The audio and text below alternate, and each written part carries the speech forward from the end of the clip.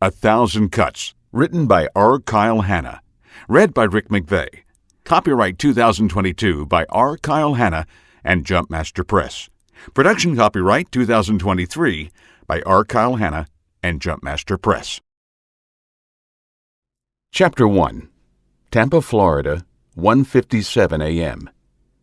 Nikki Sanderson put all her weight in the seat and tested the zip line. It held. A thin smile curled her lips as she fully eased her body into the harness. The line grew taut, and she slowly swayed back and forth. She touched the pack on her back and confirmed everything sat in its place. She glanced across the divide between her perch atop the Sykes building and the towering Bank of America building. Office lights filtered around drawn blinds. A cleaning crew worked the 40th floor, almost eye level with her vantage in the castle-like cutout of the Sykes building. A woman cleaned a window with a giant squeegee, oblivious to Nikki's watchful gaze. She completed her task, turned, left the office, and closed the door behind her. 500 and some odd feet below, the city lay deserted. A siren wailed in the distance, disrupting the gentle slosh of waves. A panel van with the logo of a cleaning company quietly cut through the floodwaters on the street beneath her dangling feet. Nikki wore a skull cap over her dreadlocks, despite the warm late September evening. A black skin-tight suit clung to her body. A smudge of black covered her nose. Safety glasses with smoked lenses hid her brown eyes. Sweat tickled her spine. The breeze off the Gulf of Mexico did little to combat the humid night.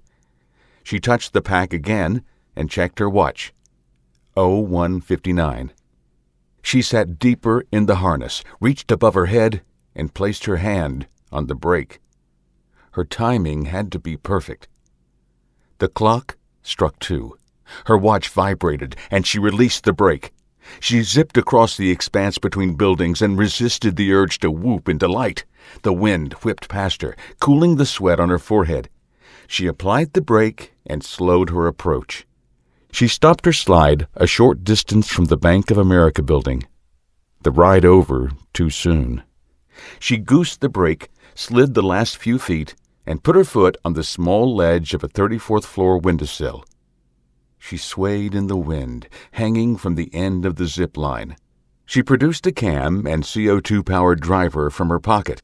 Nikki loaded the cam, placed the driver against the concrete exterior of the building, closed her eyes, and turned her face away. She gently squeezed the trigger, and the impact knocked her backward. She spun on the end of her wire and smacked the wall with the pack she wore. The report of the CO2 driver echoed in the still night. She let out a sigh and smiled.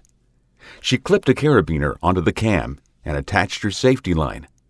Satisfied with her handiwork, she looked skyward. The Bank of America building, built in 1986, was one of the few buildings that withstood Hurricane Nestor in 2037. Tampa flooded, and the hurricane washed away most of the buildings less than 5 stories tall, and a few of the taller ones. The hurricane, the worst since Hurricane Katrina ransacked New Orleans, forever changed the skyline and topography of Tampa. The streets maintained a constant 4 inches of water, courtesy of the 30-foot surge that cut a swath of destruction all the way to Orlando. Nikki was 15 when the storm hit. She watched the destruction on the internet and read the stories for current events quizzes in school. She never thought she would visit Tampa after the devastation, much less cling to the exterior of the second tallest building in the city. She put the memories out of her mind and inched her way to the right. She placed a second cam and carabiner for her secondary safety. Never rely on one, she mused. Always have a backup. The 2 safeties in place, she unhooked from the zip line and leaned back. The new lines grew taut, and a wave of vertigo coursed through her as she again looked skyward. Nearly 10 stories stood above her. Shadows moved in a few of the offices, the cleaning crew. She frowned. They should be done by now. She glanced at her watch. 02:10. Ahead of schedule. They'll be gone in a few minutes. She relaxed her legs and gently collided with the building. Nikki verified her count of cams by touch. Months of climbing in Wyoming, the Grand Tetons, gave her a stout upper body and grip strength like a vice. She looked skyward, counted the windows, and charted her path. The office lights winked out. She let loose a final sigh and climbed. She paused at each floor, slowly lifted herself up, and peered into the office window. Each proved empty, and she continued toward her destination, the Diamond Exchange Vault on the 39th floor. She encountered her first hurdle on 37, a young girl holding a stuffed dinosaur, the daughter of one of the cleaning crew, stood at the window. The girl's eyes widened when she saw Nikki. The climber smiled and waved. The little girl wiggled her small fingers back at her, excitedly jumped up and down, turned, and ran from the office. Nikki quickly climbed away from the window, leaving the little girl to tell her story to unbelieving adults. She reached the building's first terraced ledge on the 39th floor. She climbed over the railing and secured another safety line. Nikki rotated her shoulders, stretched her back, and cracked her neck, relaxing tired muscles after the climb. She checked her watch. 02:35. Right on schedule. Nikki padded across the terrace, pulled off her pack, rummaged through the bag, and found the electronic security bypass she designed. She held up the square device, smaller than her phone, the infiltrator, and slid the key card out of its slot. She activated the bypass and held the key card over the door reader. Alphanumeric digits flashed across the screen. It took a little over a minute to decipher the 16-digit encryption. The device vibrated in her hand, and the door clicked open. A maze of corridors and cubicle farms lay before her. The sight of it filled her with dread. How can anyone work like this? She shuddered at the thought. She crossed through the office and made her way to the main corridor. A bank of 6 elevators, a door marked stairwell, and 2 fake potted plants filled the tiled walkway. She stopped before stepping into the hallway. She produced the infiltrator and spent the next 3 minutes hacking into the security cameras monitoring the elevators. She recorded the empty hall for 2 minutes, set it to loop, and then broadcasted the signal to the wireless security system in the building. Nikki stepped out in the open and looked at the device in her hands. She saw 2 screens, one with an empty corridor marked Broadcast, and the other with Nikki and the words Live. She looked at the nearest camera and flashed her best smile. She moved away and skulked down the wood-paneled hallway, hugging the wall. She found the door that she looked for near the end of the offices. Jewelry Exchange of Tampa. That door fell to the infiltrator in less than a minute, and she stepped into the office. Her watch read 02:52. Carpeted floor squished beneath her feet.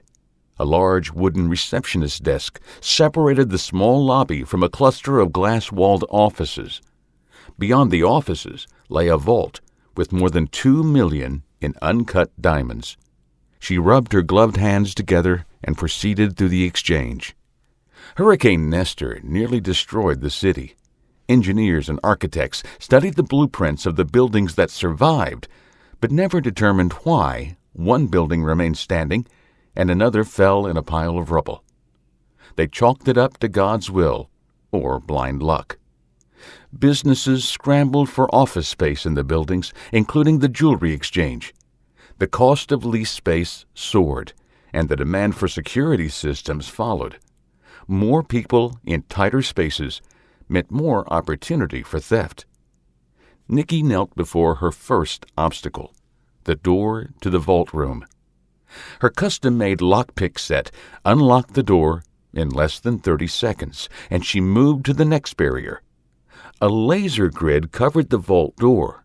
Red beams created a diagonal pattern across the front of the steel door. The beams shifted and rotated into a new pattern. She paused and raised an eyebrow. That's new. A quick glance showed the time, 02:59. Her timetable dissolved when the pattern changed again. A series of slowly moving horizontal beams slid across the surface of the vault. The pattern changed again 6 minutes later into a standard jail cell configuration. Damn, random intervals, different patterns. Someone's been playing with the software, she mused. No matter, I like a challenge.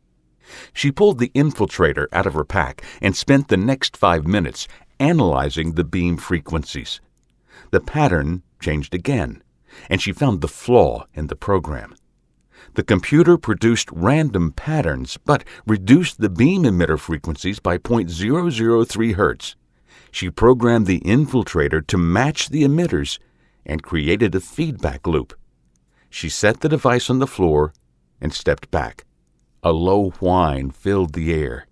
The jail cell configuration, perfectly symmetrical horizontal and vertical lines, split, and the laser barrier parted like the Red Sea. The laser grid formed a large oval around the safe door, the symmetrical lines abruptly stopping in midair.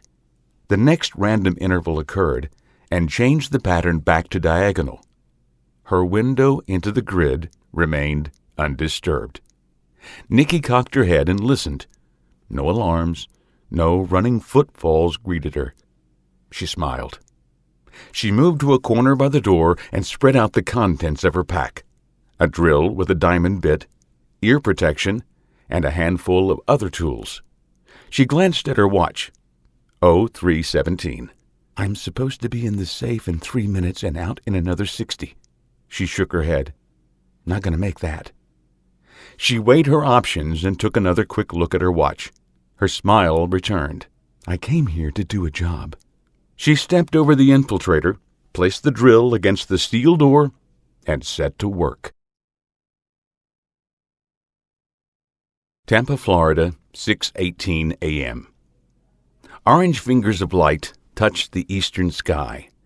Traffic picked up with the coming dawn, cars and trucks trudging through the water covering Tampa. City buses belched black smoke into the clear twilight sky. A pod of pelicans took flight from the waterfront, searching for an early meal. Nikki rappelled down the western side of the building, still cloaked in the dark of night. She kicked off from the hard structure and let loose her brake hand. She plummeted a quarter of the way down the building before inertia brought her back to the concrete wall. Her feet lightly touched, and she pushed off again. The wind across her face exhilarated her. Adrenaline pumped through her veins. She touched the soggy earth at the base of the building, all smiles. She stepped away from the rope, pulled a small detonator out of her pocket, and looked skyward. The night cloaked the zip lines and ropes that crisscrossed the buildings in downtown Tampa. This should light up the morning, she mused, and stepped toward a recess in the building. A foot of water greeted her, soaking her to her calves. She rolled her eyes. I hate Tampa. She turned her head away from the sky and touched the button on the detonator. 6 small pops, none louder than a firecracker, echoed in the early morning. A flight of birds took to the air, their squawks drowning the reports. Miniature explosives on the cams and connectors detonated. The ropes and cables fell, whistled through the air, and splashed into the water at the base of the buildings. Nikki ducked again, but could not avoid the deluge of water. She shook off the inadvertent soaking, her smile never wavering. She collected the ropes, rolled them around her arms, and did the same with the small zip-line cable. She pulled a change of clothes from her pack and replaced them with the ropes and cables. The pack swelled in size and weight. She slid on a comfortable pair of chinos and a dark blue blouse. Her watch read 06:58. Sunrise in 20, she thought. Cloaked in darkness, she slipped the pack on her back and headed toward her car, several blocks to the west near Tampa University. She crossed the bridge over the Hillsborough River, happy to be out of the floodwaters for a few minutes. Several early risers jogged along the riverfront, their feet sloshing in the floodwaters. A woman brushed past, pushing a stroller, and Nikki waved at the baby sitting in it. The pink-laced infant cooed, but otherwise paid her no mind. A street sweeper lumbered past, pushing a swell of dirty water. Pigeons trailed behind the behemoth, searching for an early morning meal. The first fingers of sunlight crested the eastern sky. Newspaper and magazine vendors, slogging through the ever-present water, peddled their wares. A bagel and coffee cart occupied a corner spot next to the entrance to the university. A woman pushed a donut cart on the opposite corner. The two exchanged friendly words, each promising to outperform the other with the rush-hour traffic and college kids. Nikki stopped at the donut lady and ordered a coffee and glazed donut. The woman thanked her and held up the $5 bill. She waved it in the air toward her competitor. He waved back, promising to beat her in sales. "It's okay, darling." The woman smiled and winked at Nikki. "He's my husband. We put on a good show, but it's all in fun. It's amazing what a little competition will do." Nikki smiled, thanked her for the donut and coffee, and continued her journey. She finished the donut within a block and paused to sip the piping hot coffee. Her stomach gurgled at the food, the first since she began the caper almost 10 hours earlier. The coffee warmed her body, and she wished she did not wear 2 layers of clothes. A bead of sweat trickled down her forehead. "Worth it," she muttered, thinking of the job. Everything had proceeded as she planned, except for the laser grid. She held up her cup of coffee in toast to the security chief of the jewelry exchange. She sipped the hot drink and proceeded down the avenue. "Miss Sanderson," a male voice called. "A moment, please." Nikki froze. No one knew she would be in Tampa, much less on this street at sunrise. A chill coursed down her spine. She slowly turned to see a thin, balding man. Wrinkles stretched from his eyes to his ears and formed a terrace across his forehead. Intelligent brown eyes, full of humor, stared at her. He held his hands, palms up, in peace. "I did not mean to startle you, Miss Sanderson." He smiled and took a step forward. Nikki slinked away, and he stopped his advance. "I have admired your work for some time now, and I simply wanted to introduce myself. I am Victor Donaldson." Nikki's heart pounded, her pulse so loud it nearly drowned out his words. She resisted the urge to turn and flee. She sized him up, tall, thin, at least twice her age, and felt confident in her ability to fight him off if needed. She took a sip of coffee. Her eyes never wavered from the man. She dropped the cup to her side and filled her face with a charming smile. "What can I do for you? Mr. Donaldson, was it?" "Victor, please." He spoke with a Midwestern accent and returned her smile. "As I said, I have admired your work and wanted to introduce myself." "My work?" "As a security expert." He glanced toward the Bank of America building bathed in early morning sunlight. "In and out in less than 6 hours. That is impressive, especially with the security enhancements I designed." "You designed?" Nikki furrowed her brow. "Dustin Fairfax hired me to test his security features. He never mentioned a Mr. Donald—" She cocked her head and corrected. "Victor." "I work," he shrugged, "behind the scenes. My specialty is planning and organizing, not necessarily the actual execution." "And you planned the security grid?" She took another sip of the coffee and kept her eyes on the man. Her left hand, unencumbered by the cup, inched toward the telescoping baton in her back pocket. "I had a hand in its design, yes," he answered, "but that is not why I stopped you." He paused, no doubt waiting for Nikki to say something. She remained silent, and he continued. "You have quite the reputation for studying security procedures and circumventing them." "That's my job." "Yes, your job." Victor smiled. He took one step closer, leaned forward, and lowered his voice. "What if I ask you to put your talents to a more lucrative endeavor?" Nikki gaped. "What are you talking about?" "I am planning a caper, Miss Sanderson," he said, and straightened up to his full height. "One that will shower me with riches and guarantee my comfort for the rest of my days. Yours, too, if you will join me." "You want me to help you rob what? A bank? Diamonds? Fort Knox?" She shook her head. "I have earned my reputation for being an honest security expert. Do you know how hard it is for a woman, let alone a black woman, to establish herself in this field? You don't expect me to throw all that away because you approach me on the street and simply ask? No, Miss Sanderson, that never crossed my mind. Donaldson smiled. But your father overcame many obstacles to repair his name. He thrived and— Leave my father out of this, Nikki spat. Her hands closed on the handle of the baton. He paid for his mistakes, worked his way back into the community. Do not even— I meant no disrespect to your father. Victor held out his empty hands again. He took a step back. I knew him back in the day. Knew him? How? The sun crested the skyline, blinding Nikki. Her left hand moved from the baton and shielded her vision. Her eyes contracted to slits. The delay cost her the rendezvous, and at least part of her bonus. Damn. Thank you for the invitation, Mr. Donaldson, but I must decline. She turned to leave. If you change your mind, he called after her. We are meeting next Tuesday in Atlanta, your hometown, I believe. Nikki stopped. I will email you the address, Donaldson continued. Do think about it, Miss Sanderson. Nikki took another step.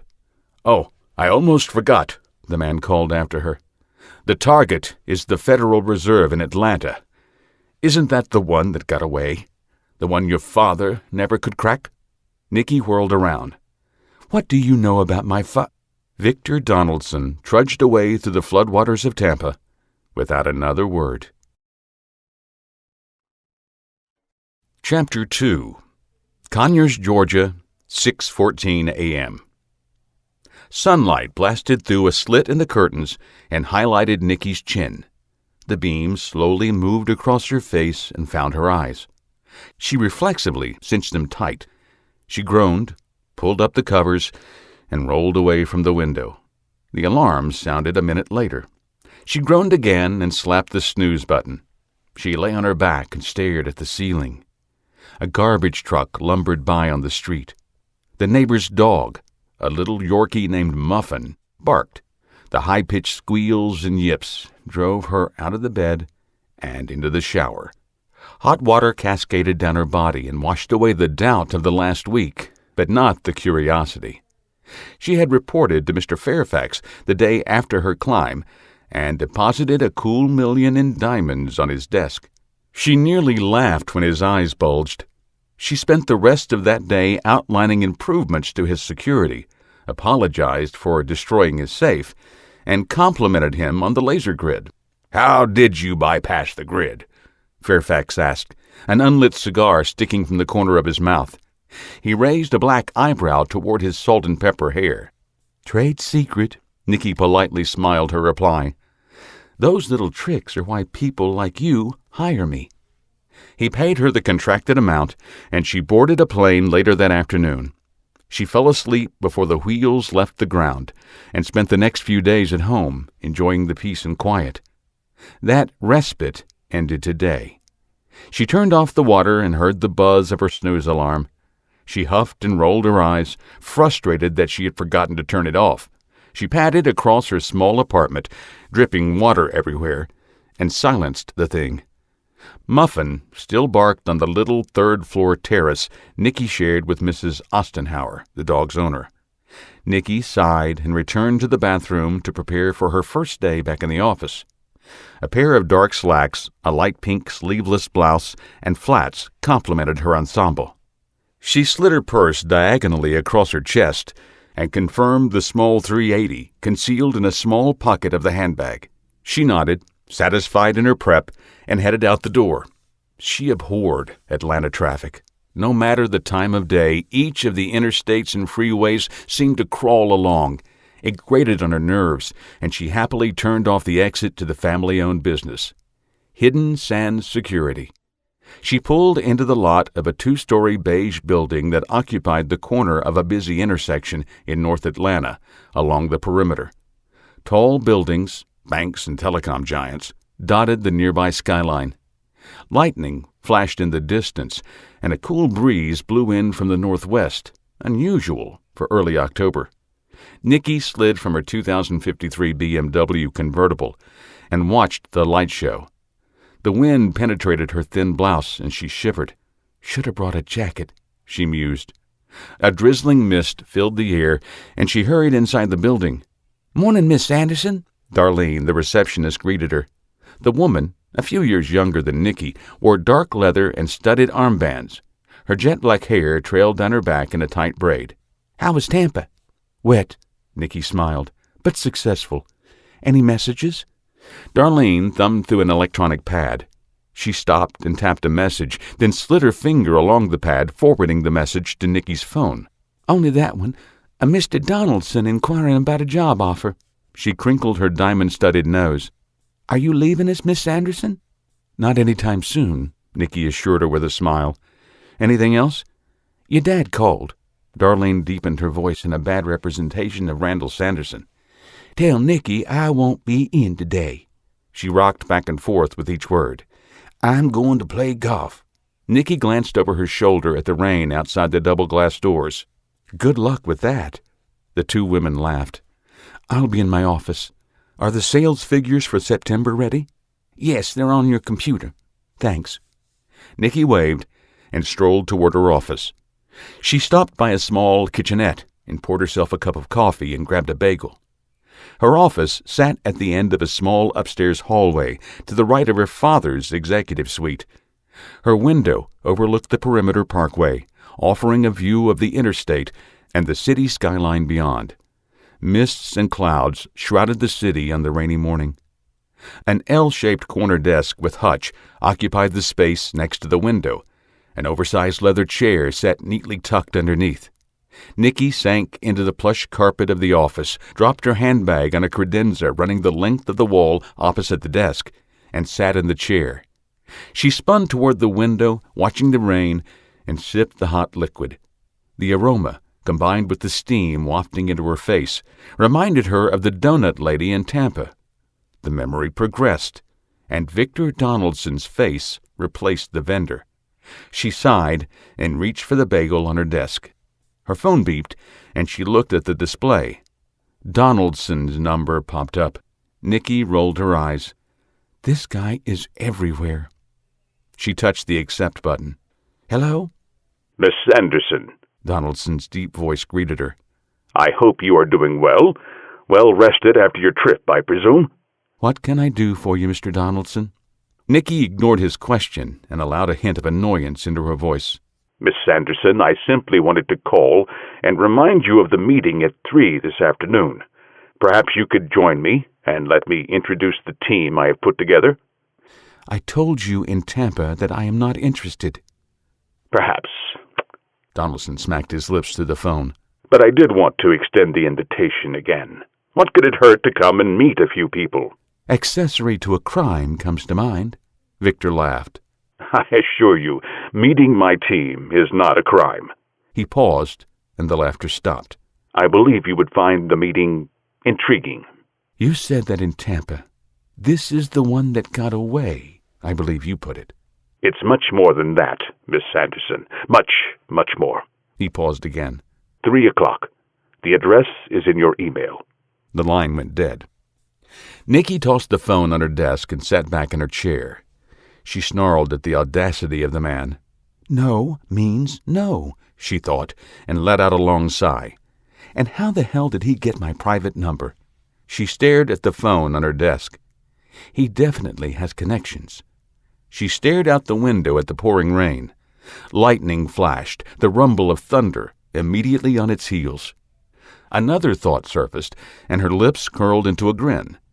"Maybe I should go," she muttered. "See what they're planning. Maybe it's something I can use in my next security test.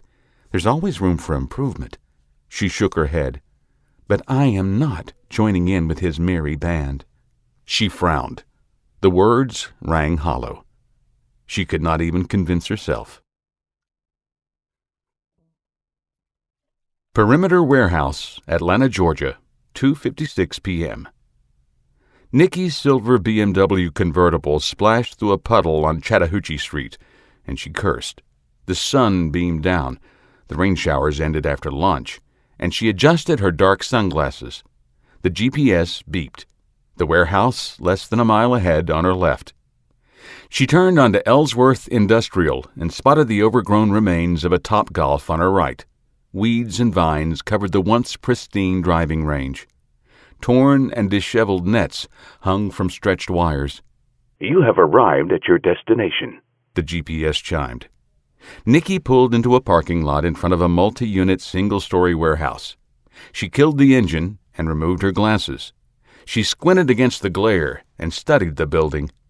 The old warehouse needed a new coat of paint, and several of the windows had shattered over time. An old, faded Chattahoochee Docks sign hung haphazardly from the side of the beige building. Victor Donaldson appeared in a doorway at the top of a handicap ramp. He wore khakis, a black polo, and a huge grin. He waved her inside, turned, and disappeared. Nikki touched her purse, comforted by the outline of the little .380 tucked inside. She sighed, wondered for the 100th time why she had decided to come, and left her car. A slight breeze propelled her up the ramp. The covered loading dock provided shade against the October sun and humidity. She paused, adjusted her blouse, and stepped into the warehouse. Deteriorating cardboard boxes lined the walls. Puddles of water spotted the floor, courtesy of the unkept roof. Lights hung from the ceiling, 1 out of 4 lit. A set of handmade wooden tables, plywood and 2x4s, filled the interior. "Miss Sanderson, I'm so glad you could join us." Donaldson greeted her, his arms outstretched to embrace her. Nikki stopped, one hand on the edge of her purse and the other extended like a stop sign to ward him off. Her eyes widened. She emphatically shook her head. No. 3 men stood around a table behind Victor. One snickered at her reaction. The other 2, muscular blonde and a thin, wiry man, did not. "Come, join us," Donaldson continued. He dropped his arms and motioned her toward the table. "Your timing is impeccable, as I knew it would be. I was about to make introductions." Nikki moved to stand at the head of the table. The blonde and Victor stood to her left, the other 2 on her right. Each man eyed her with skepticism that made her skin crawl. "This is a mistake." "Everyone," Donaldson began, "this is Nikki Sanderson, Vice President of Hidden Sands Security. She has an extensive background in security procedures and consults with companies all over the country on their security measures. And," he smiled, "she is a first-rate safecracker." Nikki narrowed her gaze and glowered at Donaldson. She sucked on her bottom lip in frustration. She did not like her business broadcast, especially to people she did not know. "Damian Jones," Victor continued without comment to the look, "is a former Marine looking for his next adrenaline fix." The blonde uncomfortably shifted under the group's gaze. He clenched his hands behind his back and stared at the table. Nikki noted his cauliflowered right ear. "He served in the Indonesian uprising a few years ago, where he was wounded and subsequently honorably discharged." "I'm Philip Faltermeyer, Scorpio," the man across from Victor interjected with a wink and slimy voice. He had snickered at her earlier reaction, and now oozed smarmy and overbearing. "You may have heard of me. A few years ago, I had one of the most spectacular crashes in Formula One racing history. I walked away from it." He patted his left leg. "Well, they took me off on a stretcher, but I'm walking now." He roguishly cocked his head. "I'm the wheels." "Yes, well," Victor smiled. His voice cracked and his face flushed. Nikki surmised he had the introductions planned out, and Philip disrupted his scheme and embarrassed the man. She suppressed a smile. Victor cleared his throat and continued. "And last, but certainly not least, is Jeff Harris." "That's with a G, not the typical J," the tall, thin man chimed in. Acne scars marked his cheeks and his dark brown hair hung below his ears. He rapidly blinked brown eyes at Nikki and turned away. "Yes, well, Mr. Harris is a world-class computer hacker." Victor smiled with tight, thin lips. "His reach is limitless with the right equipment." Harris's head popped up. "Which you can provide, right?" His words rapid-fire. "You said you could get me the best equipment. You said—" "Yes, Mr. Harris." Victor assured him, waving his hand. "You will have the best equipment that I can find, built to your specifications, as promised." Jeff nodded and looked back at the table. His eyes occasionally darted between Victor and Nikki, but he said nothing more. Donaldson glanced at his watch and clapped his hands. "The introductions are complete. You will have a chance to get to know each other a little later. If everyone agrees, you will be working closely with each other over the next few months." "Few months?" Damien and Jeff simultaneously asked. They glanced at each other, and the computer hacker quickly continued. I need the money He scrunched his nose. "Now." "As I told you," Donaldson stated, "the planning and rehearsals will take time. Things are in constant flux at our target. We need to ensure we have all the variables covered." "But I have some operational capital available," Victor assured. "I have been preparing for this for a very long time. I have every contingency covered." He produced the wallet from his back pocket. "How much do you need?" 150,000. Victor's face went slack. Philip laughed out loud and clapped the hacker on the back. Damien stood stoic and unreadable. Donaldson softly coughed, slowly folded the wallet in two, and placed it back in his pocket. "I do not have that kind of money." He raised an eyebrow. "What kind of trouble are you in, Mr. Harris?" Jeff's eyes flitted from person to person. His face flushed, and he stared at the floor. I have debts." "Damn, dude," Philip chimed in. A grin split his face. "We all got debts. That's like a Ferrari kind of debt." He nudged the hacker. "You trying to take my gig or what?" I have 10,000 available for you." Donaldson quickly took back control. "For each of you, actually." Nikki stared at the man. So did the others. "This will take all of our time to plan, rehearse, and execute, so these funds are to sustain you until after the job." "And this 10 grand, Philip smirked. "It's a loan?" "No, Mr. Faltermeyer. It is yours. If all goes well, I will have enough to live comfortably the rest of my days. You keep your share of the entire take. Consider the 10,000 a down payment." An uneasy silence descended on the group. "Now," Victor continued and sighed, "I am afraid I misled you on the nature of the caper." A chill coursed down Nikki's spine. "This is not a good way to earn our trust and commitment," she hissed. "A necessary deception, Miss Sanderson. You would have never agreed to the meeting unless what's the expression?" He snapped his fingers twice.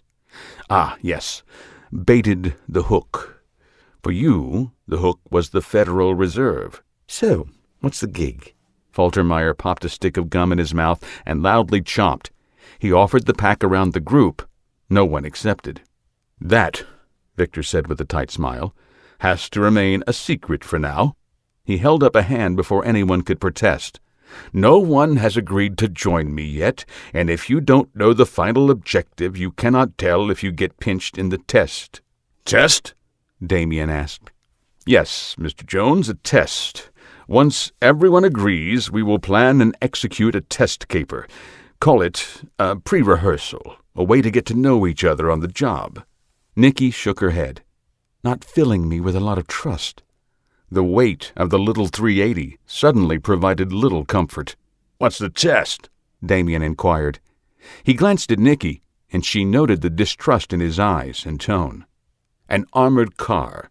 To be precise, an armored car facility." "You want us to steal an armored car?" Philip rubbed his hands together. "That should make for an exciting chase."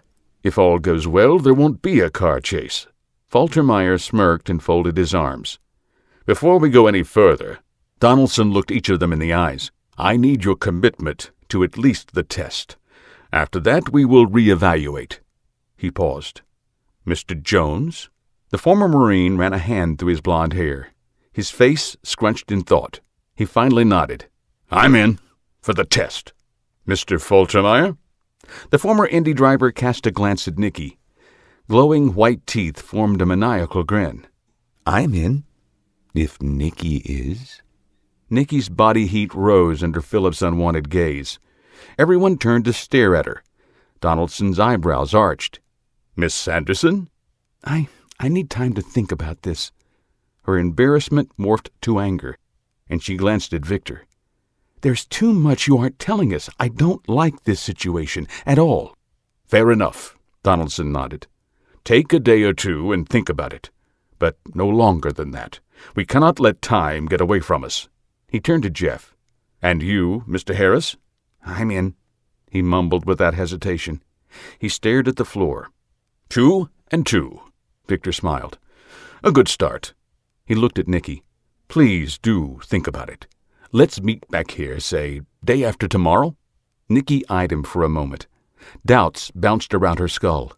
She took in each man in turn and let her instincts guide her. Donaldson? Distrust. Jones? Intrigue. Faltermeyer? Disgust. Harris? Sympathy. Do I really want to throw in with this lot? Hell no. "I'll let you know my answer in 2 days," Nikki agreed. "My answer is no, but I'm not telling you that yet. I want to be long gone before I say no." Nikki turned and left the warehouse without another word. Chapter 3. Douglasville, Georgia, 10:12 a.m. The October sun beat down on the well-manicured lawns of the Atlanta suburbs. A slight breeze carried a hint of diesel from Interstate 20 a few miles away. Trees blocked most of the vehicle noise, but that would not last much longer.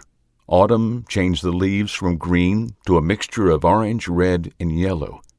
Dead leaves already littered the lawns, and soon nothing would block the noise. Randall Sanderson pushed a small lawnmower for, he hoped, the last time this year. His 6'1" frame leaned forward and maneuvered the machine along the turf. Sweat dripped from his close-cropped black hair, down his brow, and into his eyes. He wiped it away with his long sleeve, thankful that October brought a break in the humidity that plagued the southern U.S. during the summer. He finished a strip across his yard and turned the small mower to go the other direction. Nikki's silver BMW pulled into the driveway, and he smiled. She drove with the top down, moving with a beat he could not hear over the mower. A floppy brown hat covered her dreadlocks, keeping them out of her eyes. She left the car with a smile on her face and ran across the yard to him. Randall let the mower die and scooped his daughter into his arms. He gripped her in a bear hug, picked her up, and spun her around.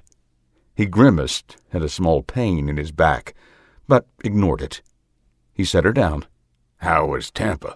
"If you would come to work, you'd know," she teased. "Since when do you play golf, anyway?" "What?"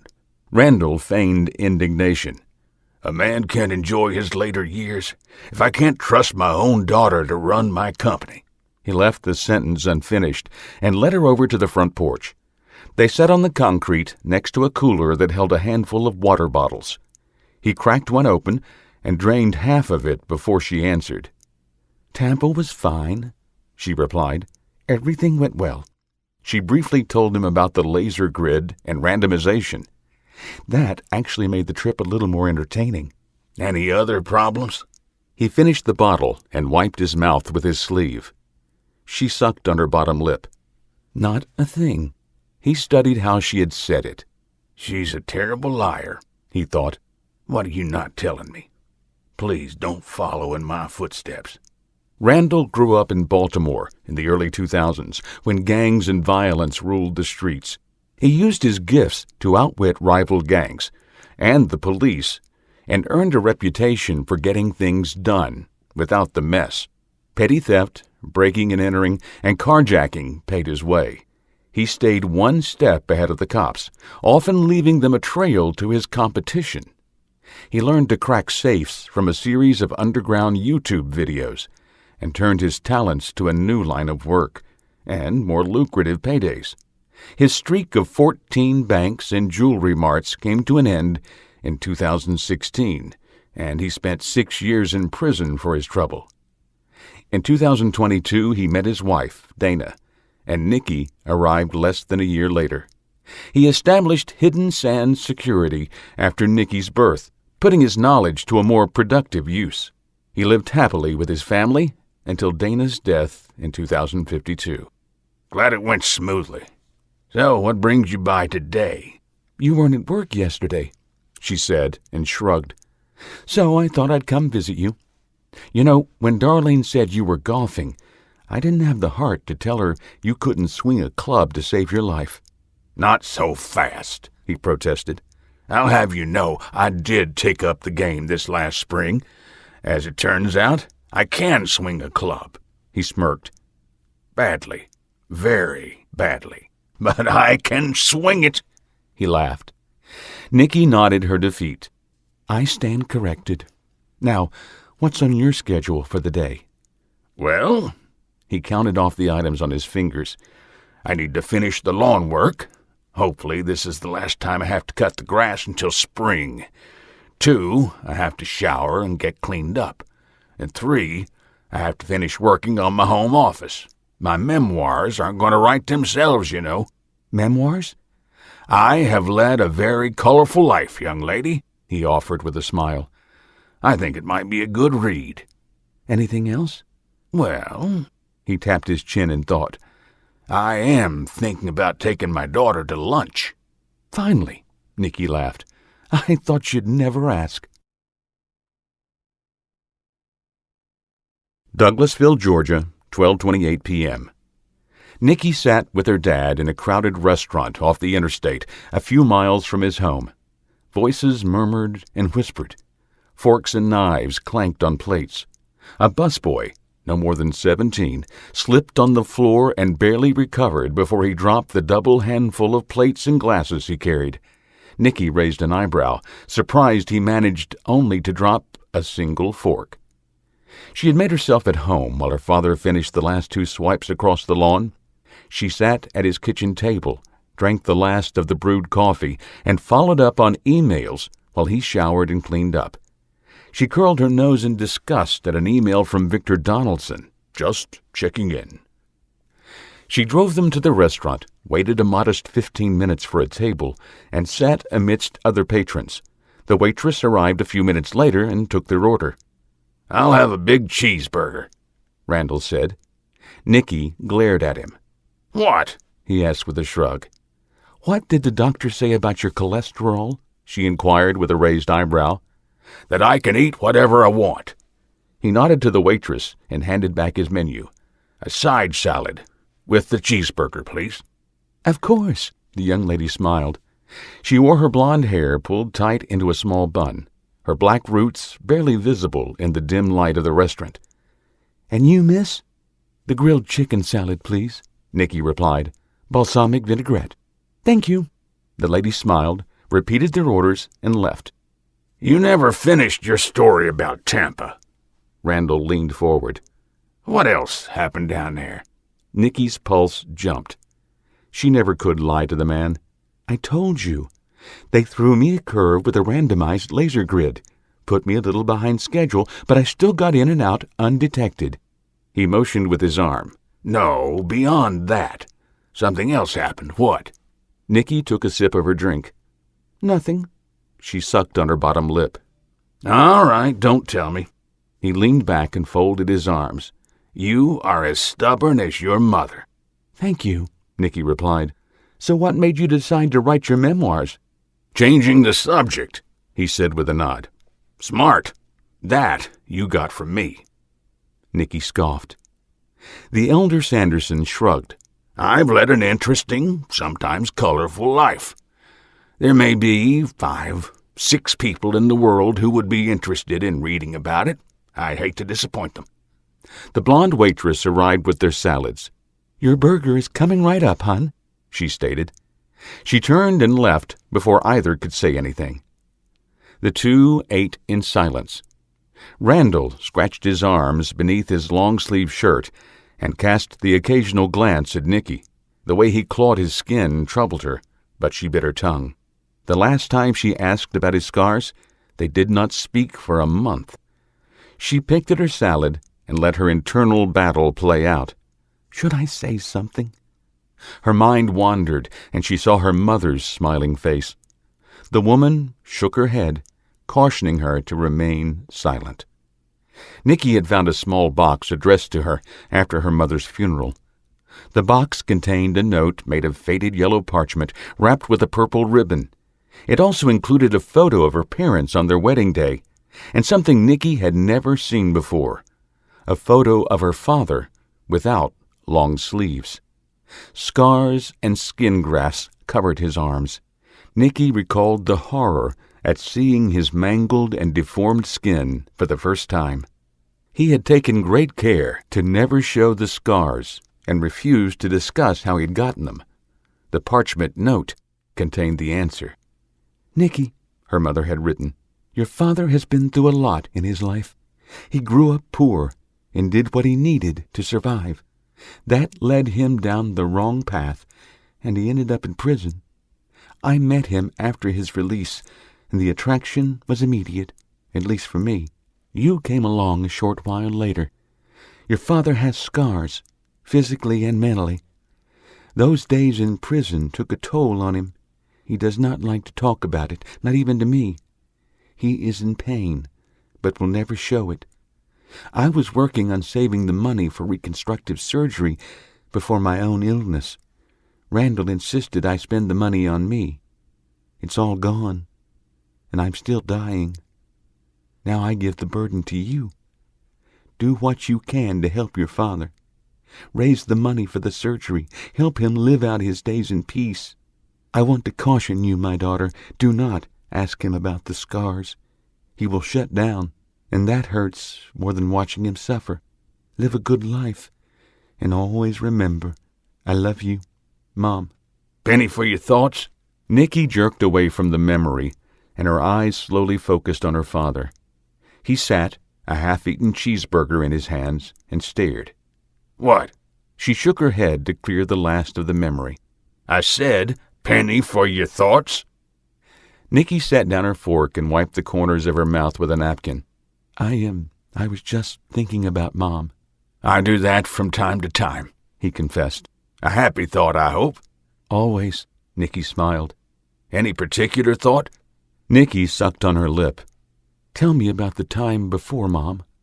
He set the burger down and wiped his hands on his napkin. He cocked an eyebrow, sat back, and crossed his arms.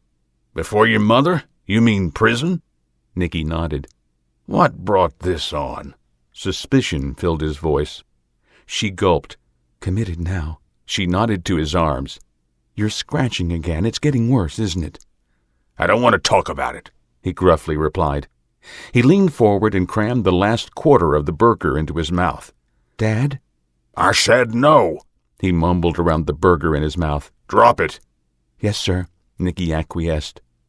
She pushed the half-eaten salad away from her and crossed her arms, mimicking her father. He sat back again and clawed his arms. He noticed Nikki watching. His eyes widened, and he stopped. He offered a sheepish grin. It itches. "I'm going to take up Mom's cause," Nikki said, and watched his face for a reaction. Her? He choked on the burger and quickly washed it down with a long draw of beer. Her cause? "She was saving money for surgery for you, wasn't she?" He nodded. "Her cause is now mine," Nikki promised. Nikki, you don't— "I do," she interrupted. Victor Donaldson's face filled her mind's eye. "I will get the money for your surgery. You don't have to scratch yourself silly for the rest of your life. Mom gave me this burden." Memories of her mother's words in the letter flooded over her. "I made her a promise, and I intend to keep it." Her father sighed. As stubborn as your mother. "Count on it." Okay, fine. He pushed the empty plate toward her. You have a plan on how to make that kind of money? Nikki sucked on her bottom lip. "Not a clue." The waitress appeared over the man's shoulder before he could reply. Her toothy grin held a hint of mischief. "So, anyone up for dessert?" Chapter 4. Atlanta, Georgia, 4:27 p.m. Nikki shut down her silver BMW, stepped out into the pouring rain, and ran to the covered walkway outside of the Chattahoochee Docks warehouse. She slipped once on the slick asphalt before making it to the shelter of the aluminum cover. She shook her arms, sprayed water across the concrete patio, and went inside. She blinked and let her eyes adjust to the dim interior. Victor and Philip sat at a long wooden table. They looked up from a game of chess, and both smiled at her entrance. She shivered under Philip's gaze and quickly averted her eyes. Jeff sat hunched in a nearby corner, laptop on the desk before him. Nikki searched but did not see Damien. Donaldson pointed toward the back of the open warehouse. "He's over there." Nikki scanned the boxes and noticed his mat of blonde hair. He sat in a small wooden chair cleaning a pistol, its pieces scattered across the top of a wooden crate.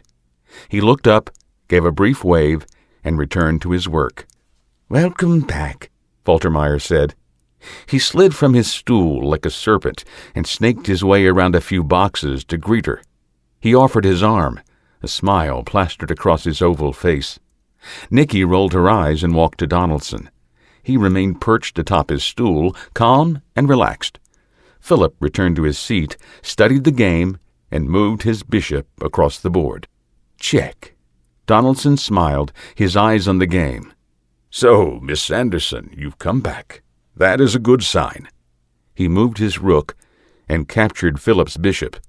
"What is your answer?" Faltermeyer snarled and propped his elbows on the table. He rested his chin on his hands. "I need to know a few things before I say yes," Nikki replied. She watched Victor, his attention on the game. Did he even hear me? "I'm listening, Miss Sanderson," he stated. "You have a few questions?" "What is the target?" Damien quickly assembled his pistol, left his makeshift workbench, and moved to stand beside her, listening. "All in good time. First, we have a test to perform." Philip moved his knight and captured a pawn. He looked up at Victor and smiled. Donaldson moved his rook again and swept away a second bishop. Faltermeyer scowled. "I'm not playing that game," Nikki replied. "I need to know what I'm getting into." Victor turned in his seat and stared at her. His close-set, hollow brown eyes peered at her over his narrow nose, and a smile played across his thin lips. "Your job will be to crack a safe once inside the target. The other security arrangements will be dealt with before you even enter the—" he paused, "facility." Nikki crinkled her face in disgust. "He's hiding something. Never a straight answer. How much is the expected split?" Philip moved a pawn and captured a pawn. "If my information is correct," Donaldson moved his queen across the board and captured a knight. "approximately 500,000 each." "2.5 mil?" Damien raised an eyebrow. "You sure?" "More or less, yes." "And you have this all planned out?" Nikki asked, unable to hide the doubt in her voice. "The general outline," Victor assured her. He countered Philip's second knight with his bishop. "Check." He kept his eyes on the game. "Once we perform the test, each of you will look over the plan and refine it by adding your own expertise." "What is the test?" Jeff asked from across the room. "I need to know if Miss Sanderson is in." Victor smiled. He moved his rook across the board. "Checkmate." He turned to Nikki. "Well?" Thoughts of her father clawing his arms filled her mind. Her mother's voice overlaid the scene, asking for her promise to take care of him. Nikki brushed everything away and gazed into Victor's eyes. She saw confidence, amusement, and a hint of mischief. He widened them, offering her a deep look into his soul. Nothing she saw overrode the promise to her mother. She sighed and nodded. "I'm in." Donaldson turned to his chess partner. "Does that mean you are in, Mr. Faltermeyer?" He smiled and stuck out his hand. Victor shook it. Neither offered their hands to Nikki. "Excellent." Victor smiled.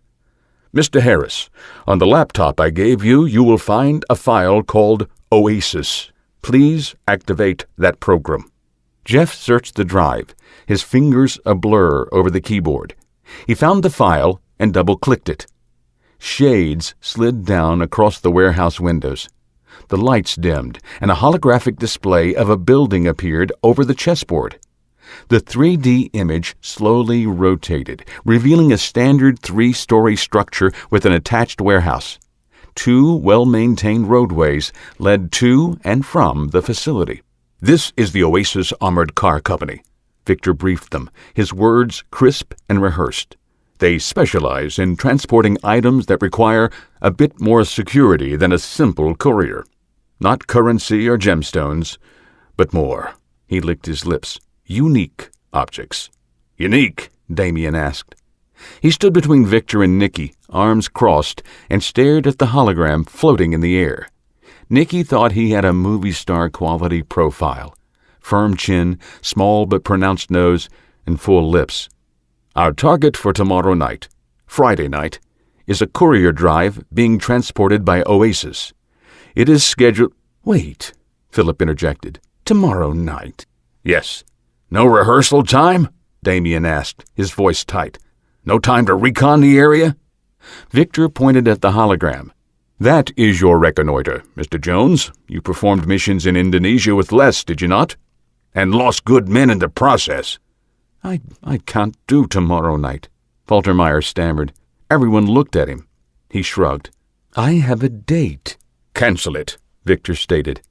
"Our window is tonight or tomorrow. After that, the drive is on the move." "We can't hit it in transit?" Damien inquired. "It will be far easier to hit while stationary, Mr. Jones. The armored cars are hard to handle while in motion. 30-ton behemoths on the move. They also host up to 6 armed guards. While parked in the garage at Oasis, they are much more vulnerable." He gestured to the hologram. "There are only 4 guards in the entire complex." Damien nodded. "And no 30-ton truck on the move." "Precisely, Mr. Jones." He looked at everyone in turn. "We have a limited window.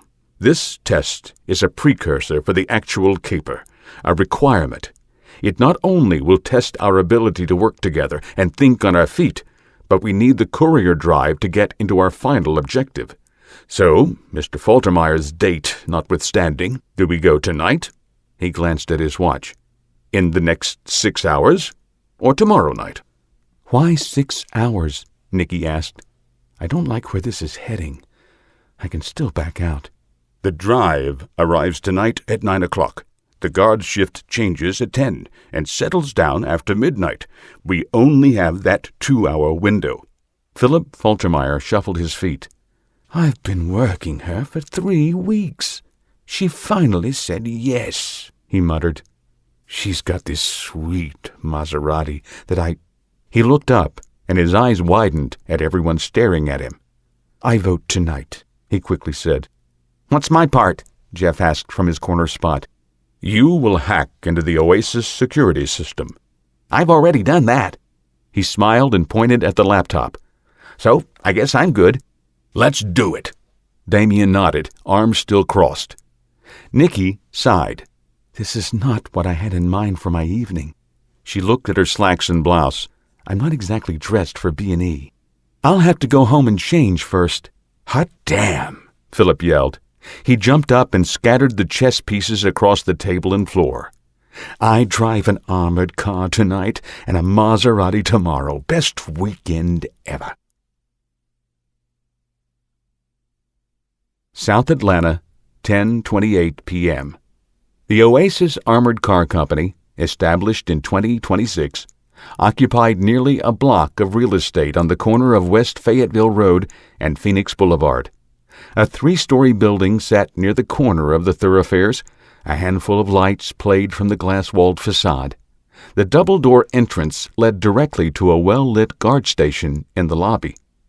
2 8-bay garages projected from the main building, parallel to each of the main roads. An 8-foot-tall, razor-wire-topped fence encompassed the area between the garages. Several armored cars occupied the middle ground, cannibalized for parts for the working fleet of vehicles. A commercial jet roared overhead on its final approach to Hartsfield International a few miles to the north. "Move," Damien ordered. He stood and ran to the fence, using the roar of the jet and the continual downpour to cover his approach. Nikki rose and followed on his heels. Their black clothes and masks blended well with the dark, rainy night. Packs, made heavier by the soaking rain, bounced on their backs as they ran. They made the fence, slipping and sliding in the mud along the way. Damien produced a pair of wire cutters and quickly snapped a hole in the chain link. He pulled back a section and ushered her through. They crossed the open ground and made it to the nearest junked car. They paused, listening. "In position," he whispered into a small microphone running along his cheek. "Any alarms?" Nothing. Jeff's voice replied.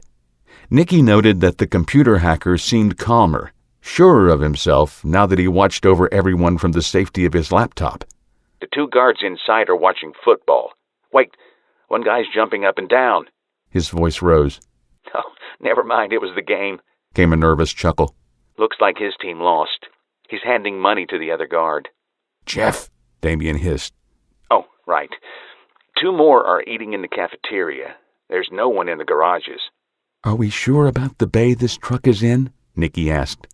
She shivered against the cold rain. "I don't want to be out here all night." The boss says it's there. Jeff replied. Damien cupped the mic to mute the sound. "Well, if the boss says it's there." "Guess we'll find out." Nikki nodded. She liked this version of Damien Jones, a man in his element, confident, talkative enough, but did not carry on about everything, and sarcastic when needed. She counted the bay doors. "Number 5, south. There." "Wheels?" Damien asked. "Sitrep?" Sitrep? Really? Philip's response ripped the night. Nikki winced. "Not so loud." Sorry. He hissed. Sitrep? Really? He whispered, mocking. I'm sitting in a nice late model 4-door coupe with the motor running and classic 30s music on the satellite. I'm waiting on you. Nikki rolled her eyes. She hated 30s music. "We're moving," Damien stated, and nodded at Nikki. The 2 ran through the rain, their footfalls splashing in puddles in the parking lot. The wind tugged at them and blew the rain sideways. Nikki wiped the water from her face. She leaped over a puddle, slid, and left a 4-foot-long skid in the mud. She waved her arms, stifled a yelp, and regained her balance. They stopped at the bay and melded into the shadows. Another jet roared by overhead.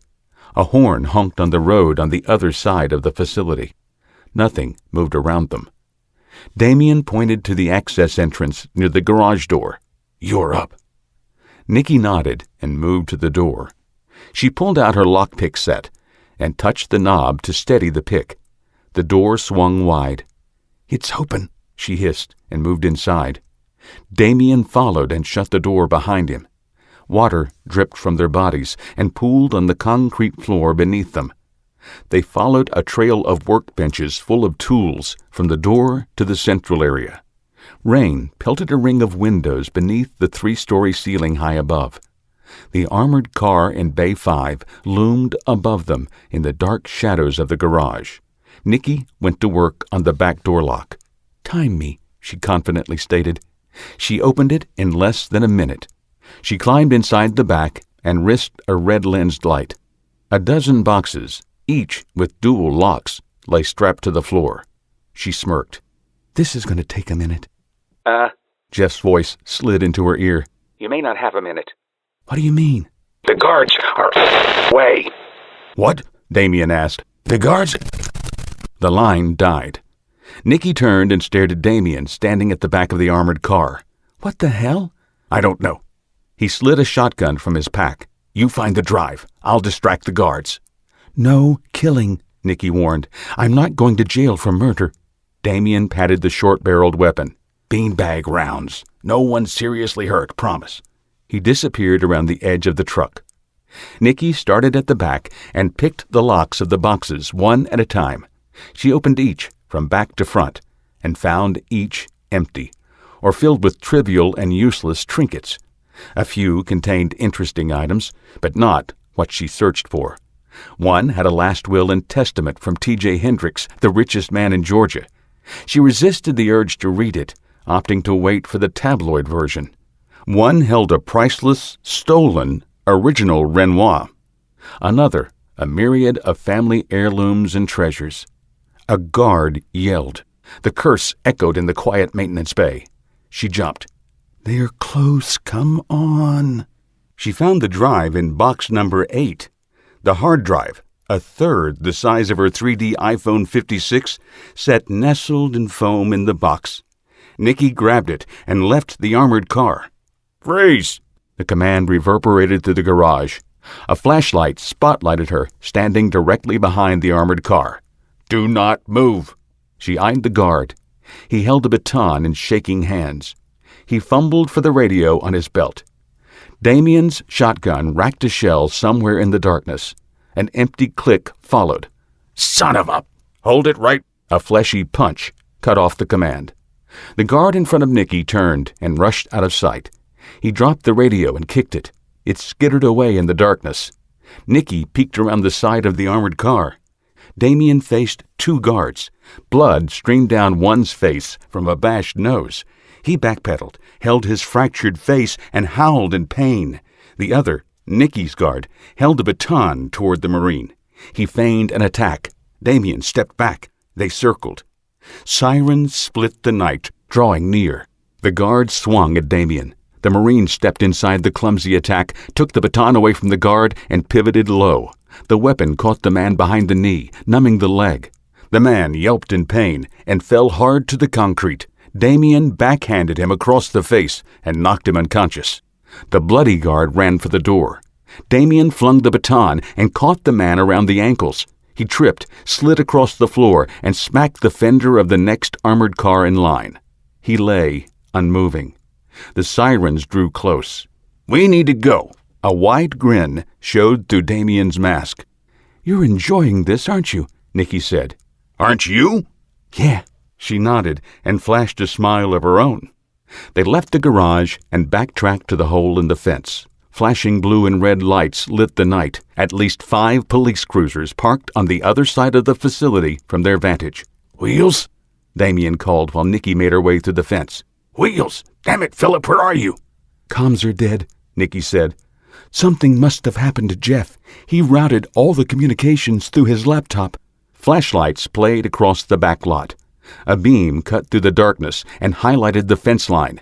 Nikki and Damien looked away, but the beam found them. Stop right there. "Run!" Damien countered. He took Nikki's hand and led her into the woods behind the facility. They stumbled over broken concrete, tripped over small dark bushes, and plunged deeper into the tree line. Tires squealed on the wet pavement. Sirens split the night. A jet roared by overhead. They cut a trail through the wet brush of the autumn forest. Fear gripped Nikki, but she kept pace with Damien. Adrenaline surged and provided a boost of energy to tired muscles. They plunged deeper into the trees, crossed Riverdale Road, and entered a residential area.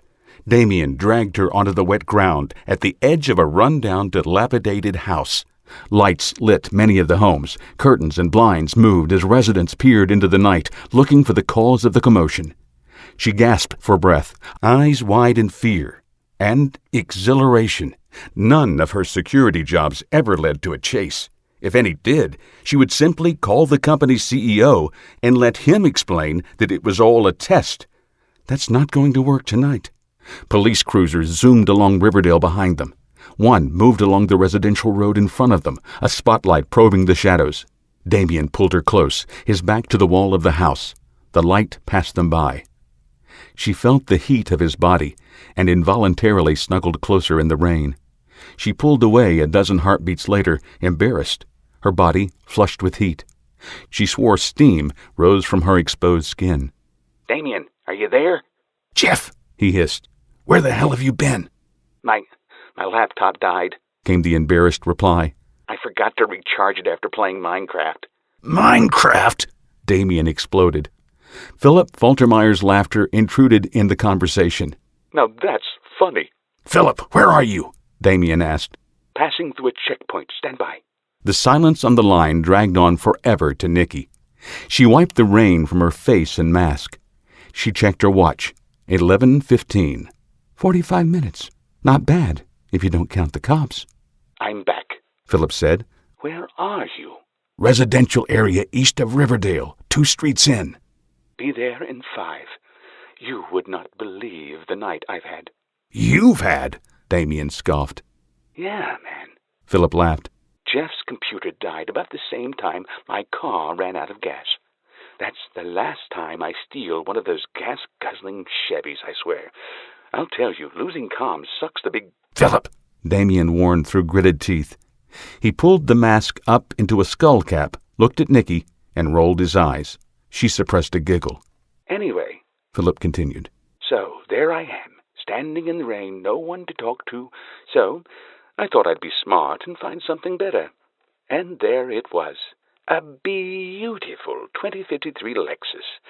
Made it 3 blocks before Googstar killed the engine. Bastards. Philip? Damien sucked in her breath and slowly released it. Where are you and what are you? His eyes widened, and Nikki followed his gaze down the street. You've got to be kidding. A 40-year-old rusted-out Ford made its way up the street. Smoke poured out from under the hood from leaking oil. It loudly backfired. The neighborhood dogs barked. Blinds and curtains closed. The perfect getaway vehicle, Faltermeyer proclaimed. The cops would never suspect it. Nikki laughed. Damien joined in. They ran from their spot in the shadows, and Philip slid to a stop on the wet street a half a block away. They crawled in, wet and shivering, and hunkered down in the back seat. Philip goosed the gas. The truck backfired again and hydroplaned. The back seat shifted, sliding them into the floor. Damien and Nikki landed in a heap of laughter. The perfect end to the fiasco. Nikki touched the courier drive in the pouch on her side. She smiled. Mission accomplished. Chapter 5. Atlanta, Georgia, 10:19 a.m. I hope everyone has had time to dry out. Victor Donaldson stood at the head of the long table in the North Atlanta warehouse. He tugged at the collar of his black mock turtleneck shirt and unconsciously adjusted the sleeves at the end of his navy sport coat. Black slacks hung from his waist and ended at the top of black loafers. He called everyone back to the warehouse 3 days, Sunday, after the caper. Damien and Jeff wore jeans and T-shirts. Damien had a baseball cap on backwards. Philip wore shorts and a peach-colored polo with Formula One embroidered across the left breast. Nikki also wore jeans, a long-sleeve blouse, and a cloth hat over her dreads. She unconsciously played with a small silver nose ring protruding from her right nostril. A beige cloth covered the table. Something lay under the cover and created ridges and valleys. Victor looked over each of his charges, nodded, and smiled. Well, I think we can all agree that the heist was less than successful. We retrieved the hard drive, Philip interjected. He pulled a lollipop out of his mouth. I called that a success. What do you call 6 police cruisers, 3 stolen vehicles, and 2 guards in the hospital, Mr. Faltermeyer? Friday night. Jeff mumbled. He stared at the table, his fingers nervously drumming on the cloth covering. It was a Thursday, just a few days ago. I get that. Philip stared across the table at the hacker. I meant that... He huffed. Never mind. Mr. Jones and Miss Sanderson were nearly identified and captured, Donaldson continued. He turned to look at Damien. Please explain what led to the brief melee inside the building, Mr. Jones. Your damn beanbag gun jammed, that's what happened. Damien smirked. That's the last time I carry that damn thing. Next time, I furnish my own weapon. The jam was intentional, Mr. Jones, Victor confessed, as was the car running out of gas and the loss of communications. His team opened their mouths in surprise and protest. He held up a hand to ward off questions. I had to test your ability to think on your feet. In that respect, you all did very well. You set all of this up? Faltermeyer's face scrunched up, and he stared at Victor with slitted eyes. How did you run that car out of gas? Or run the battery down on my laptop? Jeff chimed in. Victor saw fire in his eyes for the first time. I knew I had it plugged in all day. Mr. Faltermeyer, I simply anticipated your requirements and nudged you in the direction I desired. I will admit, Donaldson said with a smile, the second car was unexpected, as was your final solution. Mr. Harris, your computer was easy, Victor explained. I turned off the circuit breaker to your station. You reacted as I hoped. You isolated the problem and had everything back up within minutes. Excellent. And the 2 guards? Damien asked. I needed to see if your training was as advertised. Mr. Harris and I watched via closed-circuit monitors. You took down those 2 men with relative ease and saved Miss Sanderson. He turned to Nikki. And you, my dear, picked a half-dozen double locks in less than 5 minutes? He raised his arms to encompass the team. You all performed flawlessly. You just said, Philip began. You did draw more attention than I wanted, Victor admitted. But as you stated, you retrieved the hard drive. With that, we can begin Phase 2. Phase 2? Damien and Philip asked in unison. Jeff listlessly stared at Victor. Nikki crossed her arms, but said nothing. Phase 2 is planning and reconnaissance. He pointed at the cloth. Gentlemen, if you would. The 3 men, along with Donaldson, lifted the covering off the table. Damien tossed it away, and everyone stared at a 6-block representation of Atlanta. The head of the table, near Donaldson, featured a 15-story-tall hotel mock-up. Parking lots and dilapidated sports stadiums ran along Victor's right-hand side, flanked by a sign designating an interstate. The left side featured a couple of parks, a sprawling residential area, and a 3-story building at the far end. Jeff Harris groaned and stumbled backward. Philip caught him and pulled him back to the table. Jeff uncontrollably trembled. Damien and Nikki both lurched forward to assist, but stopped. What's wrong with you, man? Philip asked. Too much tequila last night? Jeff turned pained eyes at Victor. This is your big caper? He hyperventilated. Damien snapped his fingers. I know this place.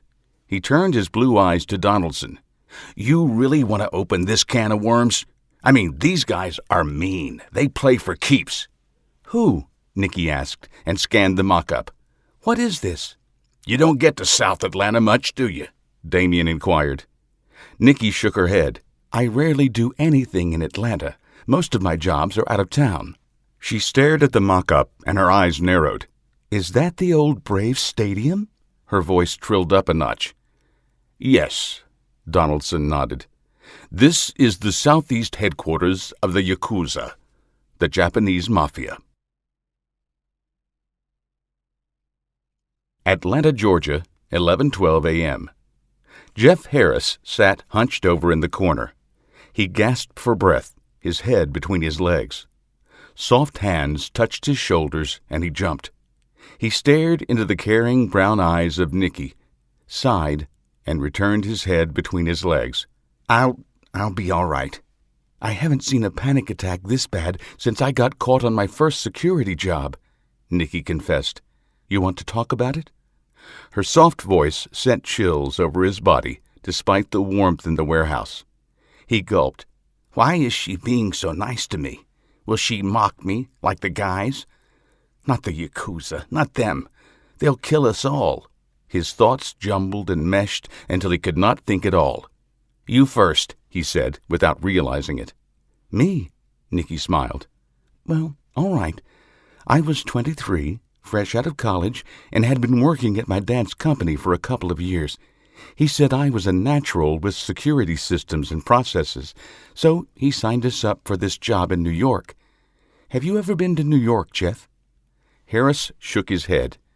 Her voice, her words, drew him from his shell. He looked up and stared into her eyes, mesmerized. I want to, one day. It's big, noisy, dirty, and wonderful. She smiled, and his heart melted. Anyway, so I begged Dad to let me take the lead. He resisted, but I finally persuaded him. He said good luck and sent me. I planned every detail, she scoffed. Or thought I had. I learned quickly why Dad didn't want me to go. What happened? Jeff propped his elbows on his knees, chin in his hands. He exhaled and leaned closer to hear her story. Well, let's just say I wasn't as ready as I thought. I got pinched going in. Nikki lightly laughed. Didn't even make it to the vault. Dad said I tripped 4 alarms. She shrugged. I never heard a thing. Anyway, they hauled me off to jail in New York.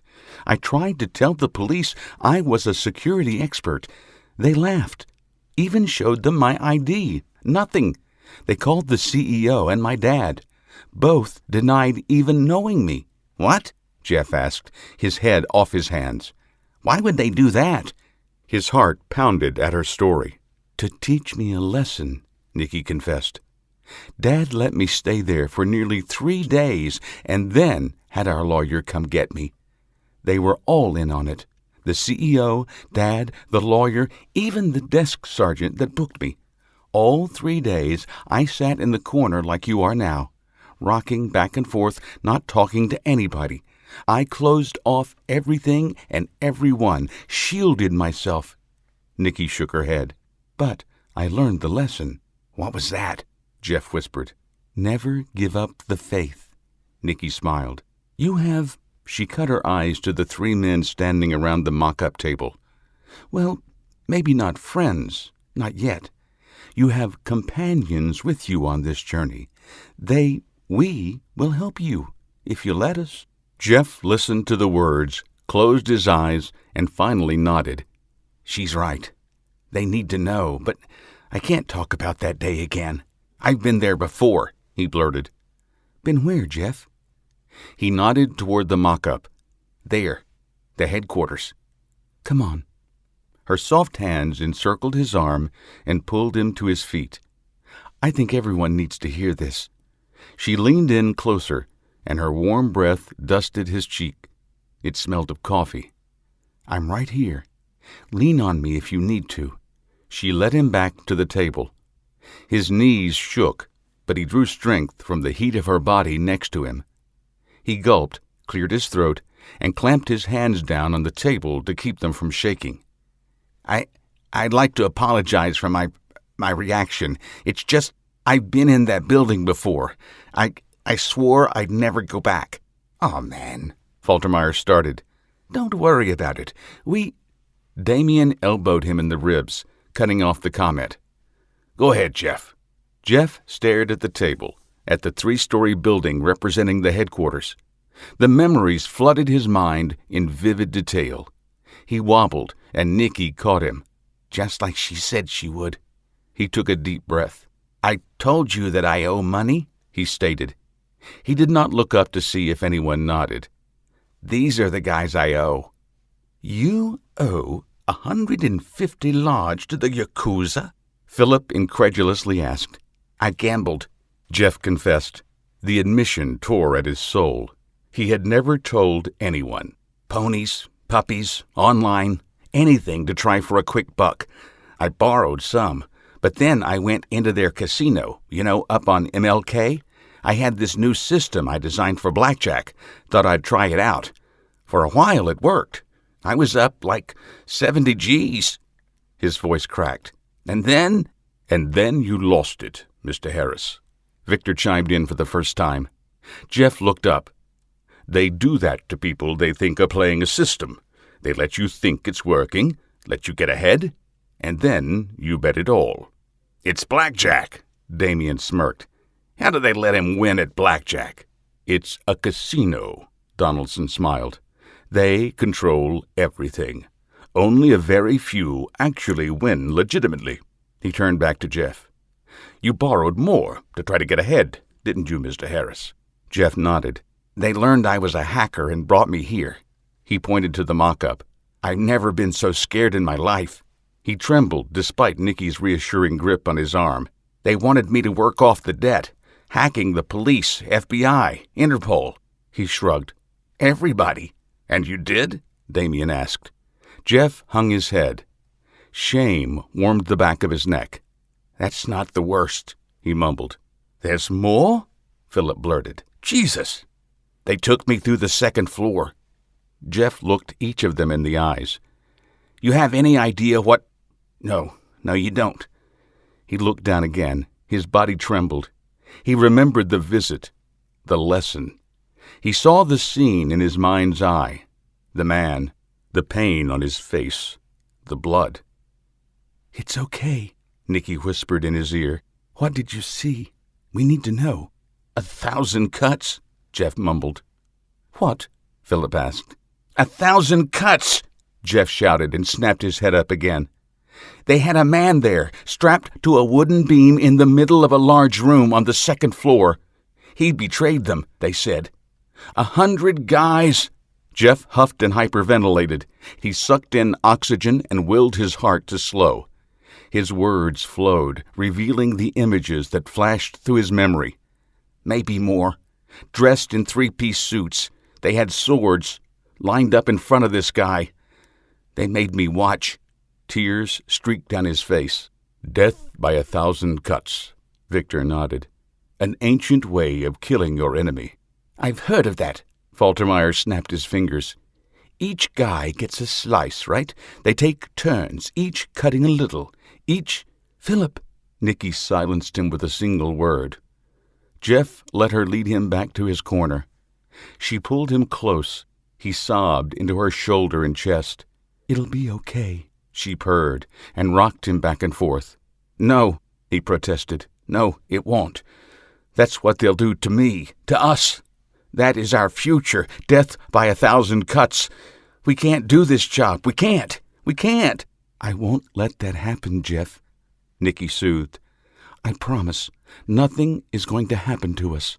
He snuggled against her. "You can't make that promise." He sniffed back the tears. "You can't make that promise."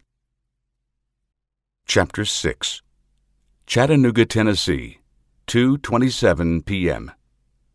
Victor Donaldson escorted his team into a large warehouse on the outskirts of Chattanooga, near the Tennessee River. The afternoon sun shone through the windows, circling the 2-story structure. Their footsteps echoed in the empty warehouse. A flock of pigeons took flight and circled the ceiling. The birds found an open window and disappeared into the sky. Boxes and wooden crates, along with grease and oil stains, littered the concrete floor. Piles of rubble, old mattresses, twisted steel, and food wrappers pockmarked the floor like islands. A wooden wall partitioned a section of the storehouse from where they stood.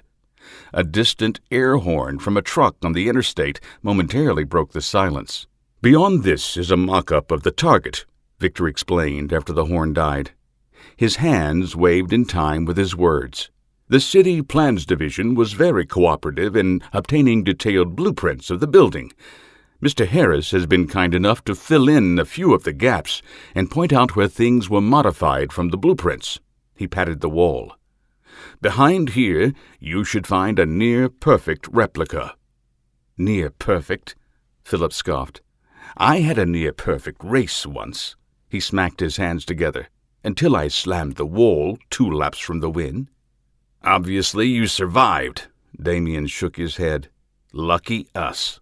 "Actually," Faltermeyer's voice turned serious, "that's the one that ended my career." Damien clasped his hands behind him and put his attention back on Victor. "Yes, well," Donaldson smiled, "we are all grateful that you survived, Mr. Faltermeyer." "I have a question," Philip interjected before Victor turned away. "Yes?" "Why are you so formal? Why—" He skewed his voice in a bad representation of Donaldson.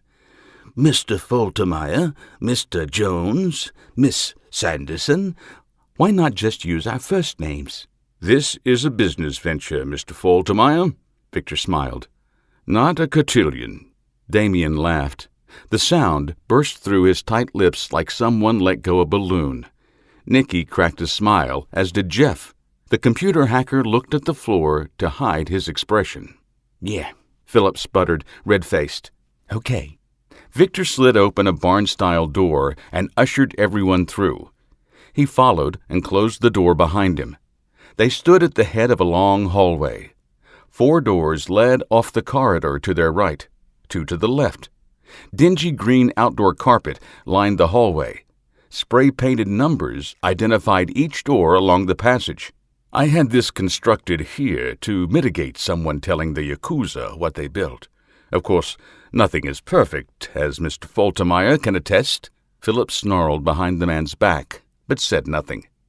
Thanks to the data from the hard drive procured from Oasis and Mr. Harris's memory, we have a fairly accurate depiction of the interior of the building. Access codes, undoubtedly changed after the theft of the drive, have been changed, but the account numbers, estimated take inside the vault, and delivery schedule was the real target. Victor nodded. Now we know when to strike to achieve the biggest payout. He pointed to the mock-up. This is the actual size of the third floor. Offices are on the right, the north, and the vault is on the left, the south. I will give you my overview. I want you to put your skills to use and refine my general plan. His eyes scanned his team. Is everyone ready to begin? The ex-racer slurped the last of his drink. What's the plan, old man? Philip, Nikki hissed.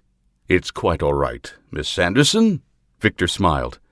I probably deserved that for the cotillion remark. He turned to Faltermeyer. The plan is simple. He led them down the hall to the second door on the right and went inside. Mr. Harris, you will tap into all phone and communication lines, Victor explained. You will also take control of all security cameras. Once you have complete access to their system, Miss Sanderson will zipline to this window.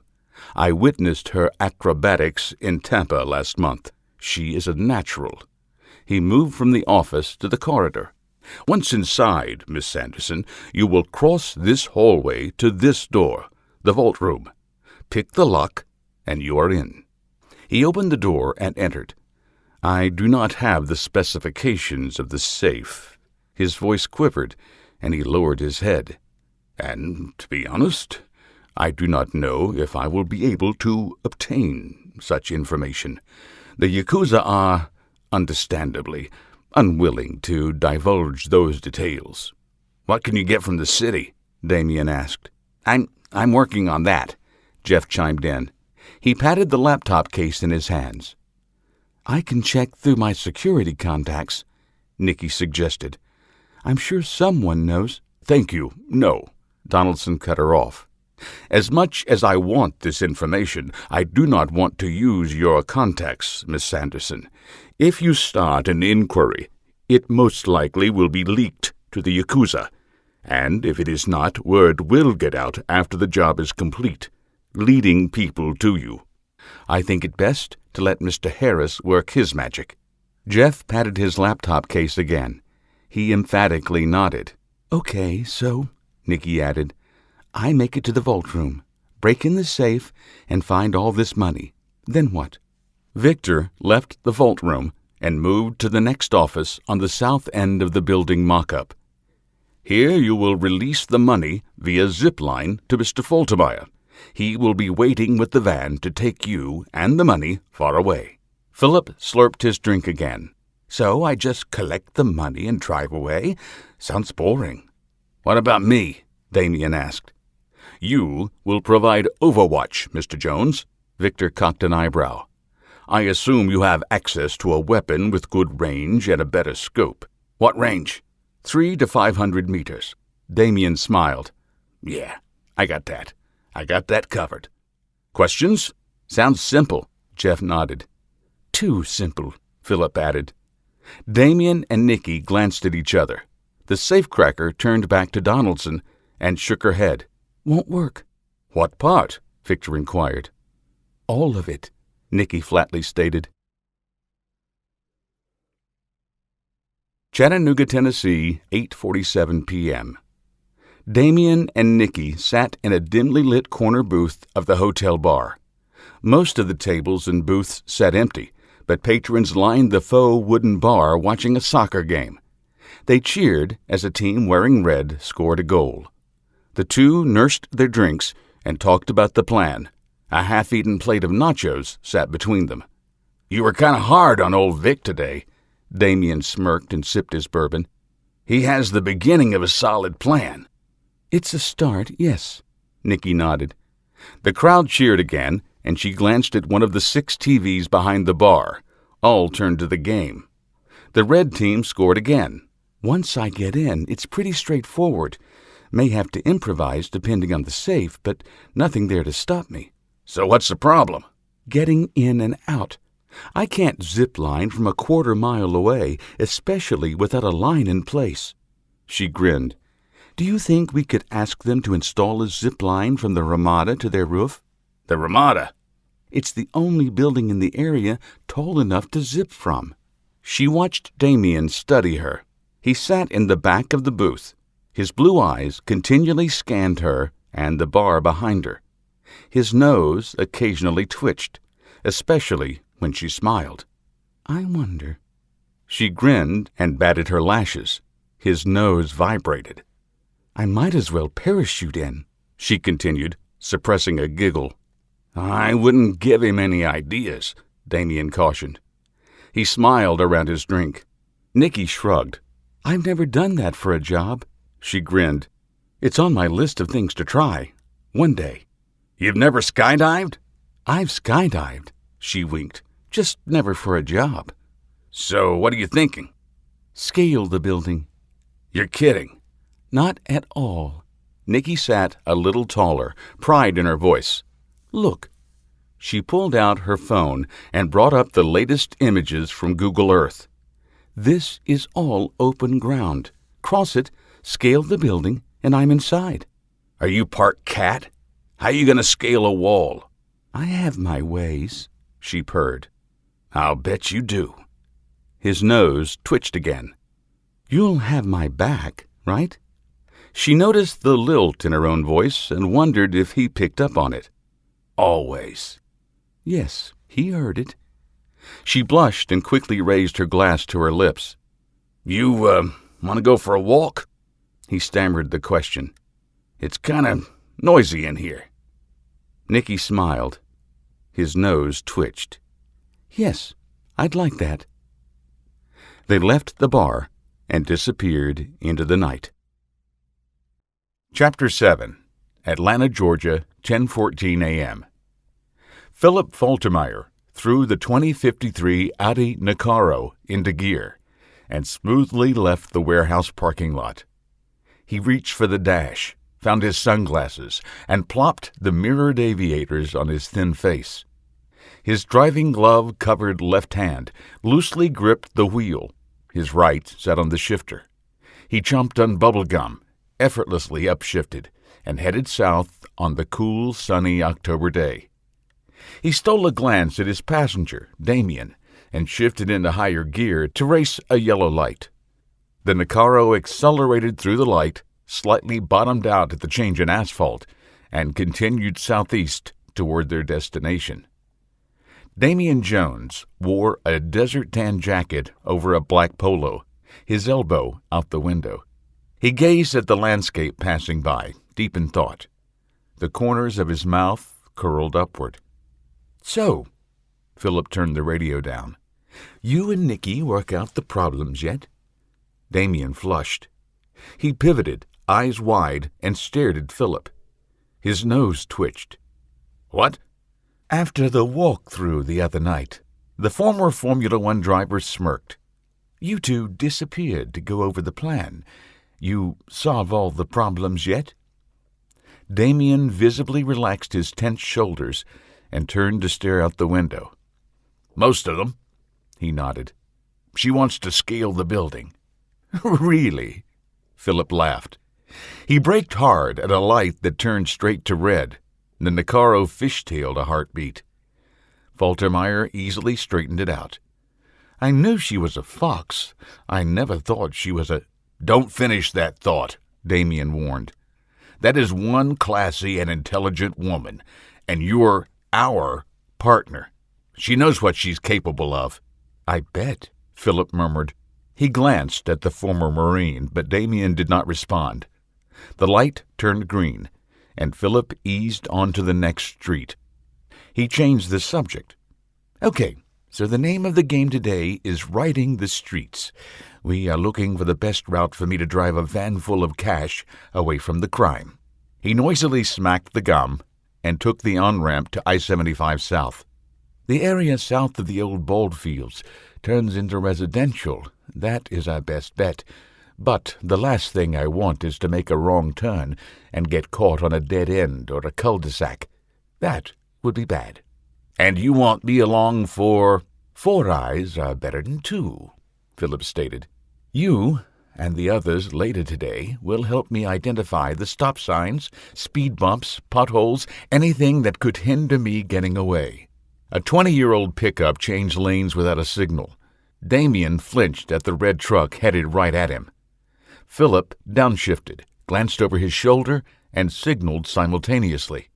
He shifted lanes and accelerated away from the truck by reflex. He kicked it up to 90, slipped between a semi and a delivery van, and took the next off-ramp.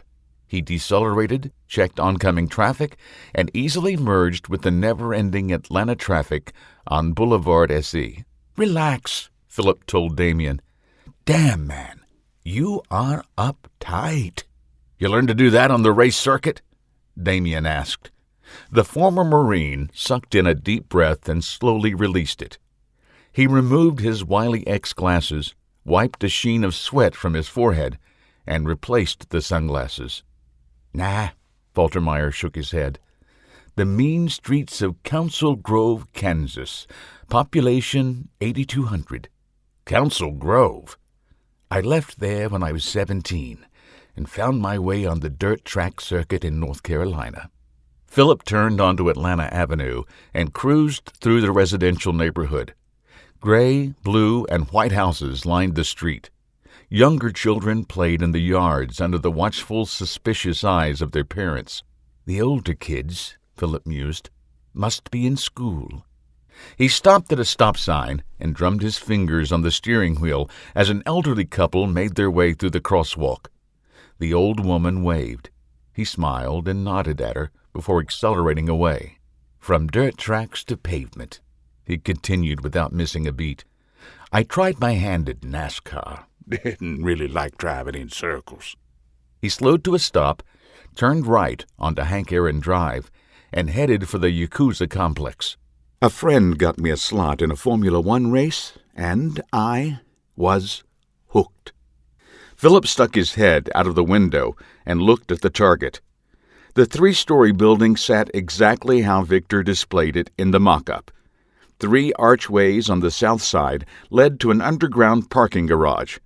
The first floor sported 4 evenly spaced windows and red brick. He smirked. "Kind of blah." Windows and terraces lined the second story. A handful of men in suits were on the balconies. Some sat and talked. Others patrolled the boundary. One looked at the car and brought a radio to his lips. Faltermeyer pulled his head back in and turned onto Bass Street. He went right again onto Martin Street and then onto Little Street. He ended up back on Aaron Drive and took a look at the 3rd floor, the target. A large hooded terrace wrapped around the building. Plants, flowers, and bonsai trees lined the balcony. Ivory statues set back from the wrought iron and glass ledge. Philip took an extra second to look, and then accelerated south back the way he came. "Did you see that balcony on the 3rd floor?" Damien asked. "I don't think that was part of the mock-up." "That should make Nikki's climb easier," Philip mused. He turned and headed down another residential street. 6 speed bumps in 3 blocks, and he marked the street off his list. He turned right and kept going. "Give her something to latch on to." Damien shook his head. "I don't think it went all the way around. That looked like a flower garden, a nursery. The sun is always to the south here. I'll bet $100 that the balcony is only on the east and south sides." Philip held out his hand. "Bet." The Marine's massive hand swallowed his and squeezed. "Deal," Damien agreed. The two drove back to the warehouse in relative silence. Philip parked the car, and the two slid out of the plush seats. "We'll have to settle the bet later." Faltermeyer smirked and nodded toward Nikki standing under the pavilion of the warehouse. "My next passenger is ready." "You better be good for it," Damien warned with a grin. He turned and headed toward the building, paused, and said something to Nikki before going inside. She stared at Philip for a moment, nodded, and proceeded to the car. "Not this one." Faltermeyer waved her away from the car. "They've seen this one. They see it twice, and that might raise suspicions." He pointed to a black van. "This time we take the getaway vehicle."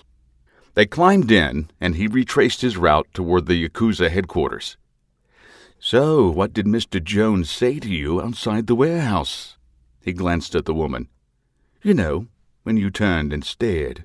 Nikki wore small, round sunglasses perched high on her nose. A gray wool cap covered her head. The ends of her dreadlocks poked out along the rim. Her blouse matched the wool cap and highlighted her black slacks. Her purse lay in her lap, slung from her right shoulder. Her lips twitched into a half-smile. "He said something about a bet, and to try to get a look at the north side of the building." Philip rolled his eyes. "Damn Marines, like a dog with a bone, won't let nothing go." Nikki laughed. Her lilting voice put a smile on his face. He turned off the interstate and took Burn Street. It curved around and dead-ended a handful of blocks later. He snarled, fought with the steering wheel as he turned the van around and retraced his route. "This road used to connect with Cherokee," he stated. "Lots of things have changed since I was here last." He took a left on Millage and saw the Target building a few blocks distant. "You used to live here?" Nikki asked. "I dated a woman from here a long time ago." Memories of a blonde-haired, blue-eyed Teresa St. Clair filled his mind. "She swore she loved me," he snorted. "We were even engaged for a time. What happened?" "I crashed," Philip flatly stated, unable to hide the pain in his voice. He cruised through the residential area, weaving his way toward the target. The memories flooded his vision, and he tightly gripped the wheel. "Biggest race of my career." The excitement of the recollection overshadowed the bad. "I was in second place in the standings. A win would put me over the top. Anything better than 10th, and it would be close.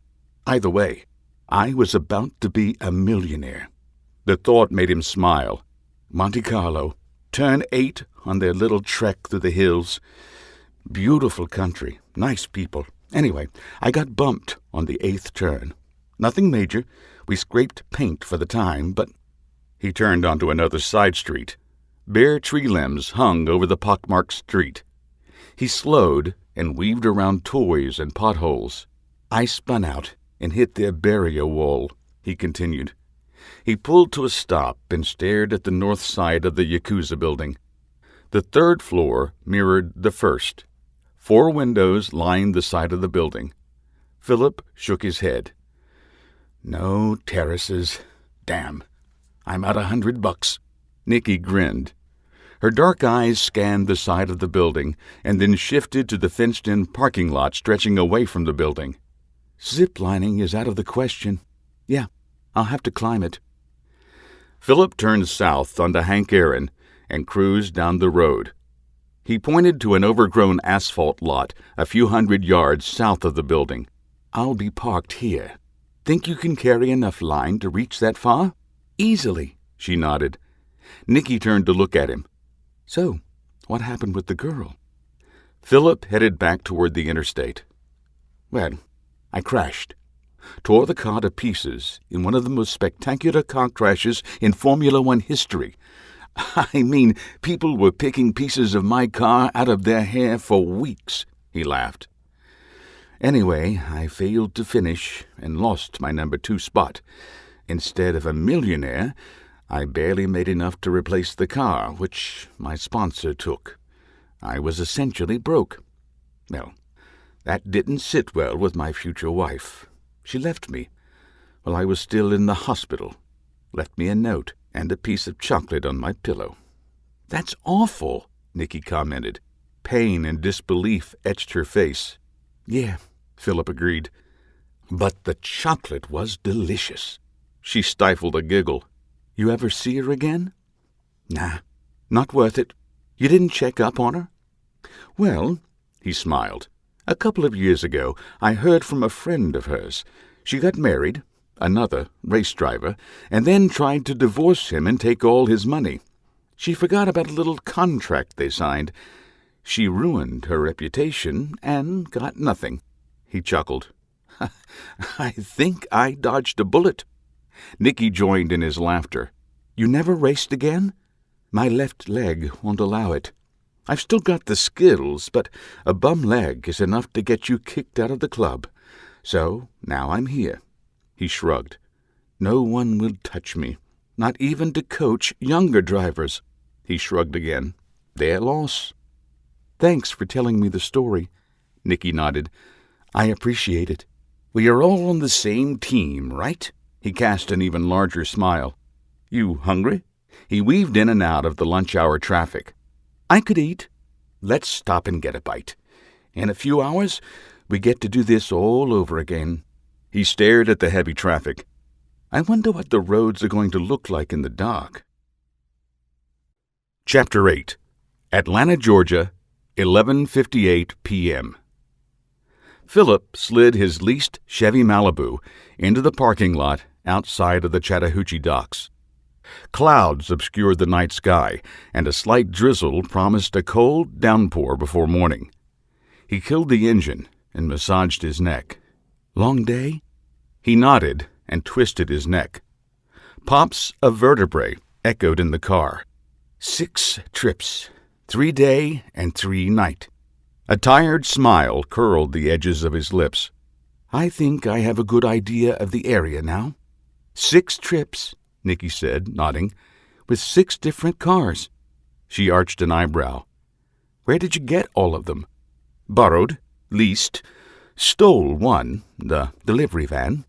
Nikki opened her mouth, but he held her off with a raised hand. I returned it before their lunch break was over. They never knew it was missing.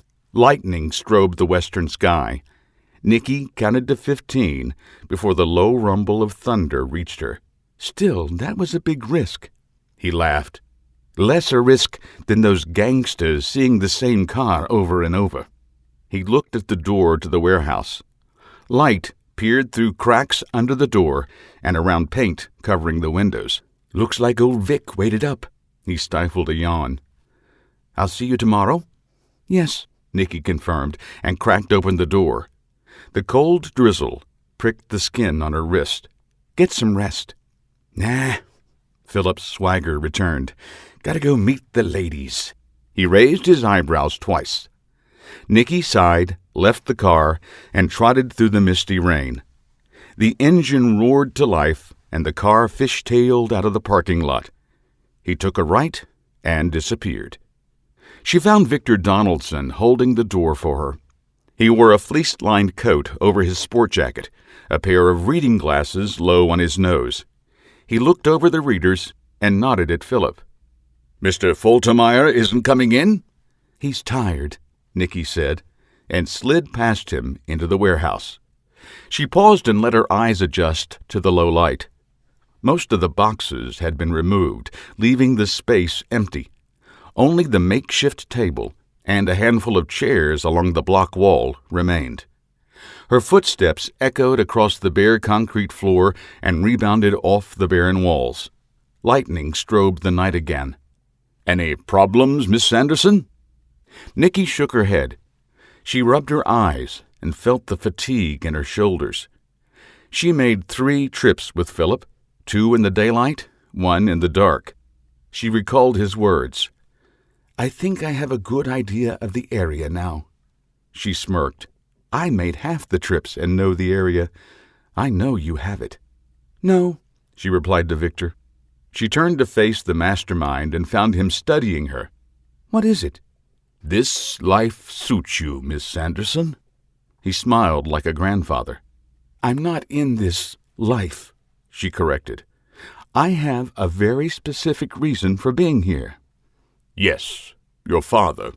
She narrowed her eyes. Her skin prickled at the mention of her dad. What do you think you know? More than you think, I assure you, Miss Sanderson. He innocently held out his hands. "I did thorough checks on all of you before I approached. It pays to be cautious in this line of work." "What do you know about my father?" she repeated, adding a hint of agitation in her tone. "Your father, Randall Sanderson, is an entrepreneur." Donaldson rubbed his chin.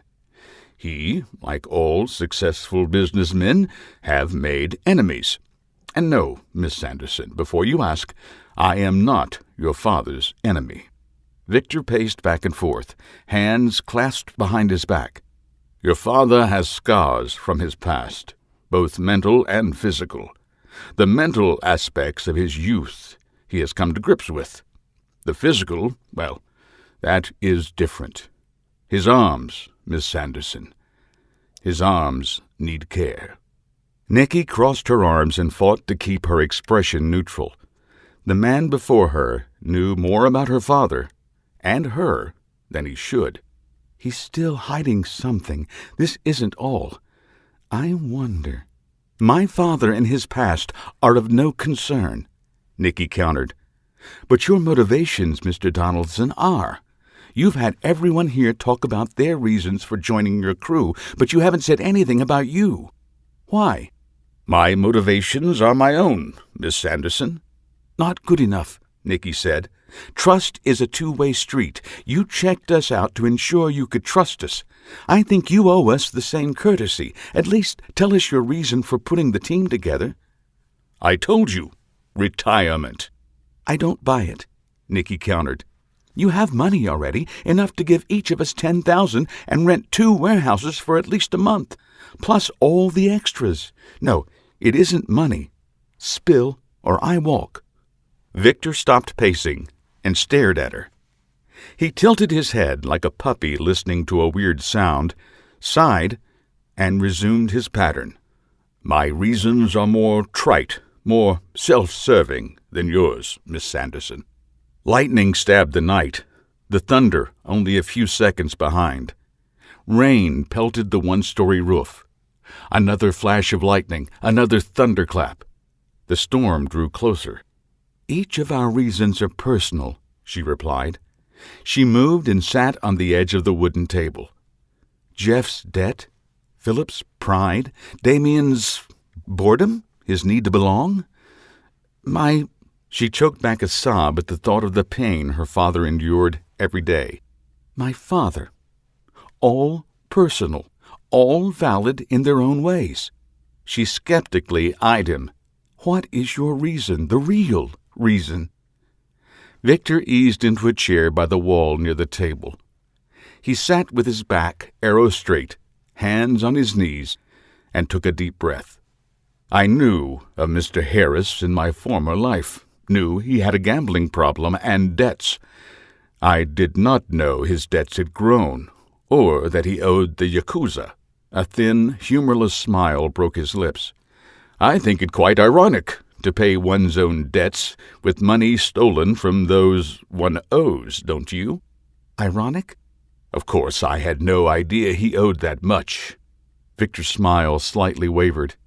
"I guess his string of bad luck has continued." Nikki narrowed her eyes.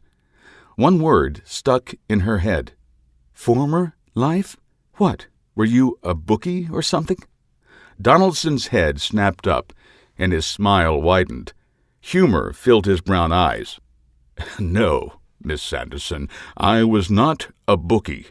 He snorted a laugh. "I retired as a police detective about 8 years ago." Nikki slid off the table. "A police detective?" Her heart raced. She gasped for breath. Her eyes darted toward the main entrance, and then at the dark building. Her skin heated, burned with the fight-or-flight response. "Where is the back door?" Her hand touched the outline of the .380 in the purse slung over her shoulder. Victor held up a hand. "Miss Sanderson, there is no need to panic. I am retired. That line of work is behind me." "A retired cop putting together a crew to pull a heist?" She shook her head. "I knew something was off. I should have listened to my gut." "Miss Sanderson." "Nikki." Victor used her first name. She stared daggers at the man. That leads to my second reason for doing this. Daniel Tong. Who the hell is Daniel Tong? Nikki blurted. She took a step toward the entrance. Daniel Tong is, he grimaced, the one that got away. Nikki froze and stared at the man. Sadness filled his eyes. A tinge of color, embarrassment, reddened his cheeks. He let out a long, sobering sigh and pursed his lips together. Daniel Tong took over the Yakuza in Atlanta 10 years ago, in a week of violence that he called the Reckoning. Dozens of people died, women, children, whole families. Car bombs, assassinations, you name it. It happened. He consolidated his power and surrounded himself with loyalists. He reverted the American Yakuza to the old ways. Terrible business. I never heard anything about this. Nikki could not mask the suspicion in her voice. The news barely covered it, Victor explained. Any bad press was met with a swift and often deadly response. It only took one news reporter's car to explode, and the rest went silent. He clicked his teeth with his tongue. I had just made detective. My partner and I were assigned the case. Find something, anything, we can pin on Daniel Tong, we were told. He used a handful of assassins and then sent them back to Japan or Europe or Central America. Donaldson sighed. We were never able to pin anything on him. He used people and either had them killed or sent them somewhere untouchable. His loyalists, the few we did arrest, never even mentioned his name. Thunder and lightning struck simultaneously. The building shook. Dust rained down from the ceiling. Nikki reflexively ducked under the table. 2 more successive strikes followed. Victor Donaldson remained in the chair, hands clasped in his lap, and rocked back and forth. Nikki no longer saw the strong, confident ringleader. She saw a man on the verge of succumbing to his failure. The barrage passed, and Nikki resumed her spot on the edge of the table. She kept her hand on her small purse, the weight and feel of the .380 comforting. Water dropped from a leak in the ceiling. It splashed on the concrete to her left.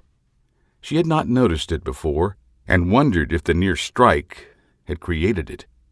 She watched the water pool, gathering her thoughts. So, she began, Daniel Tong is the one that got away. You think that by robbing him, you can, what, hurt him, embarrass him, send him back to Japan? The light returned to Victor's eyes. A smile creased his thin lips. Yes, Miss Sanderson, all of that, but much more. By robbing Daniel Tong, I can help 4 strangers come together and form a team. Each of them, each of you, will in turn fulfill an empty space in their life, and I, he touched his chest with his hand, can finally retire with my due recompense. There it is. So, revenge and greed? Victor nodded. That is an oversimplification of it, Miss Sanderson, but yes. Lightning flashed, strobing the interior of the warehouse. Thunder rolled a few seconds later. The storm moved away, leaving only the rain. The temperature dropped, and a chill filled the air. Nikki saw her breath inside the warehouse and shivered. Victor slapped his knees and stood, grunting with the effort. He looked tired, and his slow movements added to the illusion. He offered Nikki a smile. That is my story, Miss Sanderson. Do you still want me to share it with the rest of your team? Don't put this on me. Nikki shook her head. No, Jeff is high-strung. News that you're an ex-cop would send him over the... Wait, she eyed him closely. You said you knew him. How? I worked Vice, he shrugged. Mr. Harris was arrested for computer tampering, and his file landed on my desk. You worked with him? Why doesn't he recognize you? I stayed in the background, Donaldson explained. He talked with his hands, emphasizing points here and there. I was the junior partner, The lead detective worked with Mr. Harris. He shrugged again. Quite frankly, Miss Sanderson, he never met me. Nikki quietly sat and mulled over his story. Something is still missing. He stood, hands clasped behind his back, and waited for the next question. She stared, reading his body language. The man hid his nonverbals well. And my father? What about him, Miss Sanderson? Did you know him as well in your former life? I met him once, many years before you were born. Victor glanced at his watch and held up a hand. That is a story for another time. It is quite late, Miss Sanderson. Rehearsals start tomorrow morning, 8 a.m. sharp. He turned and strolled to the door. He pointed to a set of keys hanging on a nail by the main entrance. Stay as long as you like, he called over his shoulder. But do lock up when you leave. Chapter 9. Chattanooga, Tennessee, 4:18 p.m. Nikki clung to the side of a mock wall, 20 feet off the concrete floor. Her arms and legs quivered from the strain of holding her position. Safety ropes dangled from her harness, looped up and over the metal ceiling girders a few feet over her head. She stole a glance at the floor she had already fallen on, twice. Can you hurry up? She hissed through gritted teeth. She spent the week, after the recon, scaling a variety of walls, wood, siding, brick, and block, all over Atlanta. She scurried up each without problem, achieved her target height, and disappeared into the crowd without incident. Victor Donaldson moved the team to their practice warehouse in Chattanooga. He brought in a masonry crew and built a wall. The slick, smooth, shiplap-type material slowed her down, but did not stop her ascent. Jeff Harris typed feverishly on his laptop. He held up a finger. "Hold on, I'm almost in," he replied. She glanced over her shoulder and watched him type. Sweat poured down his face. He held a pencil in his teeth. A digital clock mounted on the wall over his head counted down. 30 seconds and counting. Come on, he muttered around the pencil. He leaned back from the screen and slapped the Enter button. The warehouse lights snapped on, and the countdown stopped with 12 seconds on the clock. Jeff sat back and wiped the sweat from his brow. He gulped, bit down on his tongue, and reached for a nearby bottle of water. Thank God, Nikki swore. She slid down her safety line and gingerly landed on the floor. Her legs threatened to buckle for a moment, and she reached out for the wall. She steadied herself, brushed off her black suit, and made her way over to sit by Jeff. She slugged back half a bottle of water before she spoke. What happened? These protocols. He pointed at the laptop. They're 100 times more complex than anything the Japanese are going to have for their security system, and they get more complex every time we do this. He glanced up when Victor, Damien, and Philip strolled around the far end of the wall. Jeff nodded toward Victor. He's making this damn near impossible. Donaldson smiled at the accusation and stopped a few feet in front of them. Of course, Mr. Harris. If you can pass my tests here, you will have no problem with the security system there. Nikki offered him a humorless smile. But I'm the one paying the price. That wall is slick, and I can't hold on forever. My left leg is still sore from the fall 3 days ago. She rubbed it to emphasize her words. I know we train harder than the job, but this is ridiculous. You won't even let me use the grappling hook. She let out a long sigh and pointed to the wall. This is not a realistic rehearsal. I've scaled hundreds of buildings, and I've always had the proper tools, even when I rehearsed. Practice makes perfect, Victor smugly smiled. He extended his hands, palm up. We need to continue to practice. Perfect practice makes perfect, Nikki retorted.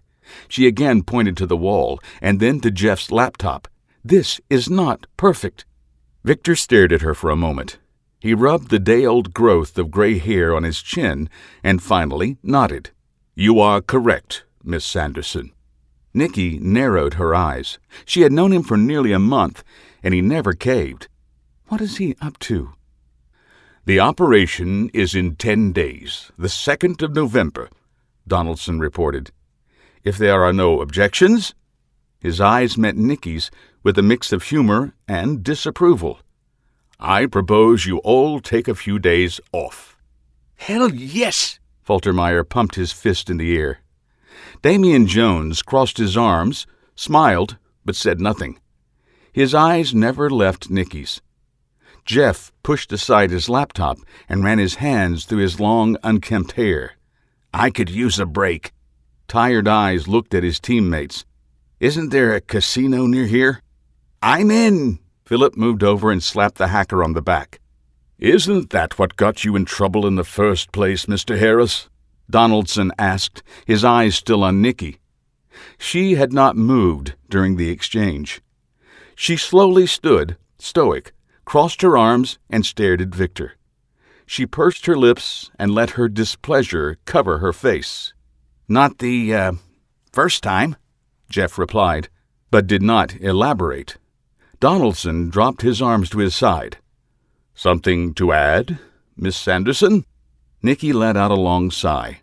When we come back, we rehearse with realistic parameters. She held up a hand to stop Victor's response. He clamped his mouth shut and motioned for her to continue. First, I will program the security protocols for Jeff to break. Victor nodded. Second, she pointed at the wall. This isn't correct. I've seen the target. It's red brick, much easier to climb and secure. This needs to go. Anything else? Nikki let her frustration out in a long exhale. Change your attitude, she snapped. We, all 4 of us, have been busting our asses to make this happen. You sit back and critique, but you do not offer any real solutions. So, unless you're a security expert, a driver, a shooter, or a hacker, I don't... She froze. Jeff sat still in his chair, his wide eyes staring at her. Philip barely suppressed a giggle. His body trembled with the effort. Damian stood with his arms crossed. He met Nikki's gaze and nodded his support. Sorry. Nikki's body heated with embarrassment. I'm tired. Victor rubbed his chin again. Thank you, Miss Sanderson. He spoke with a low, even tone, somewhere between furious anger and fear. I have been pushing you, all of you, very hard for the last month. He cleared his throat. Go and rest. His voice returned close to normal. We will meet back here in 5 days, rehearse for 3, and then return to Atlanta for a last scout and finalize the plan. Philip pulled Jeff from his seat and headed him toward the door. So, what's your game? You look like a blackjack guy. I'm partial to Texas Hold'em personally. Have you ever... His voice faded when they left the building. Nikki broke eye contact with Victor, collected her purse and coat, and headed for the door. Damian beat her to it and held it open for her. His smile washed away some of the anger. He escorted her outside to her car. They both paused as Philip fish-tailed out of the warehouse parking lot. The sun moved toward the western horizon, and a stiff breeze cut through Nikki. She donned her coat and fished around her purse for her car keys. She found them and a pair of sunglasses. She slid the glasses on and cut the glare of the retreating sun. You going home? Damian asked. She nodded. I haven't even talked to my dad in 2 weeks. That never happens, she smirked. He's probably worried sick. Want some company? His voice held hope. Nikki blushed and slipped one foot into her car. Maybe in a couple of days. Her eyes soaked up the warehouse. I really need a little time to myself. He pursed his lips, nodded, and hung his head. I understand. His disappointment ached her heart. She wanted him to go with her, just like she wanted not to feel the way she did for him. The emotions bubbled over, and her words rushed forth, more heated than she intended. This could go sideways in a heartbeat. she snarled. "If we aren't at our best."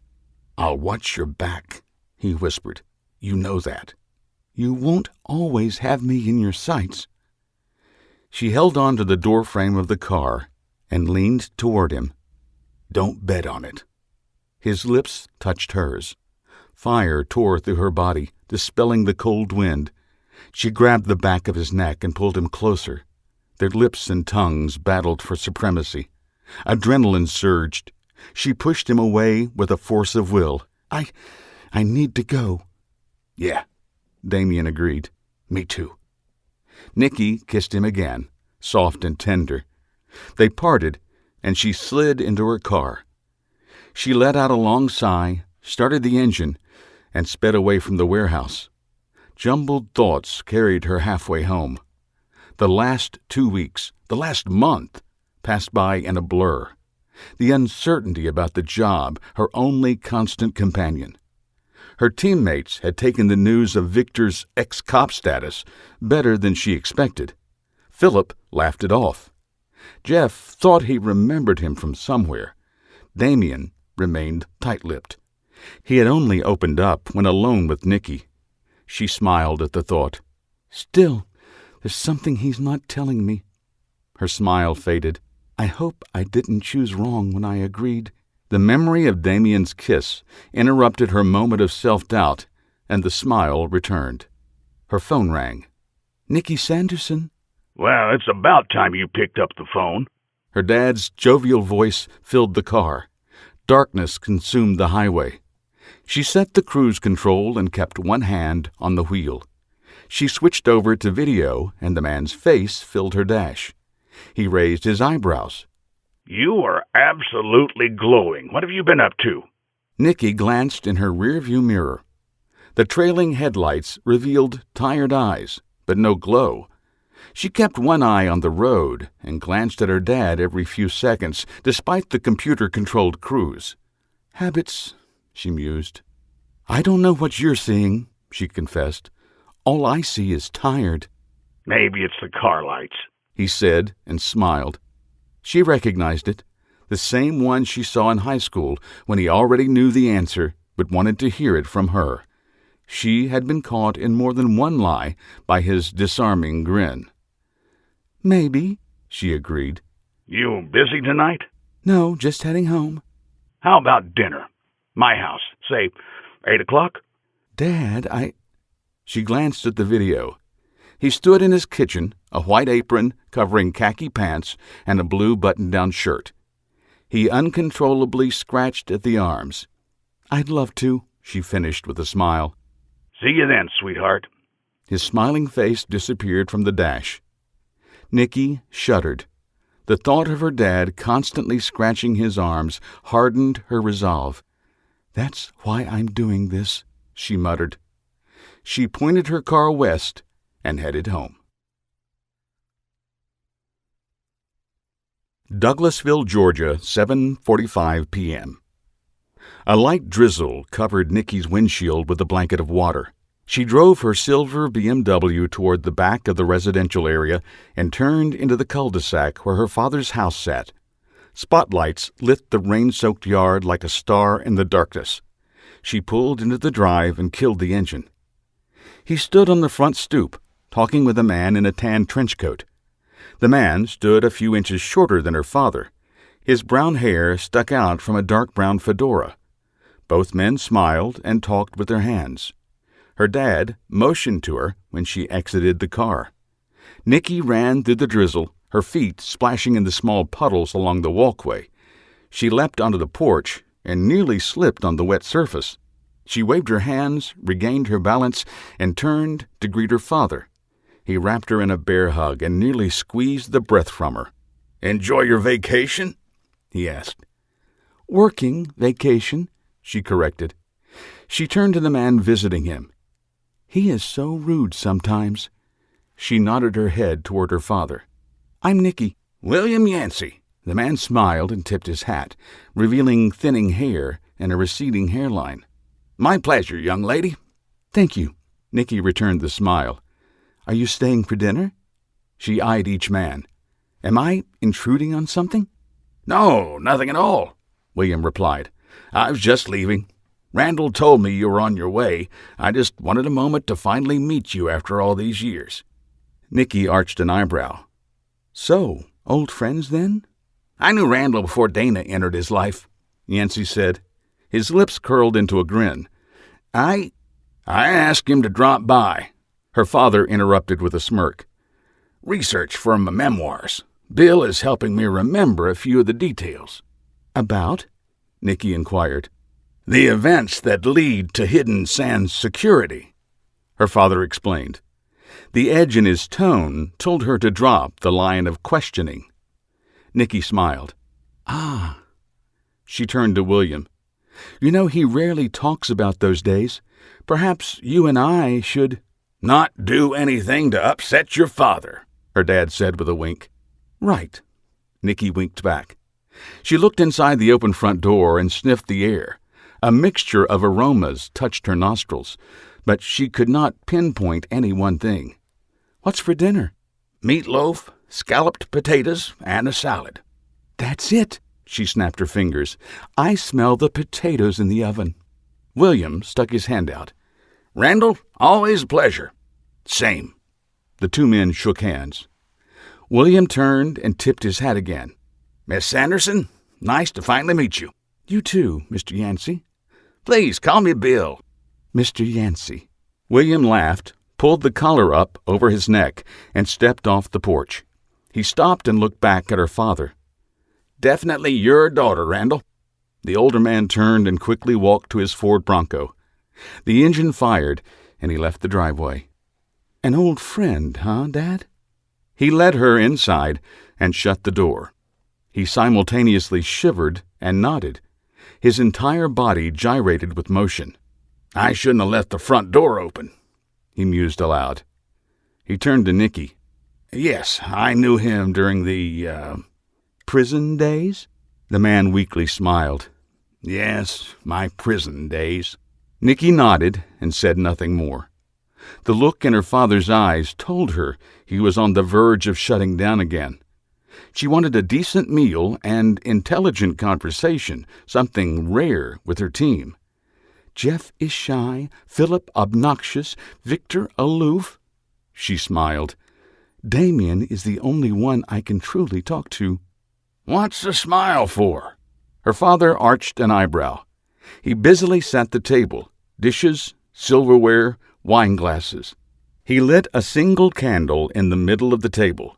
"Do you have a new beau?" "Dad," she warned, her tone growing in pitch. "So," he grinned, "it is a new man." He laughed and turned his bass voice into a bad feminine tone. "What's his name? What's he like? Where did you meet? Is he—" "Dad!" She broke into raucous laughter at his bad female impression. "It's nothing, yet." She let the word hang. "We are getting to know each other. I'm not even sure if he feels the same way." Her father sucked in a breath and wiped a tear with his sleeve. The motion sent him into a scratching frenzy. He gritted his teeth and stopped with an obvious force of will. "Is that where you've been for 2 weeks? Getting to know this new man?"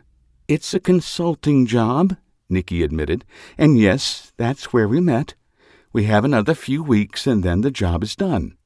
Her internal heat began to rise, and she looked away. She grabbed the wine from the fridge. "We'll see what happens after that." "Good idea." He pulled the meatloaf and potatoes from the oven. "Workplace romances can be rocky." "Dad," she sighed and gave up trying to change the subject. Okay, I'll drop it." He sat everything on the table. "Let's eat." They sat in a little breakfast nook off the kitchen of his modest 3-bedroom home. The food and place settings completely covered the circular table. The bay windows opened onto his small backyard. The trees blocked the noise and traffic from the interstate, but Nikki caught the constant movement of lights weaving through the foliage-free trees. Summer growth is much better, she thought. They made small talk during the meal, both carefully avoiding his visitor and her new boyfriend. Her father scratched his arms while he ate. She attempted to ignore it and failed miserably. Nikki cleared her plate, pushed it away, and sat back in her chair. "Thanks, Dad. That was exactly what I needed." "Not been eating much?" "Not well." "The new gig keeping you that busy?" He arched an eyebrow. "Can you give me a hint?" "Just a security job like 100 before it." She fought back a grimace. She didn't even believe it herself. "Well, do you have time for your real job?" She leaned forward, placed her elbows on the table, and rested her chin on her hands. "Something up?" "Dustin Fairfax." She rolled her eyes. "Is he not happy with the Tampa job?" "He called yesterday, wants another test." "We never retest within 6 months." Nikki shook her head. "It's only been a few weeks. He hasn't had time to fix the deficiencies." "Exactly what I told him." Her father sat back and crossed his arms. His fingers gently rubbed the fabric of his shirt, scratching his scars underneath. "But he insists he's ready. Says he will double the fee, triple it, if you break through his new edition." "New edition?" "His words." He cast a knowing smile. "Not mine. I have no idea what it might be. The only assurance he gave was that it was safe, whatever it is. So you got time to see what he's done?" "Back to Tampa?" she muttered, and shuddered at the thought of wading through the cold floodwaters. Her thoughts drifted back to Victor and the planned heist. "Victor did say we had a few weeks off. Fly down to Tampa, see the sights, maybe take Damien along." A smile curled her lips. "Yeah, I think I can squeeze in something for the company. I can head down day after tomorrow." "Alone?" He arched an eyebrow. She blushed. "Did you plan a dessert with this meal?" It seemed a good idea to change the subject. "As a matter of fact," he replied, and scooted his chair back, "I did. How about a slice of peanut butter cake?" He stood and gathered empty plates. She laughed. "You were prepared to bribe me, weren't you?" She rose to her feet and helped him clear the table. "Guilty." "Thanks, Dad," she admitted. "I needed this." "You are always welcome." He placed the dishes in the sink and pursed his lips. "Now, where did I put the cake?" They made small talk until the mantel clock chimed 11. Nikki glanced at her watch and involuntarily rubbed her fatigued eyes. "I need to go. If I'm heading down to Florida, I need to get some sleep." She smiled at her father. "I wouldn't want to give Mr. Fairfax anything less than 100%. "And he would demand nothing less," Randall admitted. "Safe travels. Call me when you get there." "Yes, sir," she said, mock saluted him, and gathered her coat.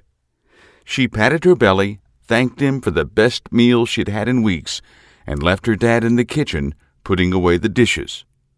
She found a note on her car and froze. Her eyes scanned the cul-de-sac, but she saw nothing out of the ordinary.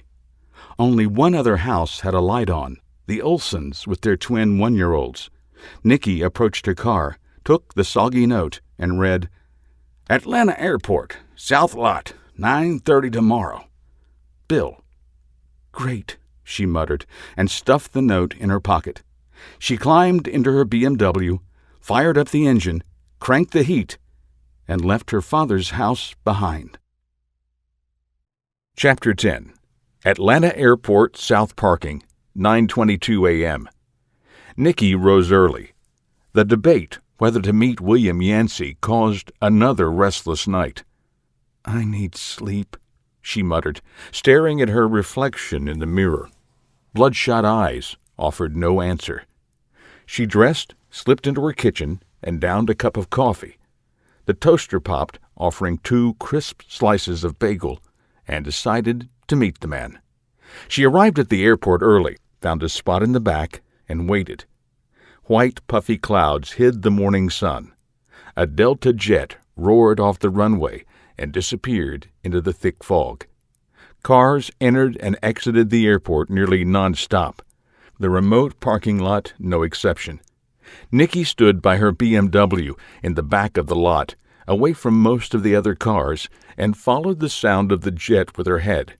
Another did the same, and she quickly grew tired of the game. William's green Bronco entered the gate, and she glanced at her watch. On the dot, she mused, and patted the .380 in the purse slung over her shoulder. Friend of Dad's or not, I'm not taking any chances. He stopped a few spaces away, slid from the SUV, and made his way toward her car. He wore the same trench coat and hat as before, but with a blue button-up shirt underneath. An unlit cigar protruded from the corner of his mouth. He removed the stogie and tipped his hat. "Good morning, Miss Sanderson. Thank you for accepting my invitation." She watched him, suspicion foremost in her mind.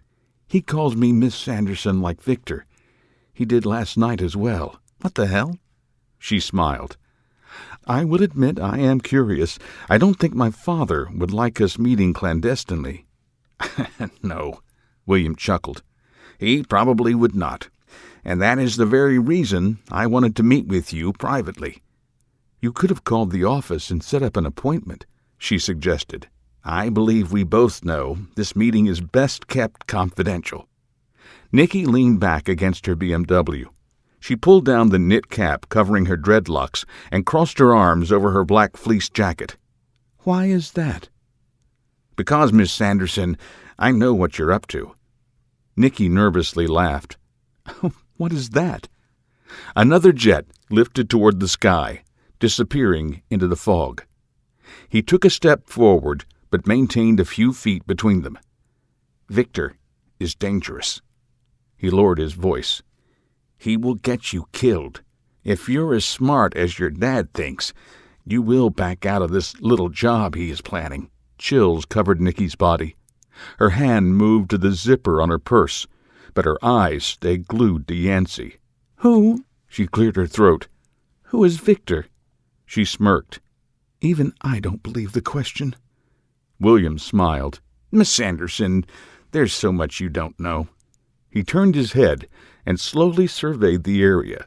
Brown, intelligent eyes locked onto her. Why don't we go have breakfast? My treat. Not until you... He held up a hand. All will be revealed. He blew into his hands.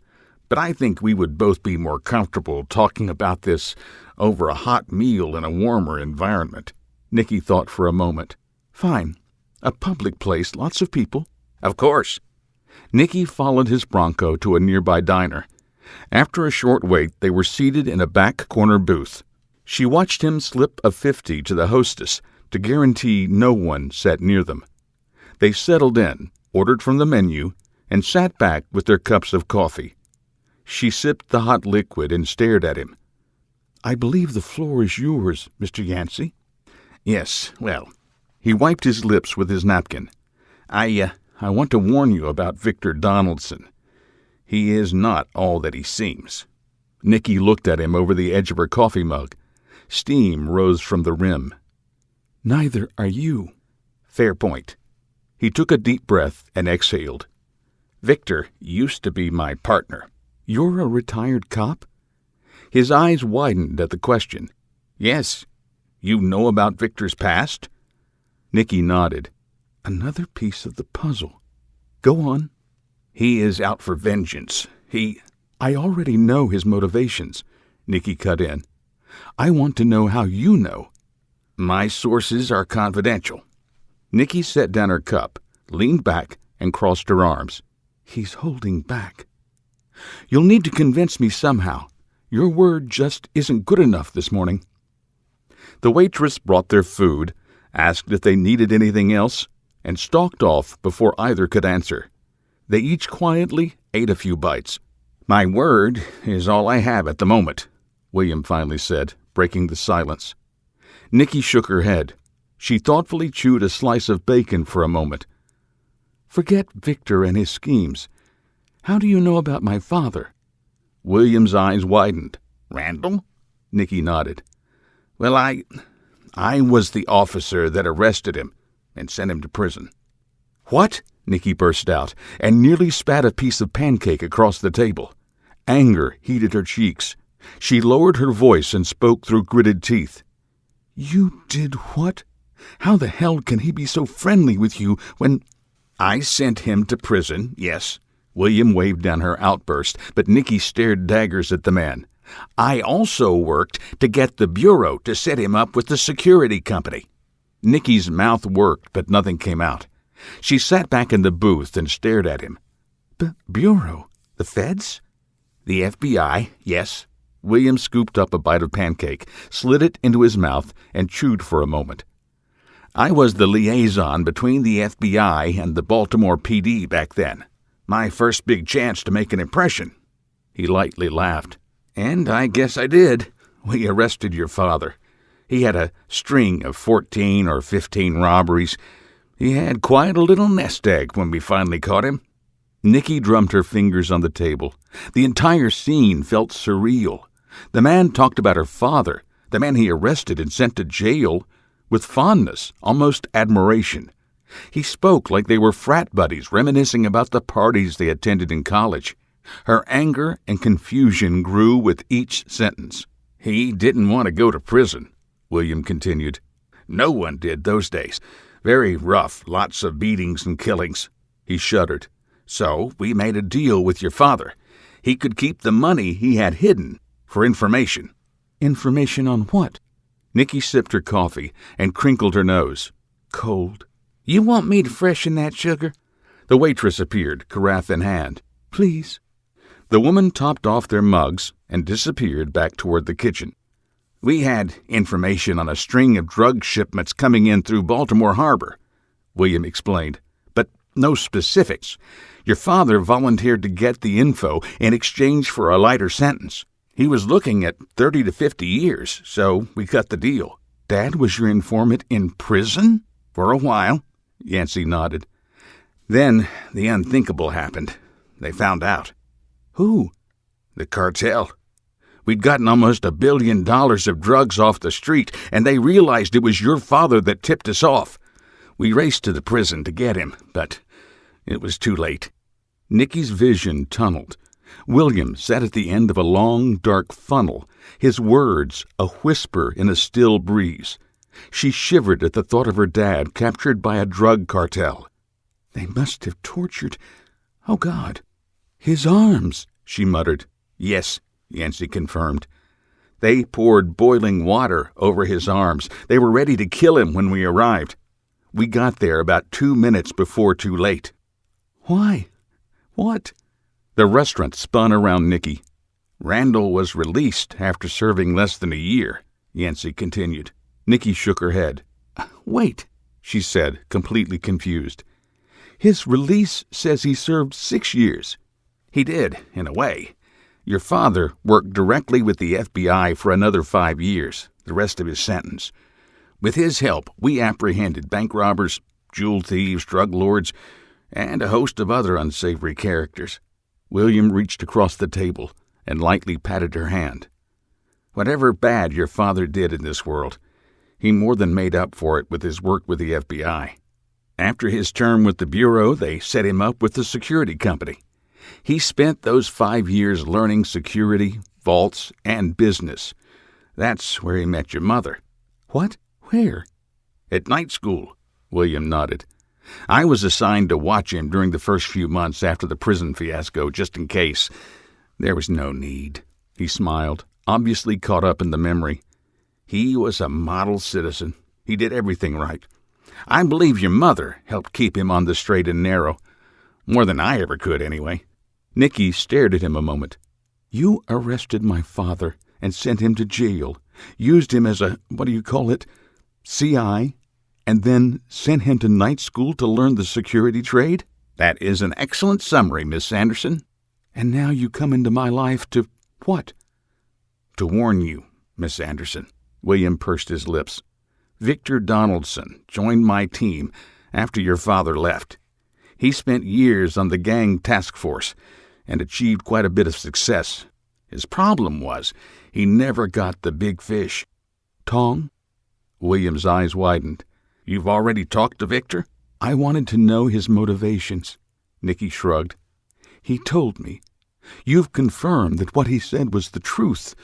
Maybe not all of it, but he didn't flat out lie." She smirked. "That's something." "You have a way of bringing that out of people, Miss Sanderson." "What?" the truth." "Then tell me how you know what he's up to." William smiled ear to ear. "That I cannot do. My sources cannot be revealed." "Then why are you—" "2 reasons," he interrupted. "One, as a courtesy to your father. I don't want to see you hurt." "You didn't tell him any of this, did you?" "No, I did not." Nikki breathed a sigh of relief. "Good. And the second?" "I still consider Victor a friend." William took another sip of coffee and a last bite of bacon. He pushed his plate away and wiped his mouth. When you partner with someone for a decade, you get to know them. Victor was methodical, conniving, but he never forgave himself for not bringing in Daniel Tong. He reached out and took Nikki's hand. "I don't want to see him throw his remaining years away because of one failure." She jerked away. William's eyes widened and his face turned red. "I apologize, Miss Sanderson. I still care for him, and I don't want to see him hurt. Any of you hurt." Nikki slowly nodded. "I understand. I'll pass along the information to the rest of the team. We'll watch out for him." "You're still going through with it?" "With what?" Nikki innocently asked. She slid out of the booth to leave. "If you'll excuse me, I have to go pack for a trip." "Miss Sanderson," William pleaded. He reached out and put a hand on her arm. She stopped and stared at him, but did not pull away. She saw pain and worry in his eyes. "Do be careful. Victor is a good man, but things tend to spiral out of control when he's around. Do not get caught in the whirlwind. I do not want to have to tell your father that something happened to his little girl." "Mr. Yancey," she smiled. "Thank you for breakfast." Nikki left the diner, a million things swirling around in her mind.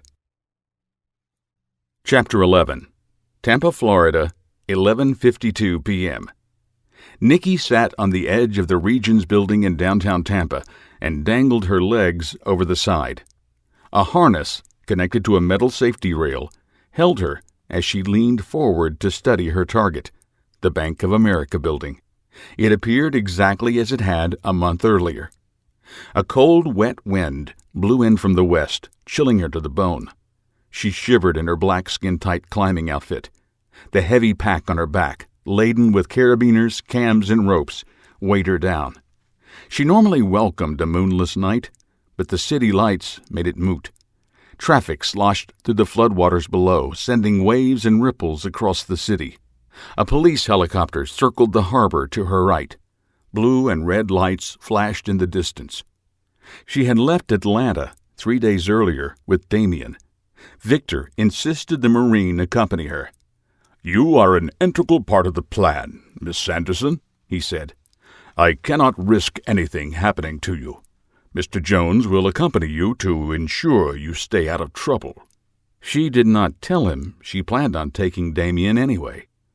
They flew down, first class, courtesy of Hidden Sands Security and Dustin Fairfax, and landed in Orlando the following day. Hurricane Nestor effectively killed air travel in and out of Tampa. The airport flooded and never reopened. Shuttle services between Orlando and Tampa reaped the benefits. Nikki and Damien rode in a private limo and arrived in the waterlogged streets around 2 in the afternoon. Dustin Fairfax greeted them in the lobby and escorted them to his penthouse office. He stood a head shorter than Damien, with jet black hair, brown eyes, and an ever-constant frown.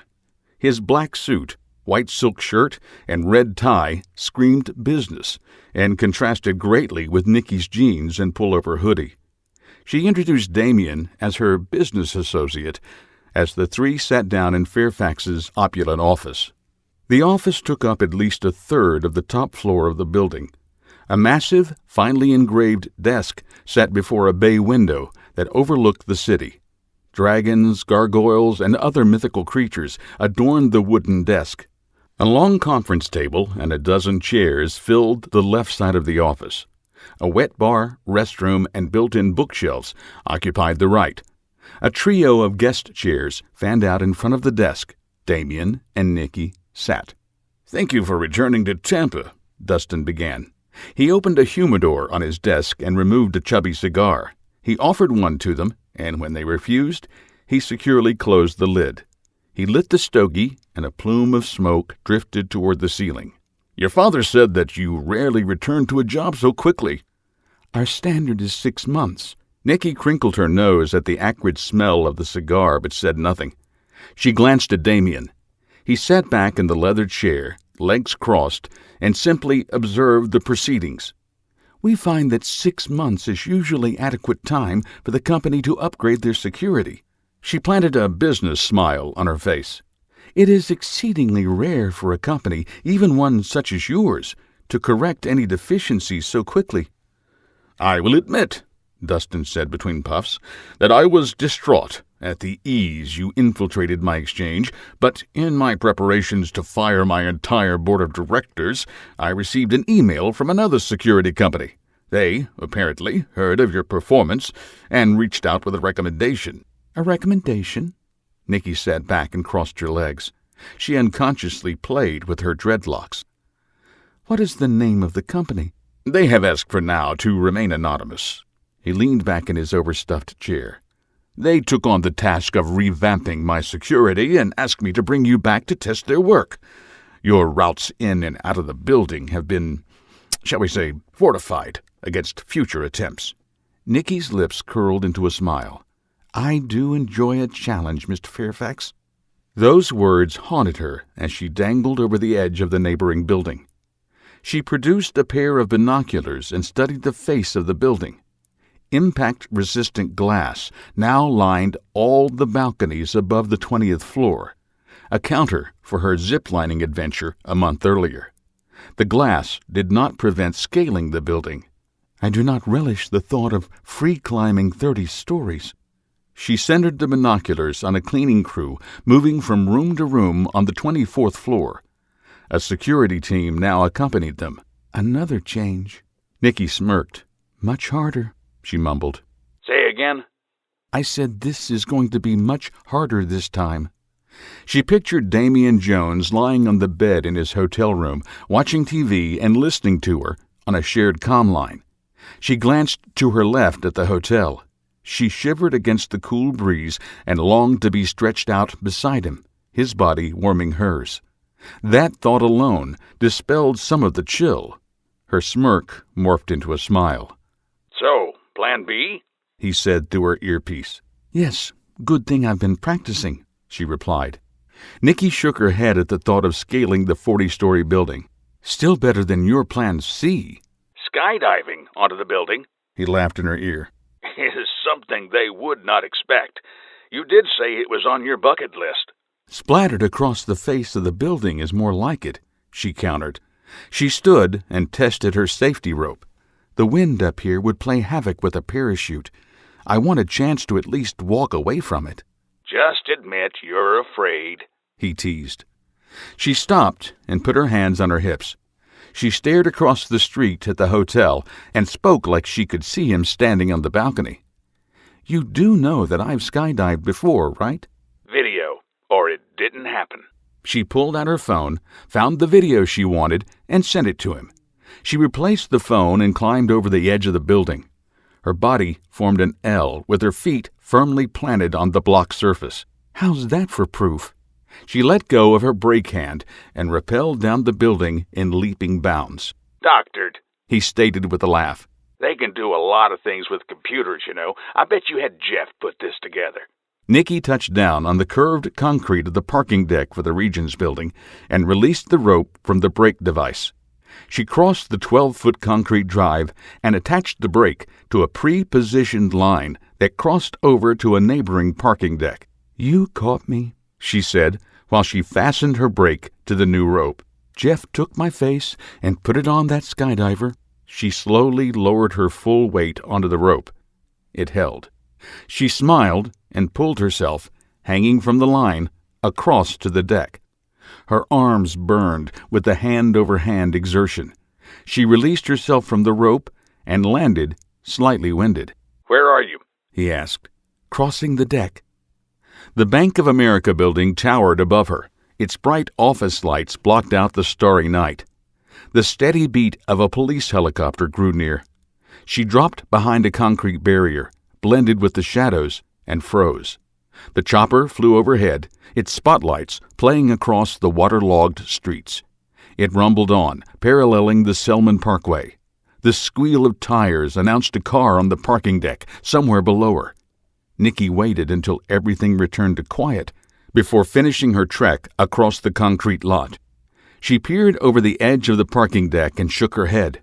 Several stories below, an elevated pedestrian walkway, a sky bridge, connected the Bank of America building to the deck. Simply walk across and then climb the building. Easy. She pulled a second set of ropes from the pack and secured them to the metal rail that lined the concrete perimeter of the deck. Nikki checked her watch, 12:12 a.m., and climbed over the edge. A dozen pedestrians slogged through the waterlogged street below her, laughing and chatting. They entered a sports bar, one of the few remaining businesses open in the area after the hurricane. A couple of other restaurants, catering to the banks and the nearby convention center, held a monopoly on the tourists and visitors in the area. Laughter and conversation filled the air and abruptly cut off when the door to the sports bar closed. She paused and let the pedestrians clear. She waited for a cleaning van to rumble through the flooded street below. The brake light disappeared around a corner, and she rappelled down the rope. Next time, I'm trying Australian. Head first is a different. Damien responded in her ear. She touched down and released the rope. I recommend you practice in a more forgiving environment before you try something like that. Nikki quickly crossed the pedestrian walkway, put her hands on her hips, and stared up at the building towering above her. You've Aussied? I worked with them during the Indo Uprising. They taught me. Fun. Tough, but fun. Video, or it didn't happen, she challenged with a smile. Her phone vibrated a moment later. She laughed and did not bother to check the device. She pulled the pack off her back and retrieved the gear she needed for the free climb. She placed carabiners and cams along her waist, dug her grizzly-clawed boots into the building's masonry, and hoisted herself up. The wind tugged at her clothes and whipped her exposed dreads across her face. She ignored everything and climbed. She paused for a rest around the 12th floor. She set a cam in the masonry, attached her safety harness, and leaned back. She drank from a bladder inside her pack. The cool water combined with the cold air and dispelled the heat of her climb. She looked skyward. Office lights above her winked on and off, the cleaning crew making their rounds. Sirens wailed in the distance, and she involuntarily turned toward the sound. Flashing lights raced down Selman Parkway, approaching the city center.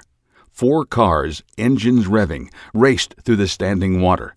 The police helicopter returned to the Ybor Basin and the channel, less than a mile away. Too close, she muttered. She regained her footing and continued to scale the building. There's a car chase downtown, Damien announced. Someone just broke into the aquarium. They stole 2 penguins. His voice rose in confusion. Who the hell would steal penguins? Environmentalists? Nikki grunted. She dug in the claw boots and pushed herself higher. Someone who loves penguins? Batman? Batman? He snickered. How's it going? 15 down, about 30 to go. She paused again at the 25th floor. Sweat poured down her face. Her muscles shook with exertion and fatigue. What? She gulped, despite her dry throat. What is going on with the car chase? She examined the safety glass installed around the windows. Unless I punched a hole in the side of the building, ziplining would definitely be out. They caught the couple. Not Batman. He filled her in. You were right. Environmentalists. They screamed about the tyranny of captivity when they were caught. There's some irony for you. His voice rose in tone with his humor. The penguins have been safely returned to the aquarium. How you doing? Much easier to zipline, she confessed. She drained the last of the water from her insulated bottle. How's Plan C look now? She heard his grin through the comm. I'll take tired over splat. It's 1:30 in the morning. At this pace, you'll make it about sunup. Then I better get moving, she sighed. A window, a few stories above her, squeaked open. She flattened her body against the building and looked skyward. The offices sat dark, but the open window protruded from the mortar. A silhouette leaned out, blocking the stars. "Nikki, is that you?" The masculine bass sounded familiar. "Nikki, I know you're down there," the man continued. "I've been watching you climb for over an hour now. I think you'd be much more comfortable inside. Don't you agree?" Sirens grew closer. The police helicopter returned, slowly circling. Spotlights played over each building in succession, searching. Police cars sloshed through the water below. Their red and blue lights created a disorienting strobe in the early morning. "Nikki," the voice called out again. She knew the man but could not place him. "Nikki, come now. You have to remember me. All those months together, don't disappoint me." The voice and the name clicked. Nikki rolled her eyes and groaned. "Damien," she hissed, "I'm in trouble." Chapter 12. Tampa, Florida, 1:43 a.m. Damien Jones sat upright in the bed. "Are you all right?" He flipped on the TV and found a local news channel. An announcer, flush with excitement, broke into a rerun of a show from the 20s. She spoke for a moment, and the screen switched to live footage of the police helicopter slowly circling the building 2 blocks away. He turned the volume up to cover the sound of the chopper out the window. Barefoot, he crossed the room and stood on the balcony. Red and blue lights streaked up and down the highway. The blinking lights of the helicopter hovered near the Bank of America building. Spotlights slowly, methodically scanned the building. "I'm trapped," Nikki replied. "I'll call the cops, Nikki." A male voice sounded through her comm. The voice grated on Damien's nerves and echoed in his ear. "The only way not to get arrested is to come up to me and surrender." "Who is that?" Damien demanded. "Debron Caruso, She snarled. He heard the distaste in her voice. my ex. "Excuse me?" We used to work together. She quickly explained. The helicopter's searchlight scanned 3 floors beneath her. I don't have much time." "Can you rappel back down?" Nikki dear, climbing up to me is your only way out of this." "No, I can't," she stated. "That chopper would definitely see me. She gulped. I have to climb up." Damien retreated from the window and gathered his clothes. He yanked on a pair of jeans and a black T-shirt with Ranger across the front in yellow, a joke from his Army veteran dad. "What floor is he on?" He hopped on 1 foot while he pulled on a boot. 28, She answered. or 29, south side. "I'm on my way." He rushed from the hotel room. He ran down the corridor, past the bank of elevators, and hit the emergency exit door in stride. He took the stairs 2 or 3 at a time and left the hotel less than a minute later. Nikki had asked him to make the lodging arrangements, to hide their presence from Dustin Fairfax and his new security firm. Damien smirked at the dumb luck of picking the hotel directly across from Bank of America. He shivered in the cool night air and cursed himself for not grabbing a jacket. He sloshed through the ankle-high water. Damien pumped his arms and legs and crossed the street in long, loping strides. Police cars patrolled the block, but none stopped. They continuously circled, watching and waiting. He entered the ground floor of the Target building and bounded up the nearest stairwell. The chopper's getting close. "I'm in," he said between breaths. "Head up. I'll meet you on 28. Nikki? Caruso's voice purred. Okay, Debron, you win, She announced. I'm coming up. Just call off the cops. Not until we have a little chat. He smugly replied. A business proposition, if you will. "Yeah," Damien muttered. "we're going to chat all right." He raced up the stairs, heart pounding. His footfalls echoed in the stairwell. His legs burned with exertion, but he pushed through the discomfort. Nothing compared to Indo, he thought. He passed the 10th floor without breaking stride. Damien, Nikki whispered. He's on 29. I'm taking my time, but I can't stall much longer. Where are you? "Passing 12. He gulped, his mouth dry. "Do what you have to do. I'll be right there." Nikki, who are you talking to? Debron's voice filtered through the open channel. I don't recall you ever working with a partner. He snickered. You were always the lone wolf type. Things change, She replied. She grunted through the comm, and Damien heard the jingle of cams and carabiners as she climbed inside the window. I'm training a new employee, She explained. You always were a bad liar, Nikki. Debron laughed. So, where is this new partner of yours? He isn't still hanging outside the building, is he? He paused. Or is it a woman? The window creaked back open. Damien listened to the exchange and urged his burning muscles to move faster. He passed 20. His feet pounded the steps and propelled him upward. His breathing came in ragged gasps, and he regretted letting the endurance regimen lapse the last few weeks. It's a man. He's monitoring from the parking deck. And listening? Of course. Does he know that we were an item not that long ago? DeBron taunted. How closely we used to work together. Until my father fired you for incompetence, you mean? Nikki stated. That was not my fault. His tone turned hard, no longer mocking. That secure room was not on the blueprints. Keep him talking, Damien panted. Almost there. My father told you that those types of rooms would not be on the blueprints. Nikki scoffed. They don't put them in the plans to prevent thieves from finding them. A chair squeaked across the channel. You set off 3 alarms. We lost the contract. You got fired. Unfairly. DeBron snarled. All I needed was a second chance. That was your second chance. Remember Tulsa?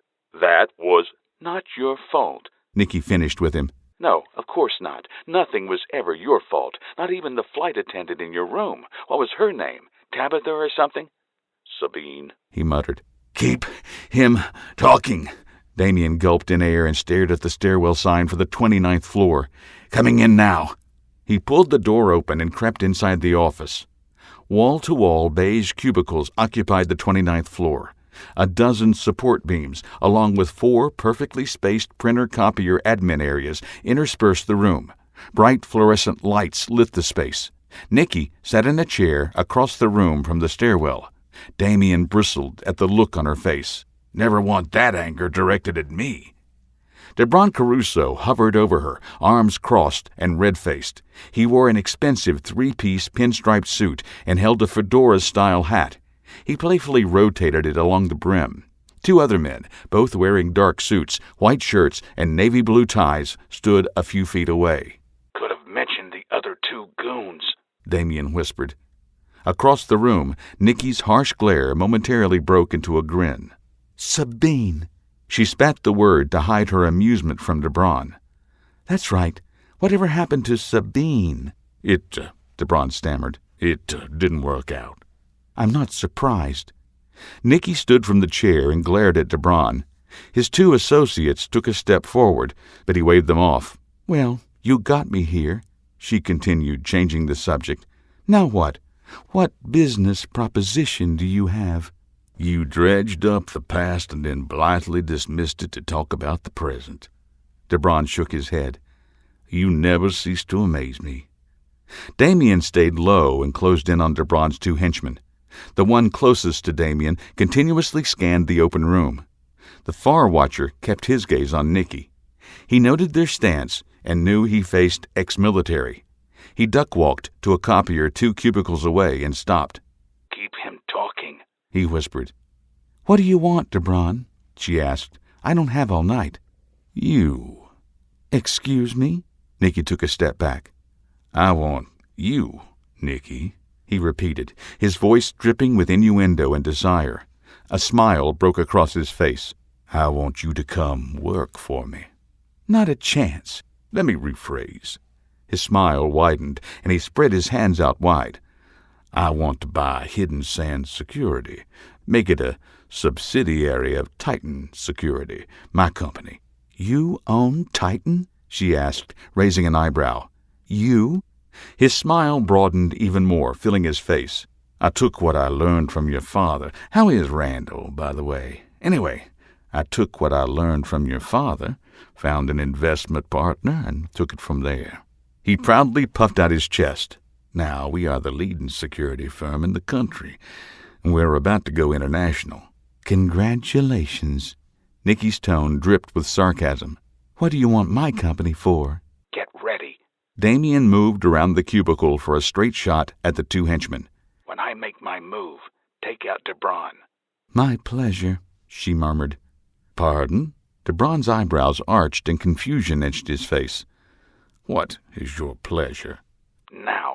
Damien hissed through clenched teeth. He reached out, touched the copier's execute button, and slid around the corner of the cubicle. The two goons turned toward the sound, hands snaking inside their tailor-cut suits.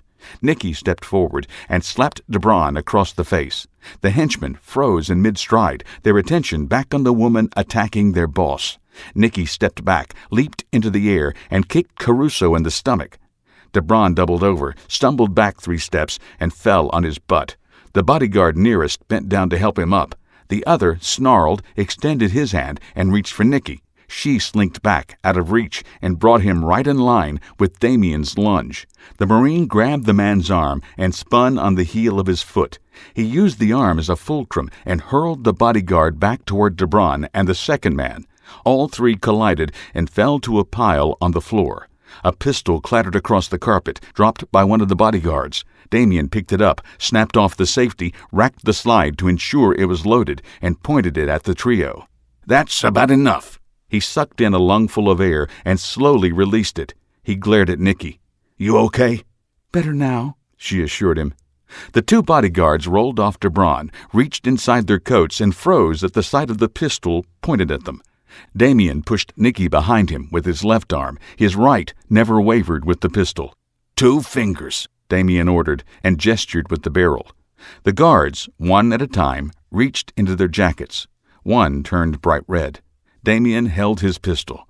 The other tossed a large-caliber auto to the side. "Nikki," DeBron sputtered. Who is this?" He looked Damien up and down, a snarl on his face. "Is this who you replaced me with?" Laughter and slow, mocking applause filled the cubicle farm. Damien risked a quick glance, and Nikki turned her full attention to an office on the far side of the room. Dustin Fairfax stood in the doorframe, clapping. He wore khaki pants and a light blue polo. A baseball cap sat cockeyed on his head. A humor-filled grin surrounded the unlit cigar in the left side of his mouth. He looked from person to person. A uniformed security officer, a wooden baton in his hands, slid out of the office and took a position to Dustin's left. He stared at the Marine and the weapon.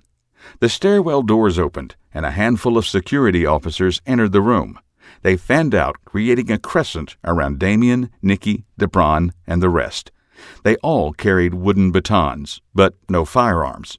Damien lowered the pistol, but kept himself between Nikki and the others. "That was impressive, Miss Sanderson," Fairfax stated. He stopped clapping and crossed the room to stand near DeBron and his bodyguards. He looked to Nikki. "A long climb indeed. And you, Mr. Jones, that may be a new record for racing up 29 flights of stairs. I will admit I got tired just watching you." DeBron scrambled to his feet. You've been watching?" "Of course, Mr. Caruso." Dustin paused and lit the stogie. "After the ease that Miss Sanderson entered my vault last time, I installed a secondary set of cameras, including thermal and motion sensor. Nothing gets into my building without my knowledge." "There are ways around," DeBron began. Fairfax held up a hand. "I am well aware of the vulnerabilities of such technologies. I have become somewhat of a security expert over the last month.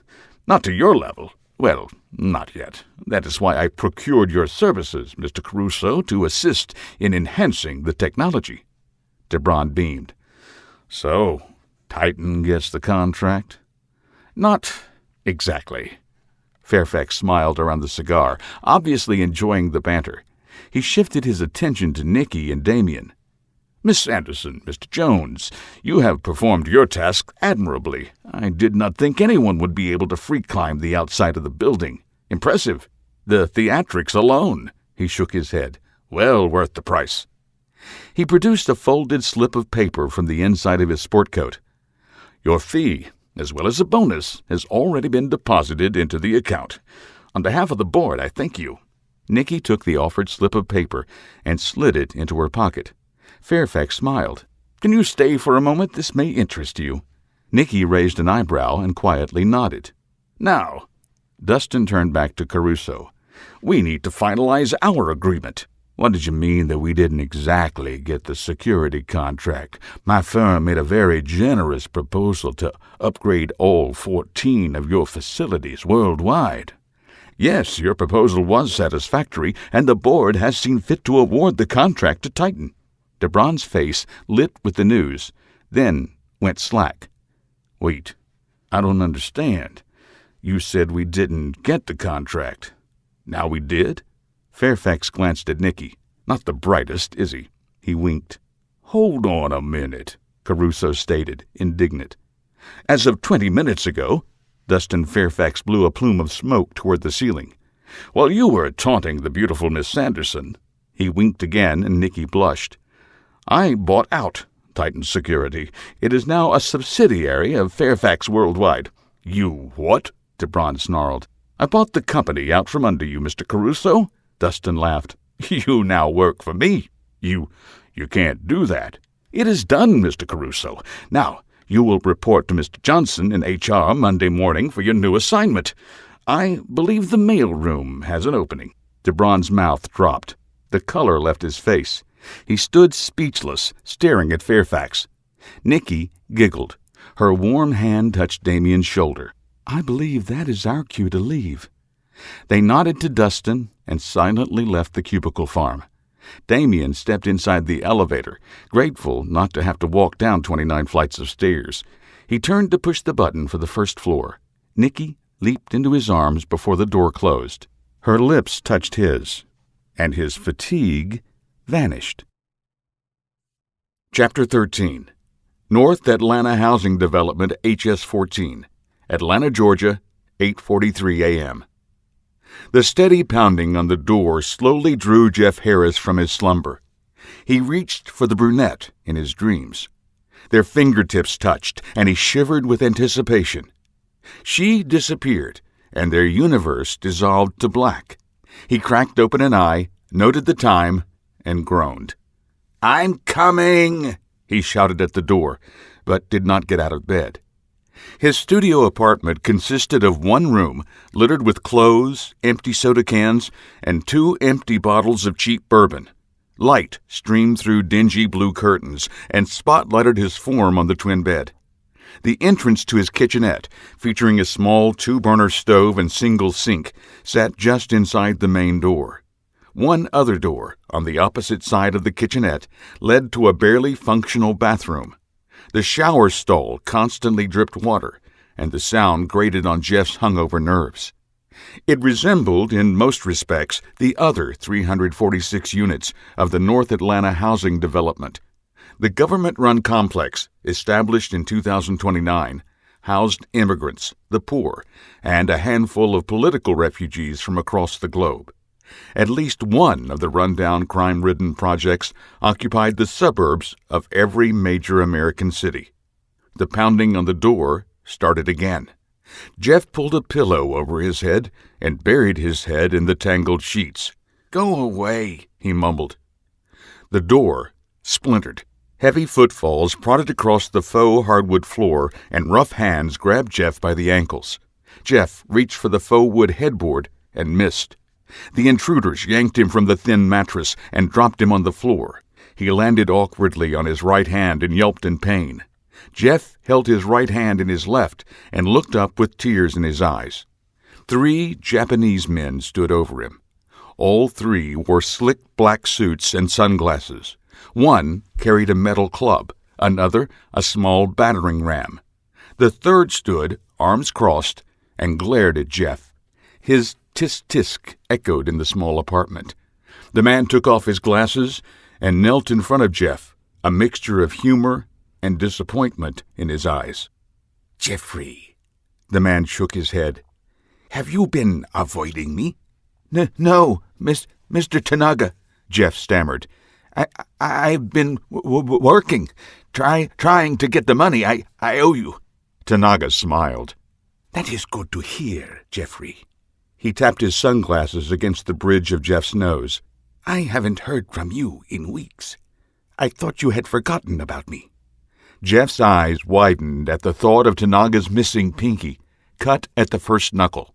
He focused on the shortened digit on the left hand. Flashes of memory of the man who died on the second floor cascaded through his mind. His mouth worked, but nothing came out.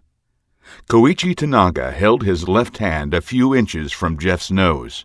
He slowly rotated his palm up and down, offering the hacker a good look. You noticed my reminder. That is good. Reminder? This? He pushed his missing finger a little closer to Jeff's nose. This is a reminder to never fail my organization again, to complete my assignment or die in the attempt. He withdrew, rocking back on his heels while he squatted. It reminds me that you still owe a great deal of money to my organization. I'm working on it, so you say, Tanaga nodded. A smile spread across his face, and he rose to his full height. It is a beautiful day outside. Have you been outside today, Jeffrey? Wide-eyed, Jeff shook his head. He continued to stare at the Yakuza's left hand. You really should get outside. Unseasonably warm. Reminds me of home. He replaced his sunglasses and clapped his hands. Jeff jumped and let out a small puppy yelp. The two men with Tanaga smiled but said nothing. I am in a generous mood today, the Yakuza stated. You have 2 days to deliver the money to us, Jeffrey. 2 days to deliver. If I must come to this sinkhole a second time, there will be consequences. Do you understand me, Jeffrey? Jeff gulped and nodded. Tanaga turned and moved 3 steps toward the door. He stopped and looked at his companions one at a time. He turned and faced Jeff, a gleam in his eye. You won't forget, will you? 2 days? Jeff shook his head, and his entire body gyrated with the motion. Fear paralyzed him and kept him rooted to the floor. Chills coursed down his spine. He felt the urge to urinate. Are you sure you don't need a reminder, Jeffrey? Jeff vibrated on the floor, trembling in fear. The word and the emphasis Tanaga placed on it rattled around in his mind. His dry mouth, his words refused to speak. Very well. Tanaga smirked, turned, and strolled the last 3 steps to the shattered door. He stopped in the doorframe, faced Jeff, and laughed. I cannot, in good conscience, leave until I am sure that you will remember. He recrossed the room and squatted before the hacker. You say you are working, yes? Jeff nodded. Tanaga reached out and took Jeff's left hand in his. He gently stroked his fingers. Chills coursed along Jeff's spine. I assume, with your background, that it has something to do with computers? Jeff nodded again and clenched his fist closed. Tanaga gently pried it back open and resumed rubbing his fingers.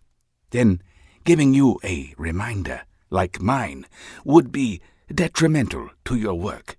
That could prevent you from repaying my organization on time, yes? Jeff's teeth chattered.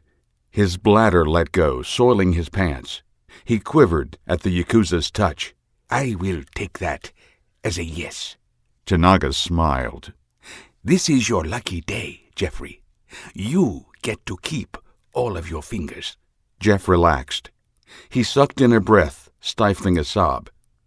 I told you, I am in a generous mood today. Thank you, Jeff croaked.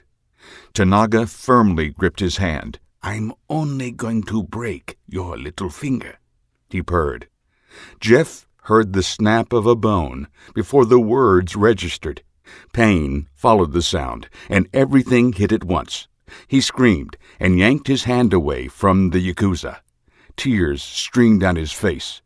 Tanaga stood. 2 days, Jeffrey. Delivered.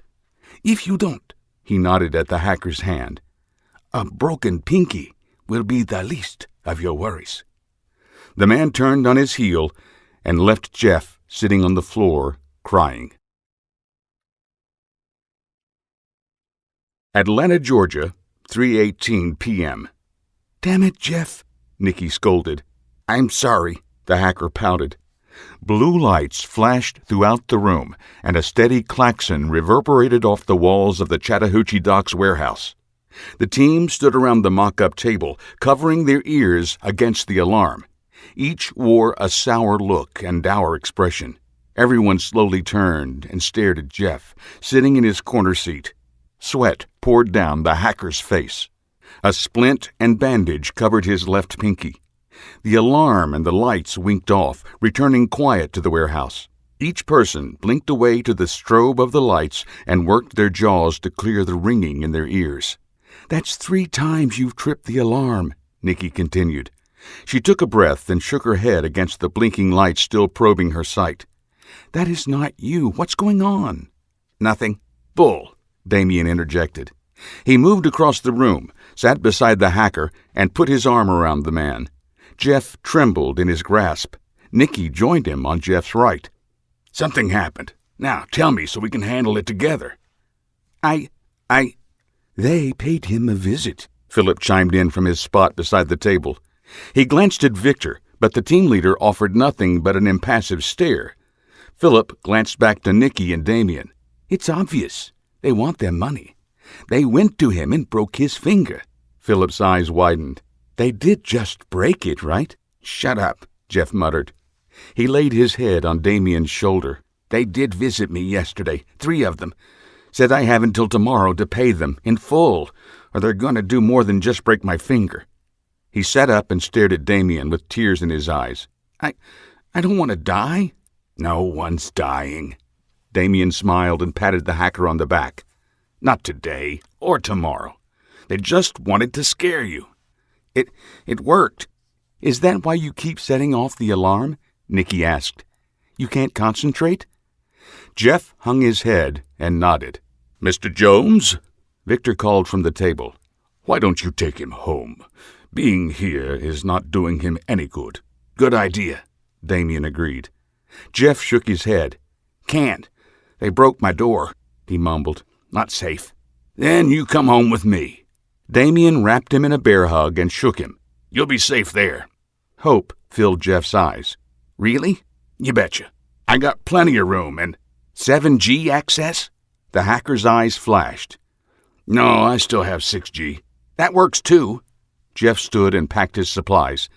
"Can we stop and get some coffee on the way?" Damien lightly laughed.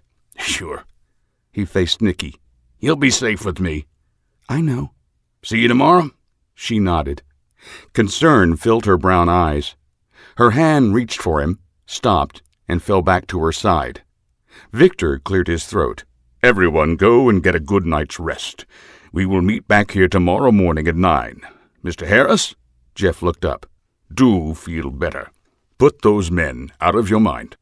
Jeff simply nodded. Philip tossed a wave and headed for the door. "I'm out." He glanced at his watch. "I've got time to go find a—" "Mr. Faltermeyer," Victor warned. "A lady friend for the evening." He smiled. "Jeff, is there anything at your apartment that you need?" Damien asked. The hacker shook his head and patted his bag. I didn't plan on going back there again. Ever. This is pretty much everything I own." "After the job, you can own a mansion," Nikki assured him. She gave him a quick hug. "Damien will keep you safe."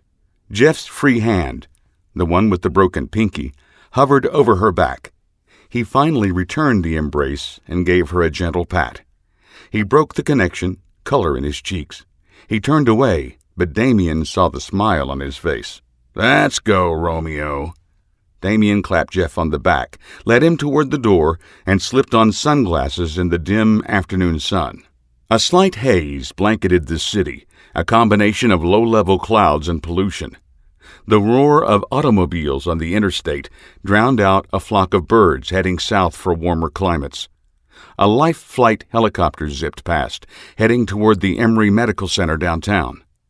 The 2 men's breath fogged in the cool, crisp Halloween weather. They piled into Damien's 2044 SUV and left the warehouse. Jeff sat in the passenger seat. His shoulders tensed and his teeth chattered with the cold. Damien waited until the vehicle warmed up and then turned on the heat. Jeff sighed when the warm air washed over him. He sat back in the seat, closed his eyes, and relaxed. A few twists and turns through downtown brought them to a Java Haven, the latest in a string of coffee shop franchises. The line wrapped around the building. Damien found a spot and parked the truck. "Looks like they may be doing something right." "What?" Jeff perked up from his seat. He opened his eyes and glanced around. "Where are we?" "Java Haven. From the looks of it, they may actually be able to cut into Starbucks' monopoly on coffee." Damien nodded at the line of cars. "I know that Perk and Pastry never had lines like this." They slid out of the single-cab truck and headed for the lobby. "I never liked Perk," Jeff admitted, his face contorted in disgust. "High prices and bad Danish." The disgust morphed into a lopsided grin. "You know hackers loved their coffee." Damien smiled. "I've heard you say that a time or two." They stood in line, ordered, and moved out of the way. Other patrons followed them in, each patiently waiting for their coffee. Most wore small, barely visible earbuds and studied their phones and tablets. Only a few stood, arms folded, or clasped behind their back. A few others simply stared into space. "Order for DJ." Damien retrieved the 2 drinks, and they moved to a table away from the door. He sat with his back to the wall. Jeff took the seat opposite. Most of the crowd shuffled back outside. A few sat at the scattered tables, talking in low tones or working on their pads and computers. One disheveled woman with bloodshot eyes spread textbooks across the table. Damien watched her head bob twice before he turned his attention back to Jeff. "So, what exactly happened in your apartment?" Jeff froze, the drink almost touching his lips. He finished a quick sip and leaned across the table. "They busted down the door and told me I had 2 days to get them the money. Said I have to deliver it personally."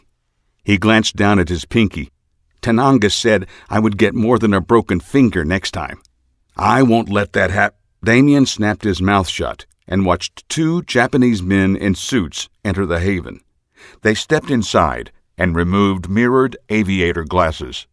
One wore a navy blue suit and stood a half-head taller than the other. The shorter man wore a black suit with silver pinstripes. Each had a bulge on their left side. "Gun? Dagger?" He smirked. "Sword?" "What?" Jeff started to turn. "Don't," Damien warned. "Just look at me. I got you." He took a sip of his coffee and watched the 2 men move to the counter. "What is it?" Jeff squirmed. "2 guys in suits." Damien touched the .45 holstered on his right hip. He injected seriousness into his tone. "Maybe nothing. Just focus on me." The hacker trembled. His lidless cup of coffee sloshed its contents on the table. He reached a shaky hand for a stack of napkins and began mopping up the mess. The 2 men turned and stared. A ragged scar ran across the right cheek of the taller man. His eyes widened in recognition, and he motioned for his partner to head toward the table. "Sit still," Damien ordered. "Don't do anything unless I tell you. Understand?" Jeff gulped and nodded. Tears formed in his eyes. His trembling worsened, and he spilled more coffee. "Jeffrey, is that you?" Jeff froze at the sound of the man's voice. Tears welled in his eyes. "Don't turn around," Damien warned. "Jeffrey? I'm talking to you, Jeffrey," the Japanese man mocked. The customers of Java Haven parted like the Red Sea. Conversation stopped. Everyone turned their attention to the 2 men standing in the middle of the shop. "I broke your finger, not your hearing." "Tanaka," Damien thought. "Of all the coffee shops." "Answer me." The man's tone hardened. Jeff stared at Damien. Fear and sadness fought for supremacy in his brown eyes. A solitary tear slid down his cheek. The Yakuza sidled up behind him and put his hands on his shoulders. Jeff jumped and yelped like a puppy. The patrons quickly returned to their devices. The man leaned down and whispered in Jeff's ear, "Do you have the money yet, Jeffrey?" "You gave him until tomorrow, if I recall." Damien spoke for the first time, his voice level, emotionless. He sized up both men as capable, with little remorse for inflicting pain or even death. They walked and talked with confidence. Tanaka smiled and stood upright. "And you are—" "You may call me Mr. Jones. You are Mr. Tanaka?" "Well, Mr. Jones," Tanaka snarled. "You need to mind your own business." "Jeff is my business," Damien stated. Tanaga looked him up and down. "Sizing me up." The Japanese cocked his head to the left. "Bodyguard?" "Teammate," Damien corrected. "Jeff is a valuable part of my team. I won't allow anything to happen to him." Tanaga exchanged a glance with his companion. "You won't allow?" he laughed. "Mr. Jones, is it? Then explain Jeffrey's broken finger." "Won't allow anything else," Damien corrected. "Ah, so if Mr. Sato and I were to drag Jeffrey out of his chair?" "You don't want to make a scene." Damien motioned to the people in the restaurant. "All of these witnesses." He tisked and shook his head. Tanaga spread his arms wide to encompass the patrons of Java Haven. "These fine people," the Yakuza raised his voice, "know to mind their own business. No one here will say a word." He glanced around the room. "Will you?" Several people scooped up their tablets and headed for the door. Others simply buried their noses in their screens. The girl with the textbooks softly snored, her head resting on an open book.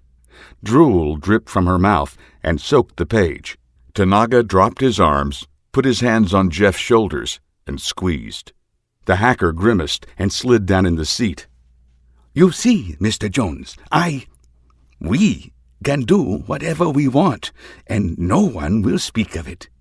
He tightened his grip, his knuckles white on Jeff's shoulders. Tears freely flowed down the hacker's face. His face contorted in pain. Damien slid from the booth and stood to his full height, 2 inches taller than Tanaga. Damien's chest and shoulders were broader than the Japanese mafia man. Damien put an edge of steel in his voice. "Let him go." Sato stepped forward and threw a punch at Damien's face. He blocked the attack and backhanded the man. The Japanese staggered back 2 steps. The sleeping girl's table stopped his backward stumble. He growled and rubbed his face. She looked up from her textbook. "What?" She wiped the drool from her chin. The Yakuza grunted and threw a series of punches at Damien, the man's hands a blur. The Marine blocked and parried, but caught 2 in the midsection. He staggered back. Sato grunted in satisfaction and launched a front kick. Damien caught the man's leg, twisted, and flung him into an empty table a few feet away. The wooden table, and an accompanying chair, splintered and crashed to the floor in pieces. Sato lay still. Blood seeped through his black suit, courtesy of a wooden splinter puncture on his left side. The Yakuza slowly rose, his hand pressed to the wound. He gasped for breath, looked at Tanaga, and shook his head. "Sounds like a punctured lung." Damien smirked, watching Tanaga. "You may want to get that looked at." The Yakuza henchman released Jeff's shoulders and shook his arms. The hacker scrambled out of the booth and slid across the tile floor to the counter. He sat on the dirty tile with his back to the checkout. He pulled his knees in his chest and slowly rocked. He trembled. His eyes never wavered from Damien. Tanaga adjusted his tie. "You are making a mistake, Mr. Jones." A thin smile creased his lips. "You really don't want to do this." "No, I don't," the Marine agreed. "But you started this. And now," he shrugged, "now I have to play your game." The Yakuza smiled. "You cannot win my game, Mr. Jones." He kicked at Damien's head. The Marine blocked, sidestepped, and punched the Japanese in the chin. Tanaga stepped back, licked his lips, and adjusted his chin. "I'm not playing your game," Damien noted. Tanaga nodded, cracked his knuckles, and stepped forward. His hands blurred with a series of punches to Damien's abdomen, chest, and face. Pain erupted through the Marine's core. Each blow hit with the force of a hammer.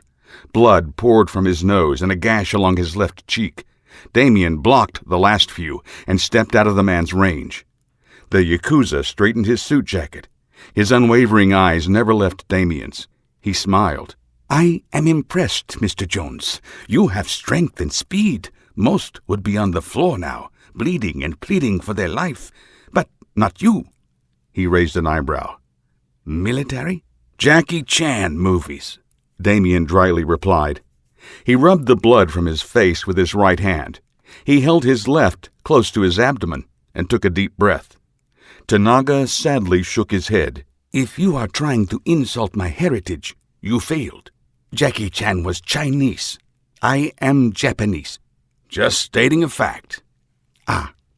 Tanaga took one step and leaped into the air for a front kick. Damien stepped forward, despite the pain radiating in his core, and drove his fist into the flying Japanese. Tanaga landed off balance, and Damien followed through, pushing the Yakuza back. 2 punches connected to the gangster's midsection. He tripped and grunted when he slammed on a table. A coffee carafe exploded, soaking the Yakuza with warm liquid. He rotated his legs, gained momentum, and swung off the table away from the Marine. He ran 2 steps and turned back toward Damien. Tanaga, red-faced, pulled a dagger from underneath his coat. He let loose a war cry and took a step. He froze when Damien pulled the big .45 and pointed it at the Yakuza's head. "Drop the knife," Damien sucked in a lungful of air. "Do it, or I'll be the last thing you ever see. You or my master. It makes no difference. If I return without your head, I am dead. At least with you, it will be quick," Tanaga snarled. "I don't want to do this," Damien pleaded. "I've seen enough death for 2 lifetimes. Then perhaps you should find a new line of work." Tanaga took a step forward. "That's close enough." Damien backed up a step. A chair scraped behind him. Tanaga's eyes gleamed. "Damien!" Jeff's panicked voice echoed in the restaurant. The Marine gently squeezed the trigger twice. The .45 bucked in his hands. The report drowned out Jeff's scream. 2 holes appeared in the center of Tanaga's suit jacket. Damien took 2 hasty steps forward and felt the wind of a near miss at his back. A chair shattered behind him. Splinters peppered him, and Damien whirled. Sato stood behind him, 2 broken chair legs in his hands. The remnants of the chair lay shattered against the wall. The Yakuza screamed, raised the chair legs, and charged. Damien fired twice more. Both shots hit Sato in the heart. The Japanese man gasped, dropped the wooden legs, and fell to his knees. He raised hate-filled eyes to the Marine. He opened his mouth, but nothing came out. He fell face first onto the floor. Damien holstered his pistol, stepped over Sato's prone form, and pulled Jeff to his feet. The hacker's face flushed bone white, and he barely stood on shaky legs. Damien practically carried him out of the haven into the truck. He secured Jeff in the passenger seat and climbed in behind the wheel. The engine cranked the first try. "Call Victor," he told the voice recognition computer. He put the vehicle in gear and left the scene in a plume of smoke. "Mr. Jones?" Victor answered his phone. "Is everything okay?" "No." Damien made a left turn and continued toward the interstate on-ramp. "We have a problem." He glanced at the nearly comatose hacker. A big problem. Chapter 14. Chattanooga, Tennessee, 2:17 p.m. Victor leaned back in his chair and watched Nikki scale the mock wall for the 5th time. The woman knew the hand and footholds, and she scaled the 2 stories in less than a minute. She applied the brake to her safety rope and dangled 20 feet off the ground. He thought she looked bored. Jeff sat in his corner, rocking back and forth while he typed in commands on his laptop. He breached the security system in seconds, found the trap Victor installed the night before, and circumvented the alarm system. He looked up, offered a wry smile, and continued his network intrusion. Damien and Philip paced behind Victor, their footfalls faint on the concrete floor. Faltermeyer bit his fingernails. Damien clasped his hands behind his back and watched everything like a hawk. The afternoon sun streamed in on the first day of November. Tarps outside the warehouse flapped in the steady breeze. An unsecured door banged somewhere on the other end of the building. The sound echoed along the bare walls. "I'm in," Jeff called. Victor tapped the counter on his phone. 2 minutes and 16 seconds. A new record, Mr. Harris. Excellent. He looked up the wall. "Miss Sanderson, I believe you can come down now." She unfastened the brake on her seat and quickly rappelled down the rope. Damien greeted her when she touched down and helped her out of her harness. They moved together back to Victor and his chair. Jeff and Philip joined them. They surrounded Victor in a semicircle. Damien, Nikki, and Philip crossed their arms and stared. Jeff scratched his neck and his chest. He winced and fidgeted with his broken finger. "Well?" Philip broke the silence. The last few days brought a sense of camaraderie to the group, a tighter connection than Victor had hoped for. He learned their motivations, their fears, and their dedication to the job. The 4 people in front of him filled the void in his life he did not know he possessed, the need for a family. He placed his hands in his lap and let a smile crease his lips. "Do you believe you're ready?" he asked. All 4 replied yes in unison. He clasped his hands behind his back and stared at each of them in turn. "The unfortunate incident with Mr. Jones has put the entire organization on alert, but that may work to our advantage." "How so?" Nikki asked. Victor noted that she and Damien stood shoulder to shoulder, their fingers repeatedly touching and recoiling from each other. "I appreciate their attempt to hide it," he thought. "They are focusing their attention outside of their headquarters. From what I have heard, they are tearing Atlanta apart in an effort to find Mr. Harris and his, and I quote, blonde assassin. The police are also investigating," Victor continued. "But so far, the witnesses in the coffee shop have remained silent." He glanced at Damien. "There is no security camera footage or a witness with an accurate description of you, Mr. Jones." Damien shrugged. "Tanaga was right. Everyone will mind their own business. Perhaps, but there is a lot of heat on the 2 of you right now. I have considered aborting the operation for now." Jeff visibly shook. I can't wait. I need to pay them off before—" he gulped. "Before they kill me." "I believe they wish to find Mr. Jones more than you at the moment." Victor noted that Nikki grabbed Damien's hand, no longer hiding their attraction. "All the more reason to continue," the Marine stated. "We do the job and get out of town before they do catch one of us out in the open." "Yeah," Philip chimed in. He stared at his fingernails again. His foot tapped a steady beat on the floor. "We need to do this, and soon." "Problem, Mr. Faltermeyer?" "It's been a long month." Philip's face grew red. "My initial 10,000 is gone." "Ah," Donaldson commented. He turned to Nikki. "Miss Sanderson, your teammates vote to move ahead with the operation, despite recent activities. What say you?"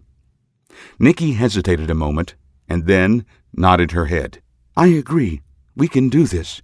If they are distracted, looking for them," she motioned to Damien and Jeff, "then this may be the best time." Victor stroked his chin, but kept his face passive and unreadable. "They all agree, not only for themselves, but for the others. Better than I hoped for."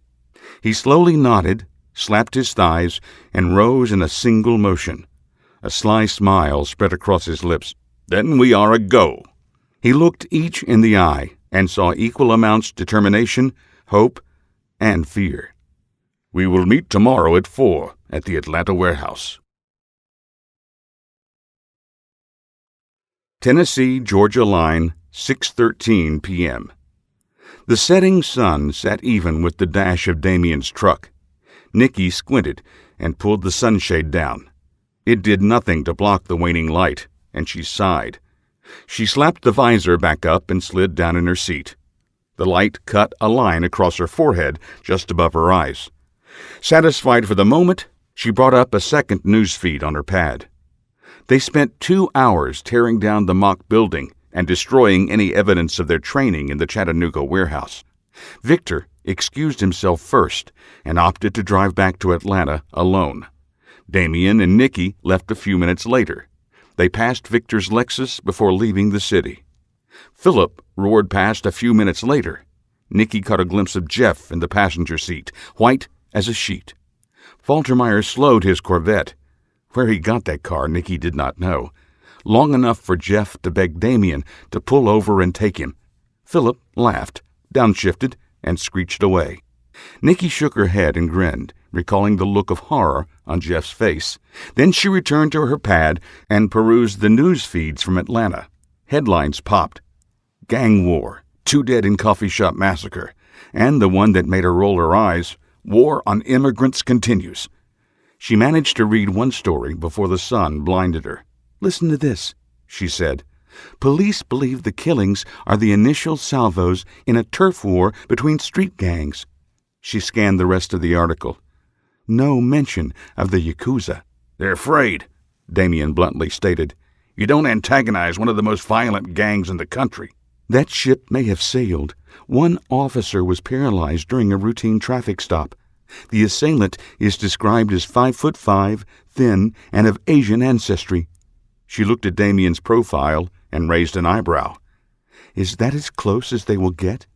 The sun dissolved behind the trees, and Nikki slid upright. She adjusted her seatbelt and read the next article.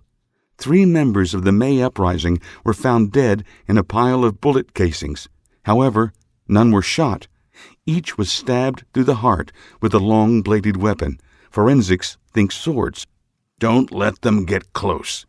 Damien cradled his abdomen with his right hand. "That's why I prefer my sniper rifle. They won't get close." "I'm going into the lion's den," she murmured. "That is up close and personal." "And I'll have your back every step of the way." He reached out and took her hand. "Not once I'm in the building," she shook her head. "Damien, I'm worried." "Nikki, I know. You'll be there." She sighed, closed the pad, and turned in the seat to look at him. Passing streetlights silhouetted his face in a constant strobe. The light hit his face, and he stared at the road. Darkness cast shadows across his features. The light returned, and his eyes scanned the instrument panel. Darkness. Another light, and he cut his eyes at her. Darkness. The pattern continued. "What is it?" he asked. "Something is on your mind." I haven't been completely honest with you." "What? You married or something?" He grunted a laugh. "No." She smiled despite herself and took a breath. "Damien, I'm worried about the whole thing." "Why?" He changed lanes and passed a lumbering semi. "We've been over this dozens of times in the last month." "Something that William said." "Who?" "An old friend of my father's, and apparently Victor's. It's his former partner." "Partner?" Nikki told Damien about her conversation with Victor about his past and his motivations for planning the job. Damien stared straight ahead and gripped the wheel with white knuckles. "He should have told us," he muttered through clenched teeth. "I told him that. I'm sorry I didn't tell you sooner." "And this William character, what's his story?" "I haven't figured all that out yet." Nikki opened her pad and searched the interweb for William Yancey. She found a brief bio and an article about his retirement from the police.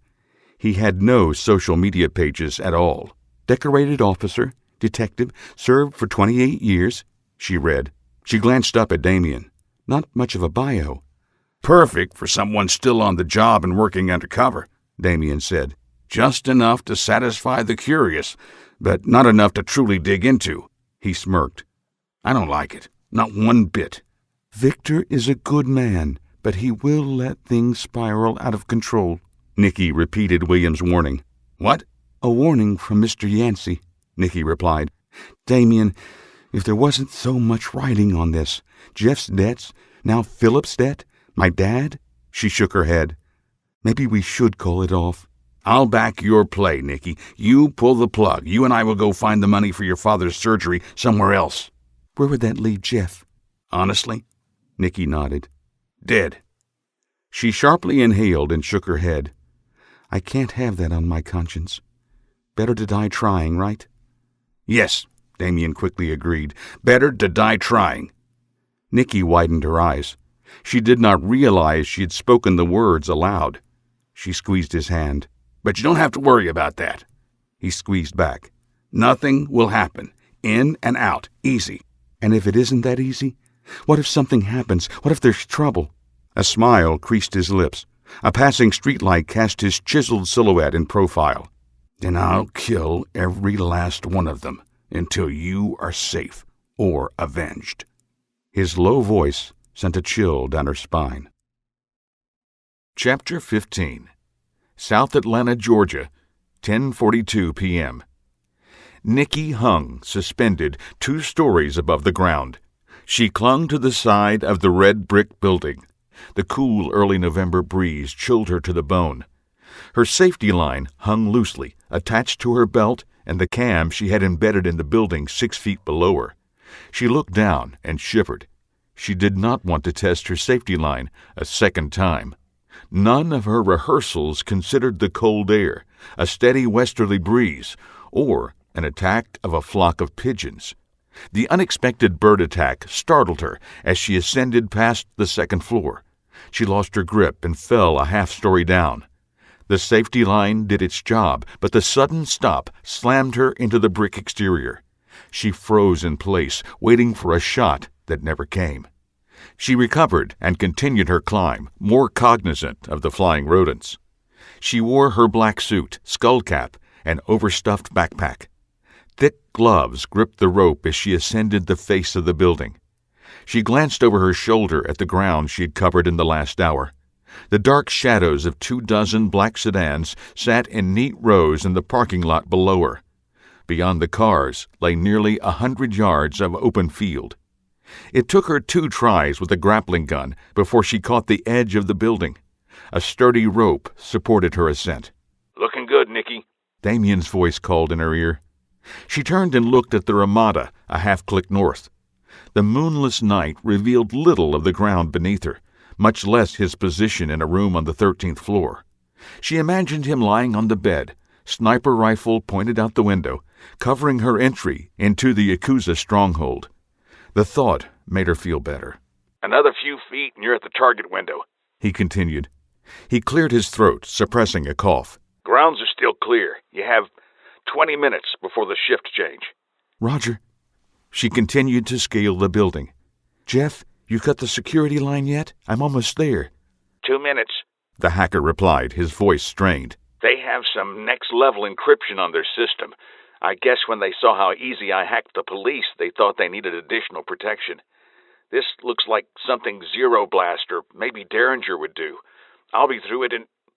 Now, who or what is a Zero Blast? Philip chimed in.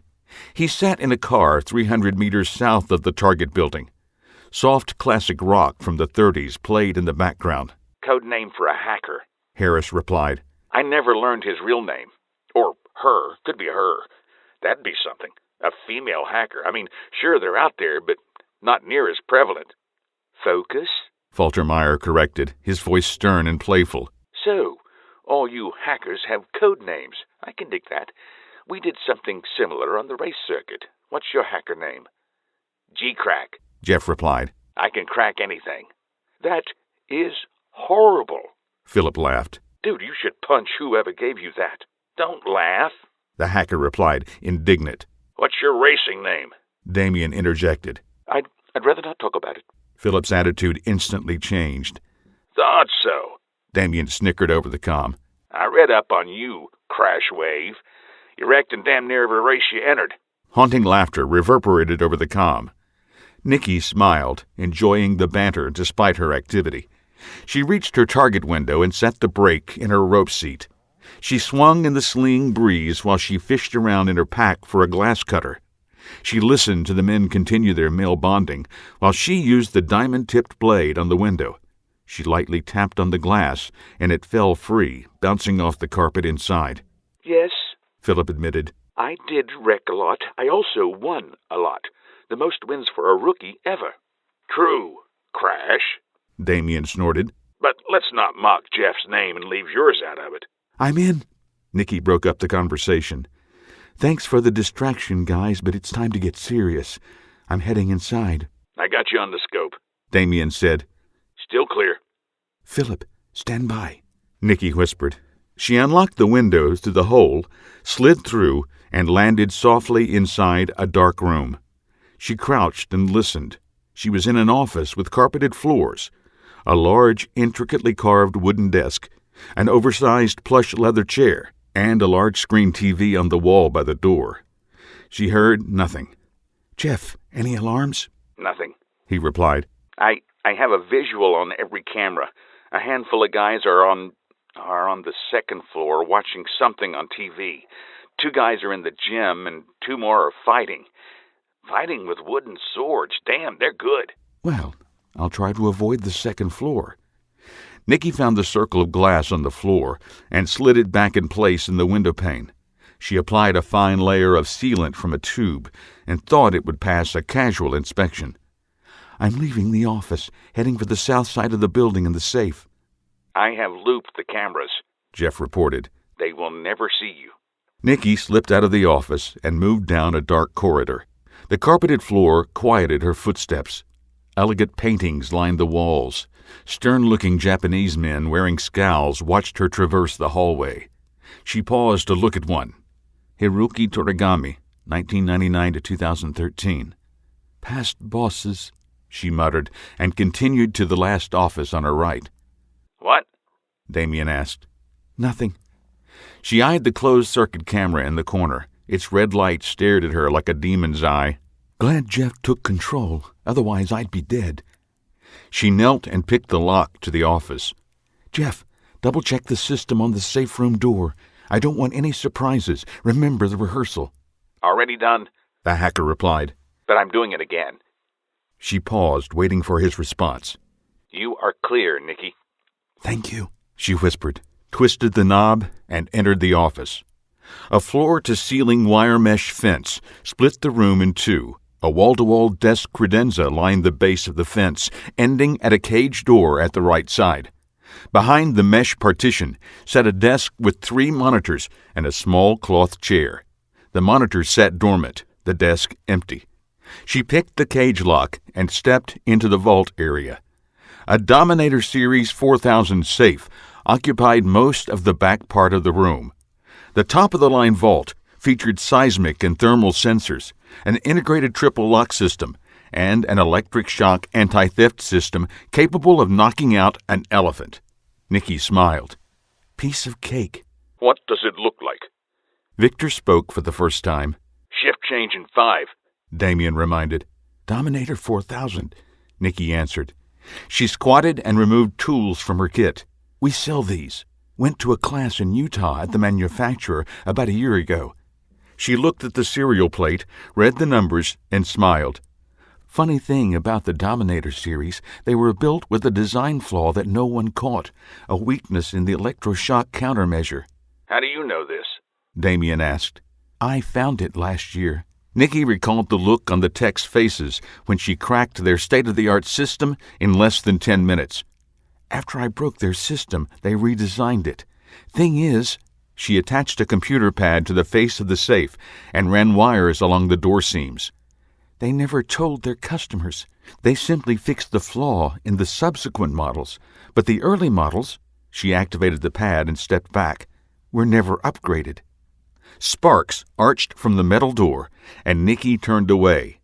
Blue electric current crisscrossed the surface for a handful of heartbeats. The lights dimmed, flickered, and returned to normal. Smoke wafted from the vault door.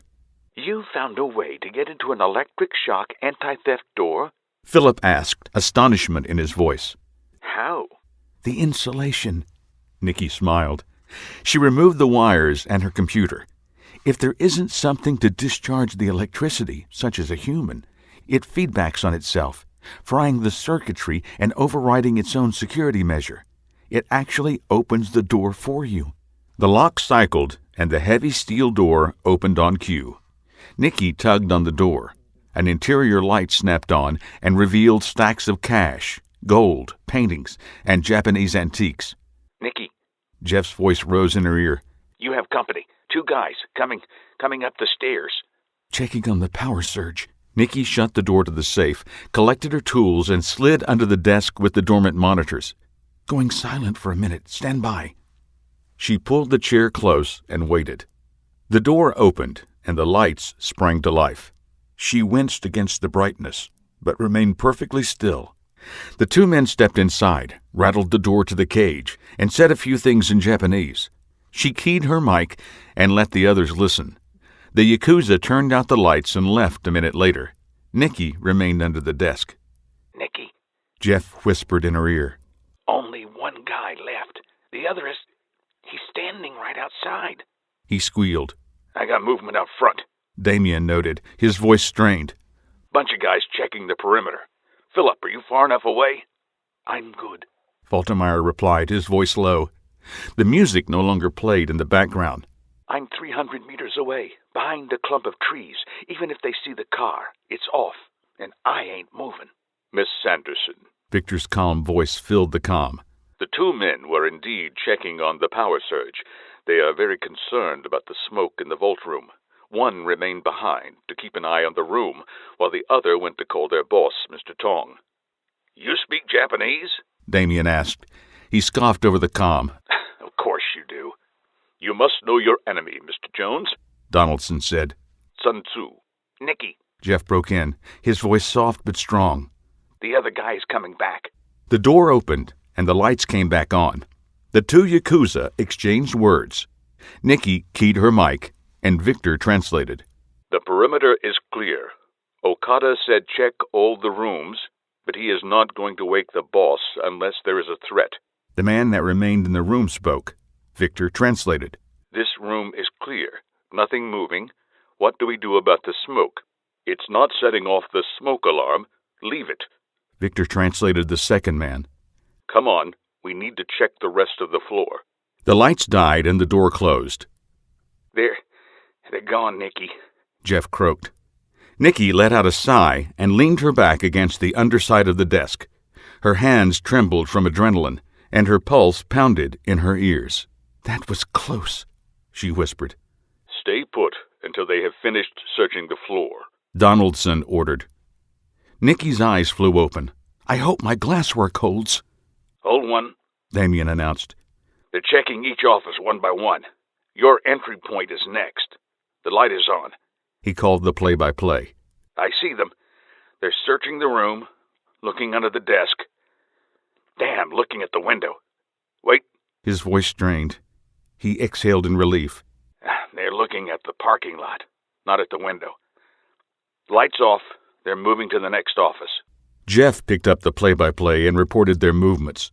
10 minutes later, the two left the third floor and returned to the TV on the second. Nikki, you are clear. They're back downstairs. Hold on. They're logging that as their hourly check. We're good. She pushed the chair away and slid out from under the desk. That was a little too close. Thanks for having my back, guys. Anytime, Miss Sanderson. Philip answered in his smarmy used-car salesman voice. Anytime. Nikki pulled open the vault. The interior light came back on, and she rummaged through the items inside. She found a stack of currency bags stacked neatly in the corner by the door. How thoughtful, she voiced. They left bags for me. She spent the next few minutes stuffing cash, mostly 20s and 50s, into a bag. She filled it 3/4 full, picked it up, and strained with the weight. She split the money into a second bag. Satisfied, she spent the next 30 minutes filling the bags with stacks of cash. Jeff, still clear? Yes. Moving to the exit window, she huffed, carrying a 30-pound bag of money in each hand. Philip, are you ready to catch? If you can hit the target, I'll catch it. Nikki moved the bags, 2 at a time, to an office facing the south. 10 bags, all the Yakuza had in the vault, each one half full of cash. She paused, hands on her knees, and caught her breath. She listened and heard nothing but her own panting and the pulse racing in her ears. She checked her watch, 12:04 a.m. Her eyes widened. I've been in here 90 minutes? Yes, Victor said. Their next scheduled security check is in 25 minutes. You need to be out by then. Maybe sooner, Jeff announced. One guy's heading up the stairs. Philip, mark the target, Nikki said. She pulled the grappling gun from her pack, produced a specially designed bolt, and pulled out a spool of monofilament line. The doorknob rattled, and she froze. He's right outside the door, Jeff's voice whispered in her ear. She turned and stared, wide-eyed, at the knob 5 feet away. It rattled again, and a cold sweat coursed down her spine. Silence filled the air. She heard the door down the hall rattle. Did I lock the safe room? The man moved on down the line, checking each door. Each door held, and she let out a long, slow exhale. He made a complete circuit of the 3rd floor and then headed downstairs. Clear, Jeff announced. Nikki slid open the office window, set the compressed air projectile gun on the sill, and searched for her target. A distant chem light glowed like a beacon in the night. She took a deep breath, held it, and gently squeezed the trigger. A pneumatic hiss shot the bolt into the night. The line at her feet rapidly uncoiled. The distant chem light splattered, spraying glowing green liquid across the tree and ground. bullseye, Philip stated. Nikki attached her end of the line to the desk that occupied the center of the office. It was decorated much like her entry point, a large wooden desk and leather chair. Old-fashioned filing cabinets lined one wall. It did not have the big-screen TV on the wall. She wrapped the line around the desk twice, pulled it taut, and attached D-rings to each money bag. "Philip, your end secured?" Yep, he quickly replied. your line is secured by my line. Unless the tree falls over, this isn't going to move. "Don't jinx it," Nikki smirked. She attached the clip to the line and shoved the bag out of the 3rd-story window. "First one is on its way," Got it. Philip called a minute later. Give it 30-second intervals and keep 'em coming. Woohoo! Nikki spent the next 5 minutes sending the bags. "Last one." Her arms and back ached from lifting the heavy bags. Her legs quivered. Sweat poured from her face despite the cool breeze flowing through the open window. "Jeff, we still clear?" Yes, "I need a drink." She pushed the last bag out of the window. I'll buy. Philip answered. "It's a date." She heard a grunt. Got the last one. Miss Sanderson, Victor broke in. recommend that you follow the bags. Mr. Faltermeyer is in position to be your egress. "The line isn't rated for my weight," Nikki replied. "I'll go out the way I came in, per the plan." Still clear. Jeff said. Nikki untied the line and tossed it out the window. "Make sure you collect the line, Philip," Yes, ma'am. he sarcastically replied. Nikki retraced her steps up the corridor and entered the original office. She opened the window and grabbed the rope she had left dangling to the side of the window. "Damien?" I got you. His voice reassured her. You are clear. Nikki slipped through the window and rappelled down the side of the building. "What about the rope?" Leave it. Victor replied. We have what we came for. They can spin their wheels trying to figure out how all the money left the building. Yeah, Philip yelled. bastards. Nikki touched down and unhooked from the rope.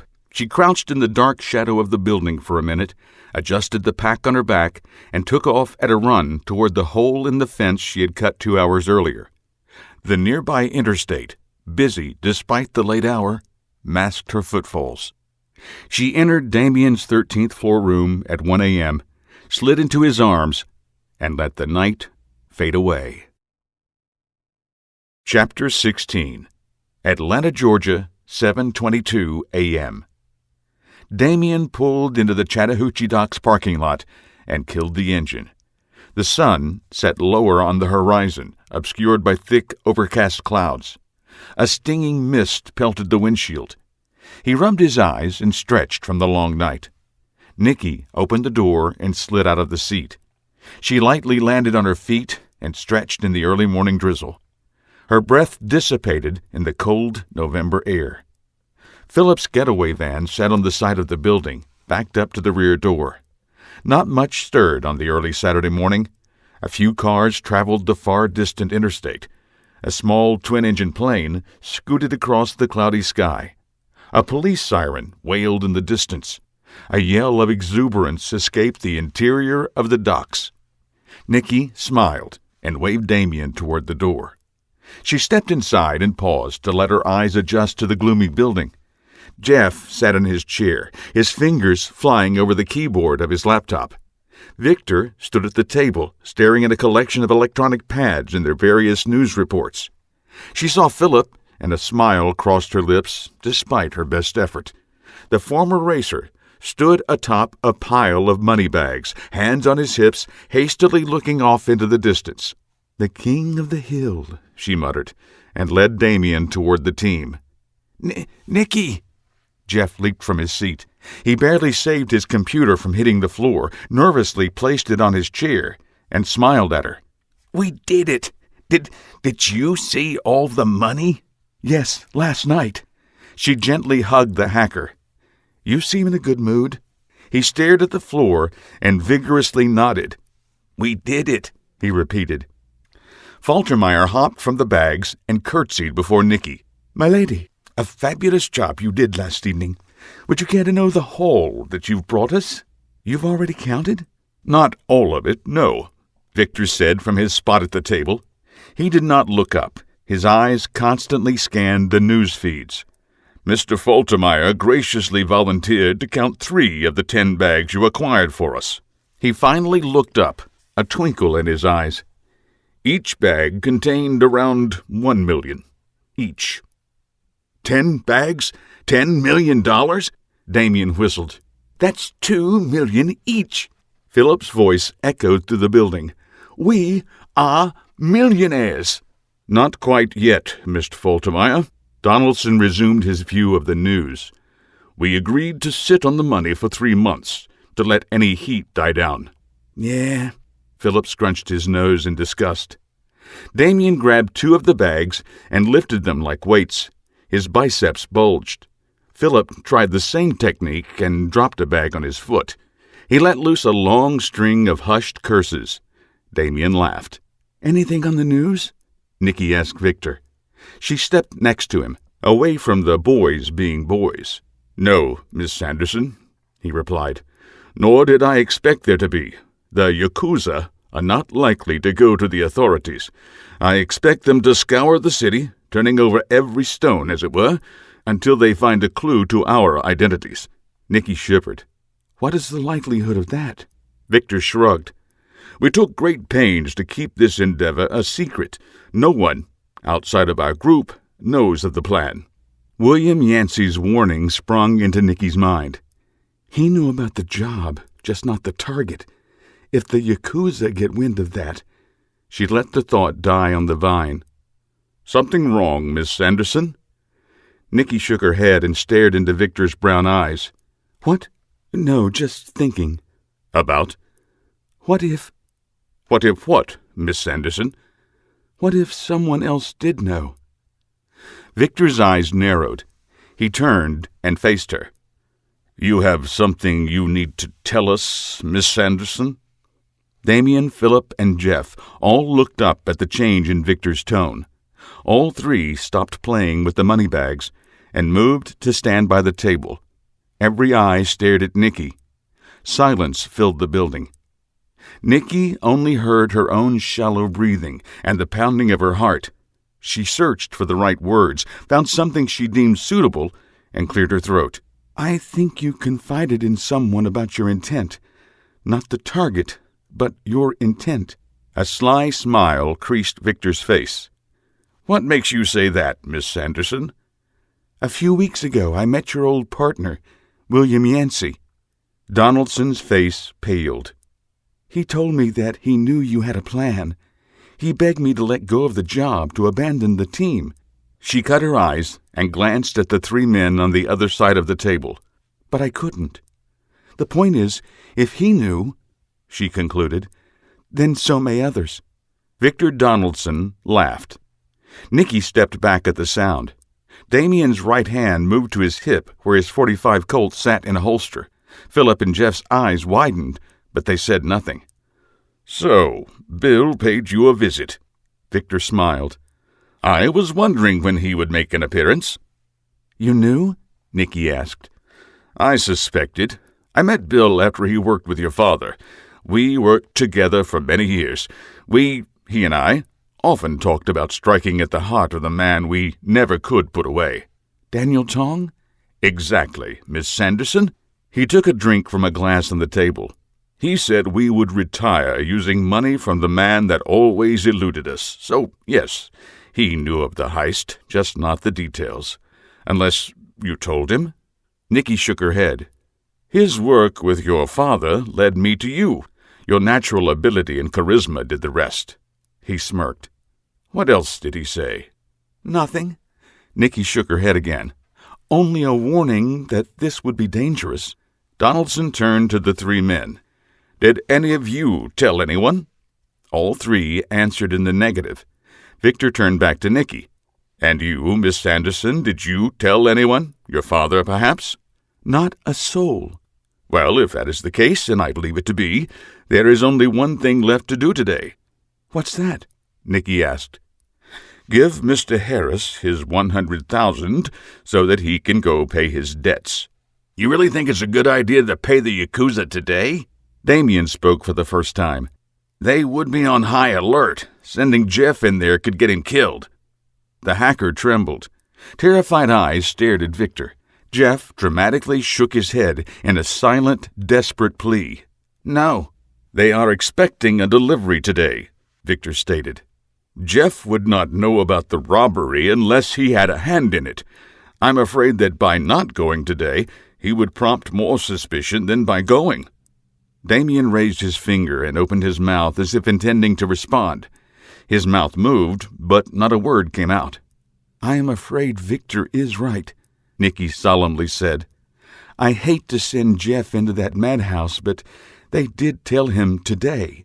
"Correction. Tanaga told him today," Damien stated. "Tanaga is dead." "He has superiors," Victor interjected. "He would have told them his deadline." He turned to Jeff. "I'm sorry, Mr. Harris. I know you do not want to do this, but I think it would be safer to offer them payment today than to wait." Tears welled in the hacker's eyes. He looked at each man in turn and received curt nods. He finally turned his sad, frightened eyes to Nikki. His fear radiated across the table and sent a chill down her spine.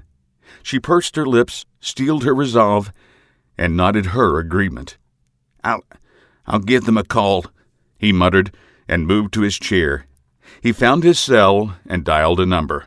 "The rest of us, as agreed, will meet back here February 2nd, Groundhog's Day, to officially split the money," Donaldson stated. His tone left no room for debate. Nikki frowned at the agreement. "Dad's surgery will have to wait a few more months." Jeff returned, his eyes gloomy.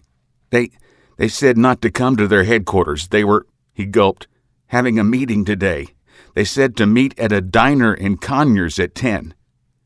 "Want me to tag along?" Damien asked. Jeff shook his head. "They said come alone." Damien bristled. "That ain't happening." "You can't go," Nikki reminded Damien. "You killed a couple of them a few days ago. They may have your description." "I'll take him," Faltermeyer said. He put his arms around the hacker. "We'll get some breakfast and pay the bastards. If anything goes wrong, I'll drive us away and call Damien. Easy." "Mr. Harris, if you'll join me." Victor left the e-pads on the table and moved toward the bags of money still sitting on the floor. "We will count out your debt." The two moved off.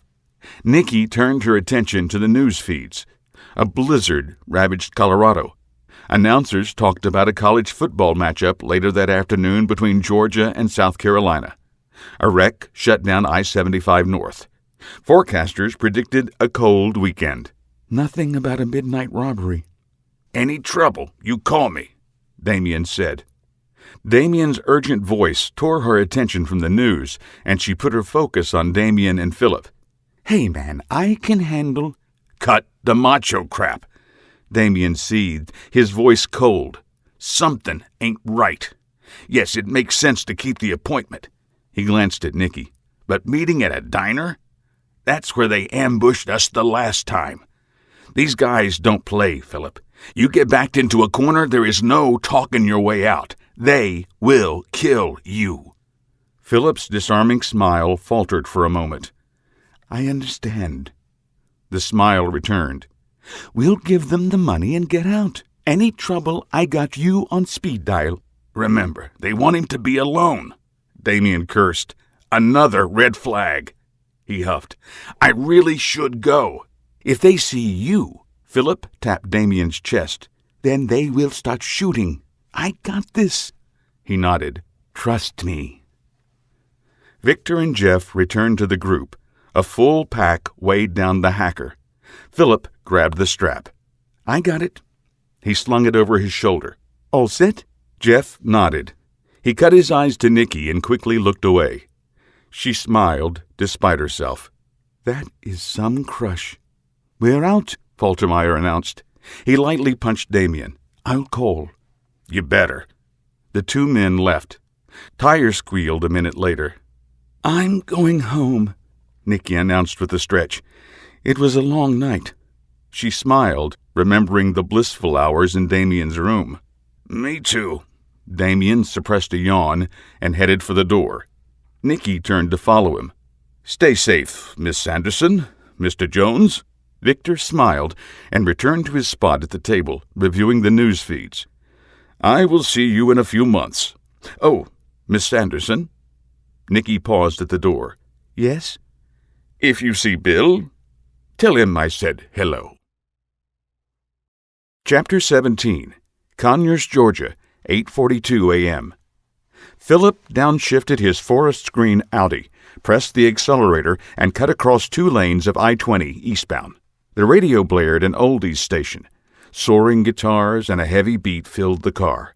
He glanced to his left, upshifted, and slid into another lane. His head bobbed in time with the music. Jeff sat in the passenger seat, his face white as a sheet. He gripped the safety bar over the door and the center console. His rigid body nearly pressed through the floorboard. Wide eyes stared at the cars flashing by. He flinched when Philip changed lanes a 3rd time. The former Formula One driver slowed and took the off-ramp into Conyers. The city, a combination of mid-20th century architecture and modern high-rises, served as the county seat for Rockdale County. Well-paved streets led to Old Town and a recreation lake beyond. The once sleepy suburb of Atlanta now housed some of the richest families in Georgia. Philip downshifted and approached a 4-way stop. Signs pointed to Old Town to the left, Davidson Lake to the right, and Kennedy Estates straight ahead. He stopped, nodded, and waved to a marked patrol car monitoring the traffic, and turned left. "My grandfather told me this used to be all farmland." Philip pointed toward the Kennedy Estates. "Back in the early 30s, a guy named Kennedy bought it all and made it a haven for the richest of the rich. They even dredged the lake, extended it to give them private shores. They almost cut it off from the main portion of the lake, but the state stopped them." He glanced over at the pale-faced hacker. He lightly popped him on the shoulder. "Are you listening?" Jeff jumped. "What? Huh? Oh, yeah, I'm listening," he mumbled. "They dredged the lake." Philip opened his mouth to respond, but pulled into the parking lot of the diner instead. He backed the Audi into a slot near the exit and killed the engine. The smell of eggs and bacon drifted lazily in the early morning breeze. Jeff trembled in the passenger seat, the bag of money clutched tight against his chest. "Listen to me." Philip turned to the hacker. "Everything is going to be fine. We'll get a bite to eat. They'll come in. You'll pay them. You leave first and come to the car. I'll be right behind you. If anything goes wrong, call Damien." Harris nervously nodded, his hands white where he gripped the bag. "And relax." Jeff looked up, tears in his eyes. Philip, I'm scared."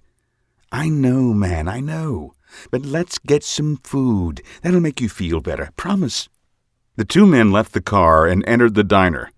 The aroma of bacon and eggs grew tenfold when they stepped through the door. A handful of patrons, mostly men dressed to go to the golf club a few minutes down the road, sat scattered throughout the restaurant.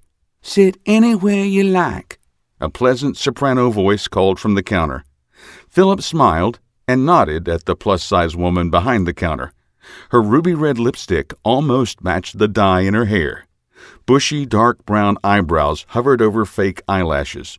She returned the smile, revealing straight white teeth, and batted the lashes. The 2 took a booth with a view of the parking lot, ordered the daily special, and waited for the waitress, Trixie by the name tag, to bring them coffee. They sat in silence until the food arrived. Philip watched his literal partner in crime devour ham and eggs and 2 cups of coffee. Jeff finally pushed his plate away and patted his skinny belly. "I needed that. Feel better." Philip sopped up the last of his eggs with a piece of toast.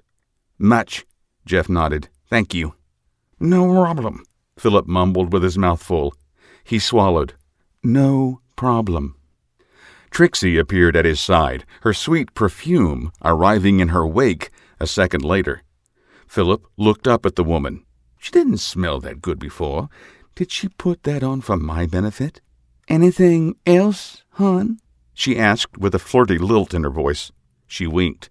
Yep, I was right. Not at the moment. Philip returned her flirty tone. Take your time, she smiled. I'm not going anywhere. Trixie walked away, exaggerating the sway of her hips. Philip suppressed the urge to cry out, Hell yeah! He faced Jeff instead. This is going to be a great day, partner. He lowered his voice. You pay off your debts. He stole a quick glance at Trixie. And I'm going to get... Go talk to her, Jeff interrupted. He patted the bag of money and pointed to the computer. They could be here any time, and I'm supposed to be alone. I need to check my mail anyway. Trying to get rid of me? What? No, of course not. Jeff shook his head. He sucked in a deep breath. I just need to get caught up on a few things. Okay. Philip slid out of the seat. I'll be right over there. He reached down, plucked his empty cup off the table, and headed for the counter. Trixie greeted him. What you need, hon? Fill her up, Philip purred. She turned to get the pot, and he glanced over his shoulder. Jeff sat, hunched over his laptop, his fingers flying over the keyboard.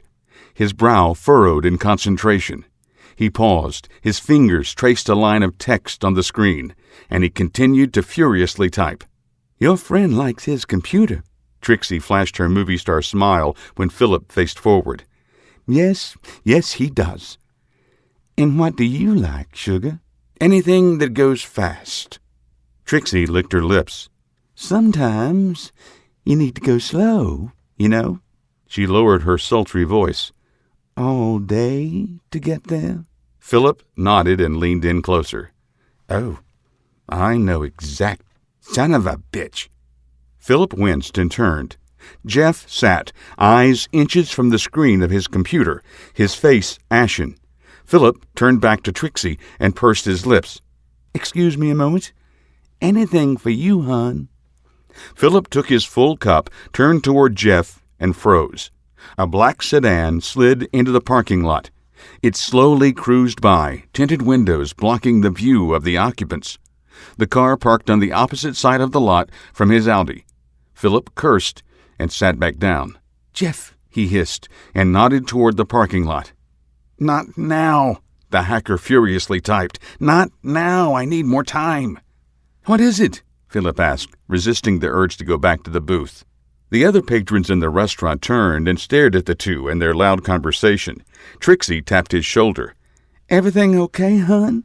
Car doors slammed, and 3 Japanese men in dark suits slowly crossed the parking lot.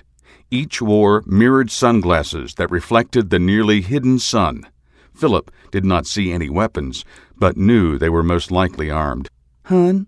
Fine, Trixie, Philip replied over his shoulder. Jeff, what is it? The hacker glanced out the window and paled. His fingers raced over the keyboard. Safe house, storage. He glanced out the window and back to his computer, his fingers a blur on the keyboard. No time, no time. He stabbed the send button and his shoulders slumped. He breathed out a long sigh. He glanced at Philip with sad, frightened eyes. She has it. She'll know what to do. What? Philip asked. Who? The 3 Yakuza entered the door, and Philip turned back to Trixie. He forced a smile. Sorry about that. Where were we? Sit anywhere you like, she announced to the trio. She lowered her voice. Your friend okay? He will be. He drained the cup, scalding his mouth. He stuck out his tongue to cool it. Can you refill this? Trixie's eyes widened in surprise. Sure, hon. Philip glanced over his shoulder. One guy sat at the booth closest to the door. He did not slide across the upholstery.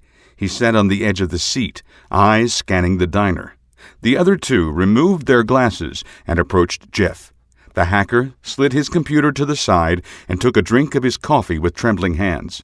Good to see you, Jeffrey. My name is Mr. Shimizu, one of the men stated. He moved into the booth opposite Jeff, a smile on his face.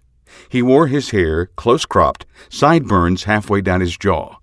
An old white scar highlighted his right cheek. The pinky on his left hand was missing. "I assume that is our money?" The hacker nervously nodded and placed the bag on the table. "Here you go, hon." Trixie placed a full cup on the counter in front of Philip. "That's a fresh pot, brewed just for you." "Thank you, Trixie," Philip absently replied, his attention on the conversation at the booth. The man with Shimizu peered into the satchel. He had long, unruly hair and no sideburns. A thin, wispy beard covered his face except for a small patch below his right jowl.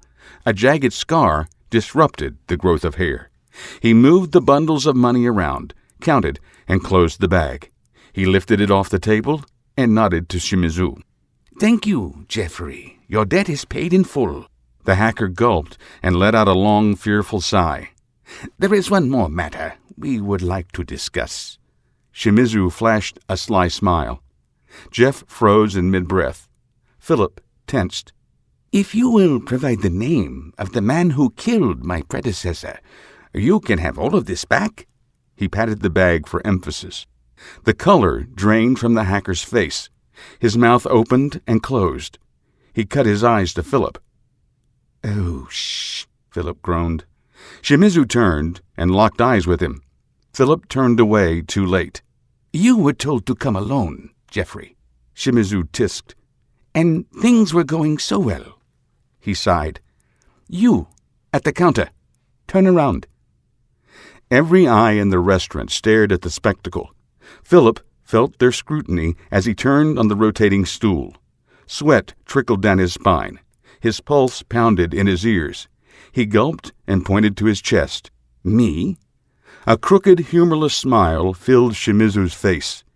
"Yes, you." He pointed at the hacker. "You know this man?" "I'm his driver," Philip shrugged.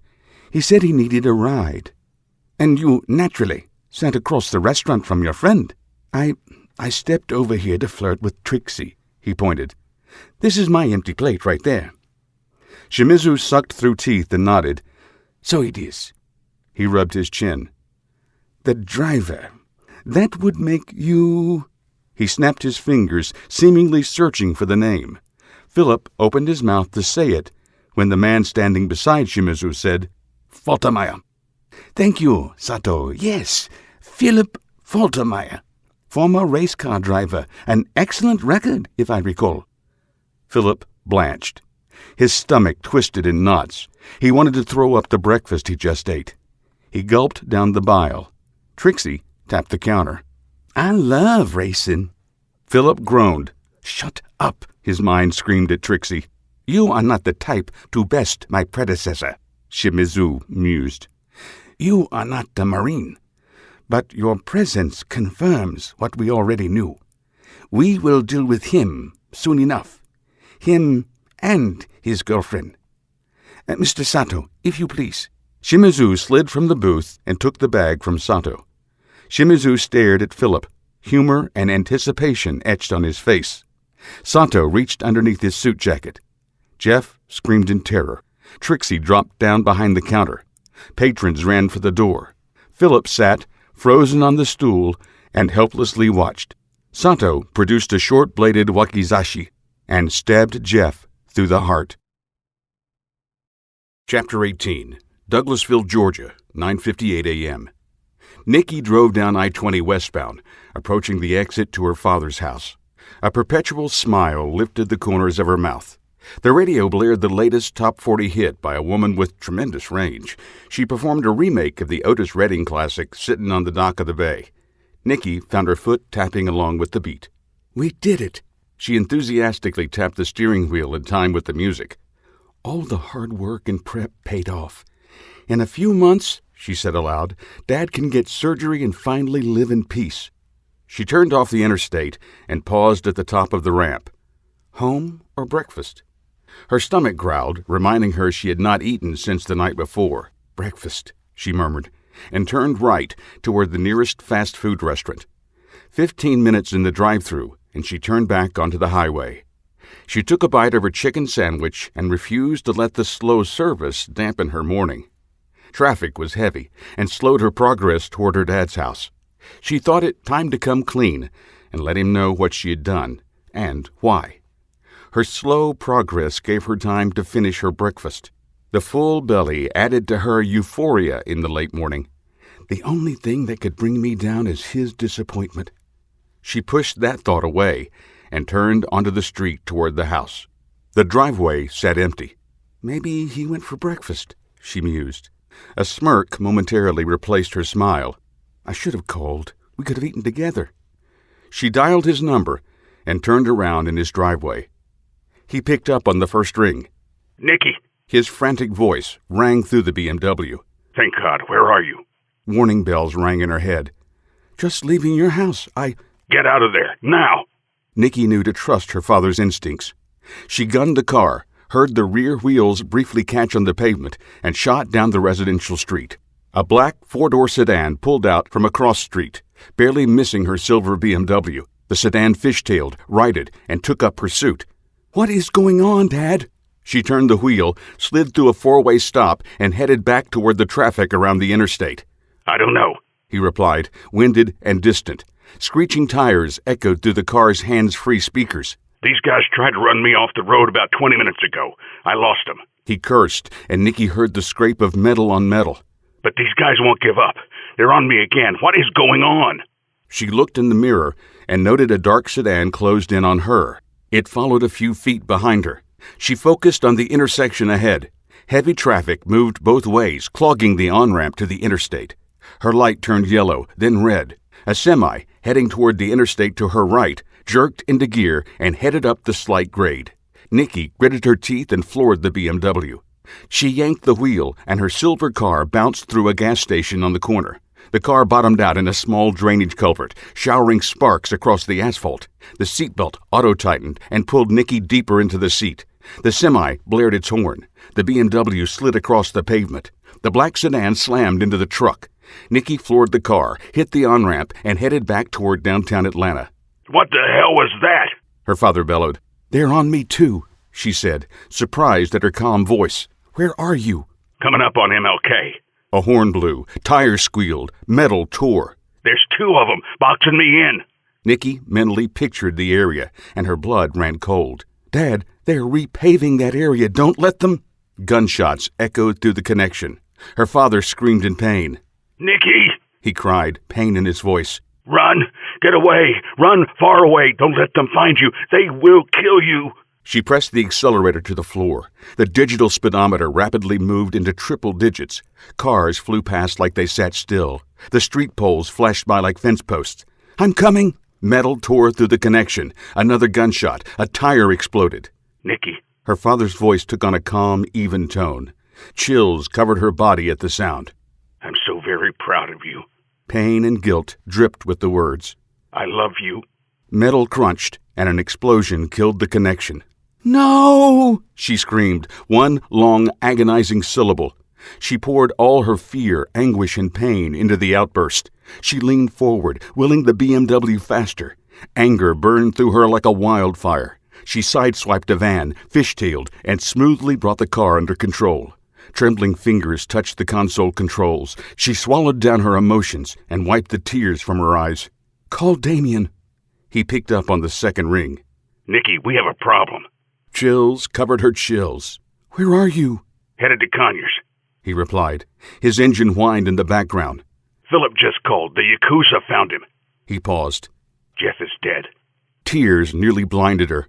She wiped them away and slowed down for the curves of downtown Atlanta. Someone just ran my dad off the road. She choked on the words. Her bottom lip quivered despite her efforts to hold her emotions at bay. He's gone. I'm turning around, Damien snarled. Where are you? No, she commanded. The single word fueled her resolve. Help the living. Go help Philip. She glanced in the rearview mirror and slowed the BMW down below 100. I'm in the clear for now. Meet me at the warehouse at 3 o'clock. I'll call Victor and warn him. Save Philip. You be careful. Pain filled his soft-spoken words. The connection ended. Call Victor. Smoke drifted into the late morning sky up ahead. The phone rang. Anger and pain washed over her, and she tightly gripped the wheel. Traffic slowed. The phone rang again. Paramedics and police cruisers rushed down the shoulder, lights flashing. The line clicked and died. "Damn it," she snarled. Fear turned her stomach. They got Victor. She leaned forward and stared at the black smoke filling the sky. Tears streaked down her face. A horn shattered the silence, and she slammed on the brakes to avoid hitting the car in front of her. "William," she muttered her thoughts aloud. The smiling face of William Yancey filled her head. He is the only other person who knew. If he told the Yakuza... She let the words hang. She followed the traffic for several miles. The smoke grew thick. She stared straight ahead, refusing to look at the burning hulk of her father's SUV. Her body shivered, and her tears streamed. White knuckles gripped the wheel. She passed the wreck and stole a glance. The SUV had hit a concrete barrier head-on. The force of the impact wrapped the expedition around the barrier. The concrete sat at the center of the burning hulk. Her world collapsed, and she turned away. The phone rang. She punched the button on her wheel. "Victor?" she hopefully asked. Miss Sanderson. A smug male voice greeted her. That was quite a feat last night. Your reputation does not do you justice. "Who is this?" She bit her bottom lip. Traffic speed increased past the wreck, and Nikki scanned the cars around her. A black sedan trailed her, 3 cars back. She switched lanes, edging to the next exit. The sedan mimicked her movement. My name is not important. What is important is that you return our merchandise today. She recognized a slight Oriental accent. It confirmed her worst fears. The Yakuza knew. "How? What merchandise?" Nikki asked. She glanced over her shoulder, saw an opening, and switched lanes again. The sign read, "Next exit 1/4 mile." The gap closed behind her, boxing in the sedan. Come now, Miss Sanderson. Nikki. May I call you Nikki? "No, you Nikki, do not insult my intelligence," the man interrupted. We know all about your escapades last evening.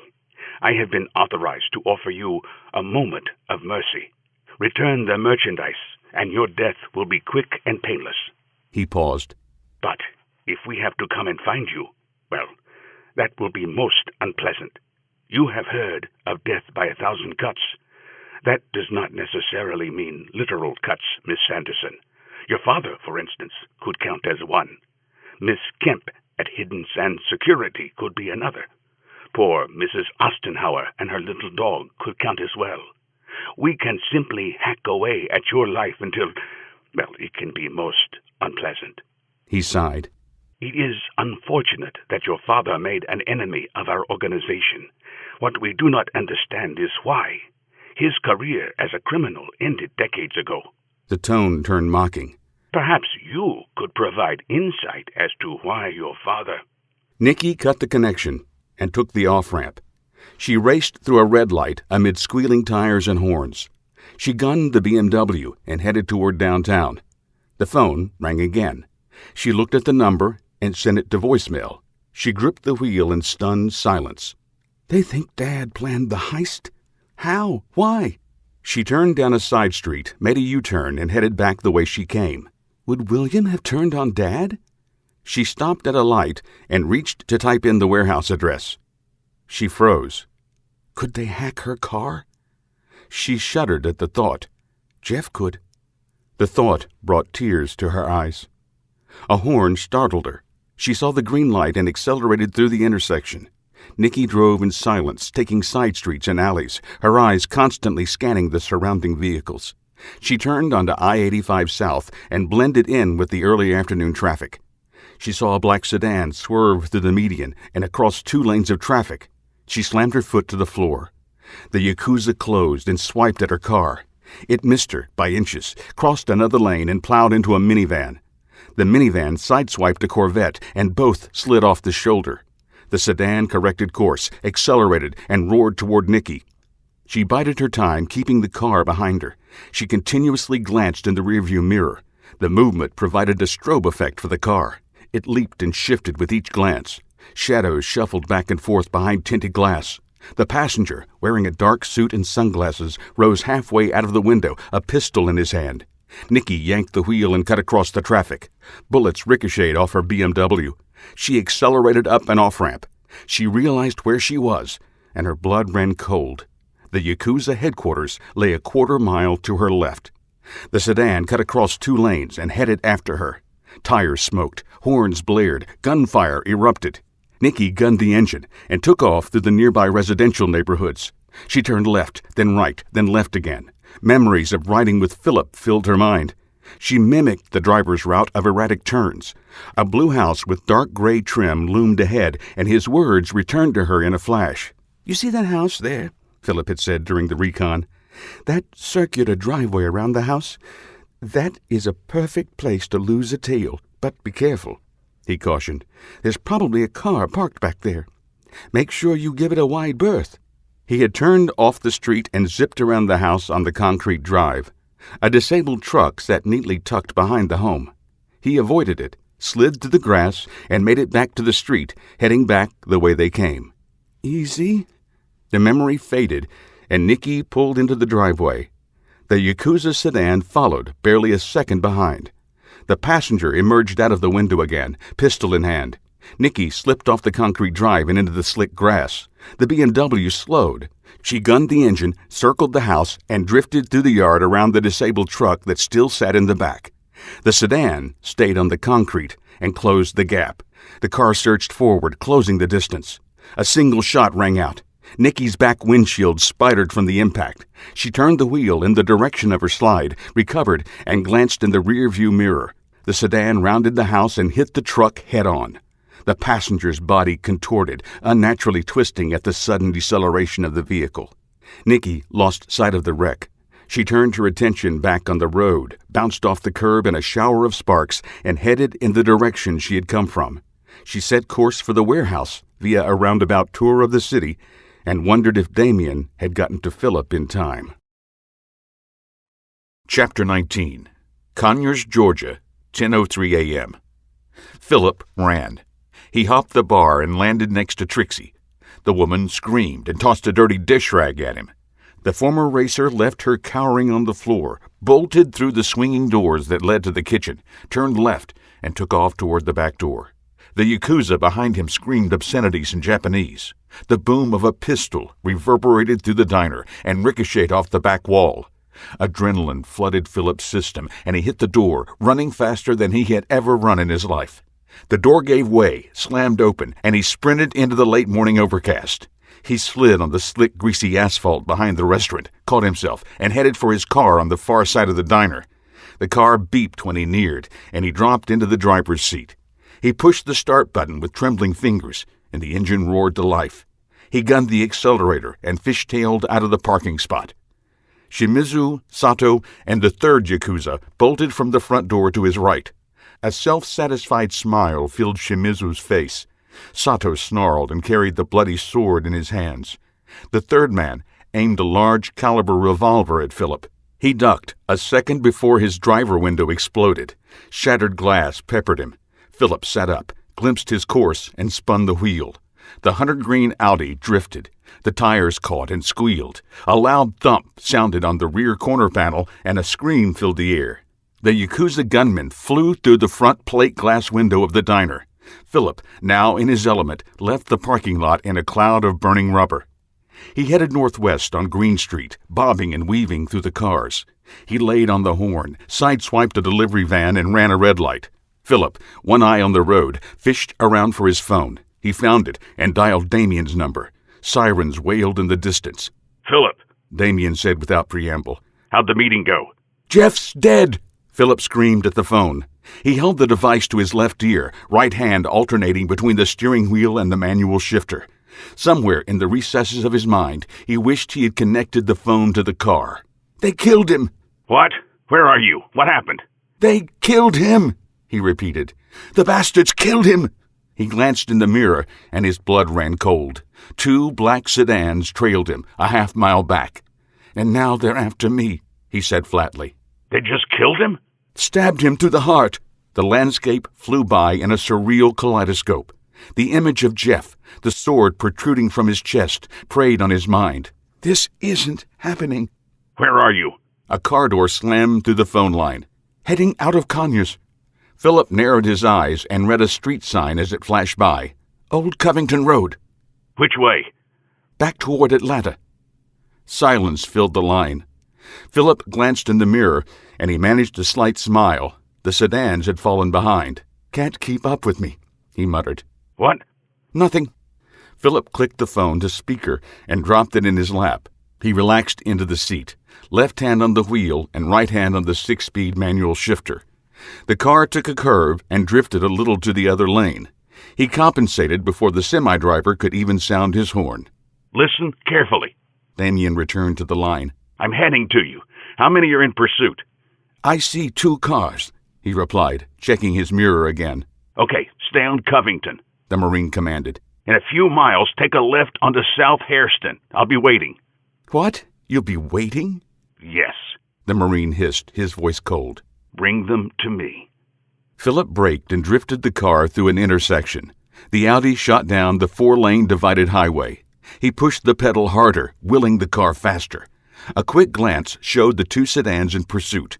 One made the turn in a cloud of smoking tires. The second overshot. He lost sight of it in the smoke. I just made the turn, he yelled at the phone in his lap. Where are you? About 2 miles ahead of you, Damien calmly replied. The road ends at a Del Rio Foods. Take a left and head back toward the interstate. Don't look back. The Audi easily took the slight curves of South Hairston. He glanced at the odometer and back to the road. He rounded a curve. Intermittent concrete barriers separated the highway and the median. A few others lined the shoulder, ready for installation. Another curve. The Del Rio Foods grocery store loomed larger than life ahead. He breathed a sigh of relief. Philip noticed the black sedan coming from a cross street, a heartbeat before it struck the rear passenger quarter panel of his car. The impact knocked the car into the median. The Audi spun. He pressed the accelerator to the floor and turned the wheel in the direction of his slide. Memories of his career-ending wreck flitted through his mind. The intermittent concrete medians morphed into the wall of the racetrack. The black sedan, the front end crunched and mangled, dissolved into the car that caused the wreck years earlier. The memories raced through his mind at the speed of light, replaying in the span of a second. Time slowed. The wall towered above him. His Formula One cockpit crunched, collapsing in around him. The engine exploded behind him. Flames licked at his race suit. He lost the roar of the crowd as the world spun out of control. The Audi's tires caught on the asphalt and snapped him back to reality. The car fishtailed again. Philip compensated, his movements slow and precise. His foot never released the accelerator. The vehicle careened into the grassy median again. The next section of barrier loomed ahead. The car bounced over a drain cover and slammed into the concrete. Philip! Damien called. I got it. The phone zipped by Philip's head. His arms burned with the strain of holding the car on course. He turned the wheel back the other way. The barrier flashed by. I got it, he repeated. The Audi's tire caught the foundation for the next section of barrier. The tire exploded. The car lifted. Philip screamed. The car flipped end over end down the highway. East Atlanta, 10:36 a.m. Damien stood in stunned silence, peered through the scope of his rifle, and watched the Audi flip out of control. Pieces of the car hurled in every direction. A tire took to the sky in a long arc. It bounced on the pavement, wobbled, corrected, and rolled down a small rise. It came to rest in a flower bed in the front yard of a house that faced the driveway. Screams of shoppers at Del Rio filled the early morning. A woman cried, "Oh, my God!" Another wept. "Call an ambulance," another said. The voices and cries blended together as Damien watched Philip's car disintegrate. The car flipped 3 times. Each rotation dislodged another section of the vehicle. The smashed rear quarter panel skidded down the road. An axle lodged like a flagpole in the grassy median. Shards of glass covered everything for a dozen yards. The black sedan fared better. It sat on the edge of the road, smoke rolling from underneath the hood. 3 black-suited Japanese men stumbled from the car. Blood ran down the driver's face from a gash in his forehead. The front passenger tightly held his left arm to his chest. The third man, a hulk of a man by American standards, held a sword in his hands. The other 2 sedans arrived amid squealing tires and disgorged another 8 men, 4 apiece. 2 of the newcomers moved to help their wounded comrades. The other 6 moved toward the smoldering Audi. They approached slowly and drew small machine pistols from inside their coats. They pointed the weapons toward the car. Damien let out a long breath, flicked off the safety, and sighted on the man giving the orders. The Marine stood behind his SUV, the rifle laying across the hood. He ranged the lead man at 386 meters. The crosshairs covered the Yakuza's face, and Damien gently squeezed the trigger. The rifle bucked, and the man's head disappeared from Damien's scope. He slid the bolt back, ejected the casing, and returned the bolt forward in one smooth practice motion. He sighted on the next man. The Yakuza stood frozen in place and looked around for the source of the shot. He turned his gaze and looked directly at Damien. The Marine squeezed the trigger again. The second man fell, and the rest scattered. They took cover behind the cars, the concrete barrier, and each other. Damien sighted on the hulk of the man, dropped his aim low, and fired. The high-velocity .308 round cored through the man's groin and into the Yakuza hiding behind him. The big man dropped his sword, grabbed his nethers, and fell to the ground. He writhed in agony. The man standing behind him took the round in the chest. He toppled over backwards, spasmed, and fired a burst into the air. The rest of the Yakuza team opened fire. Damien racked another round and resisted the urge to shoot him again. The submachine guns did not have the range to hit the Marine.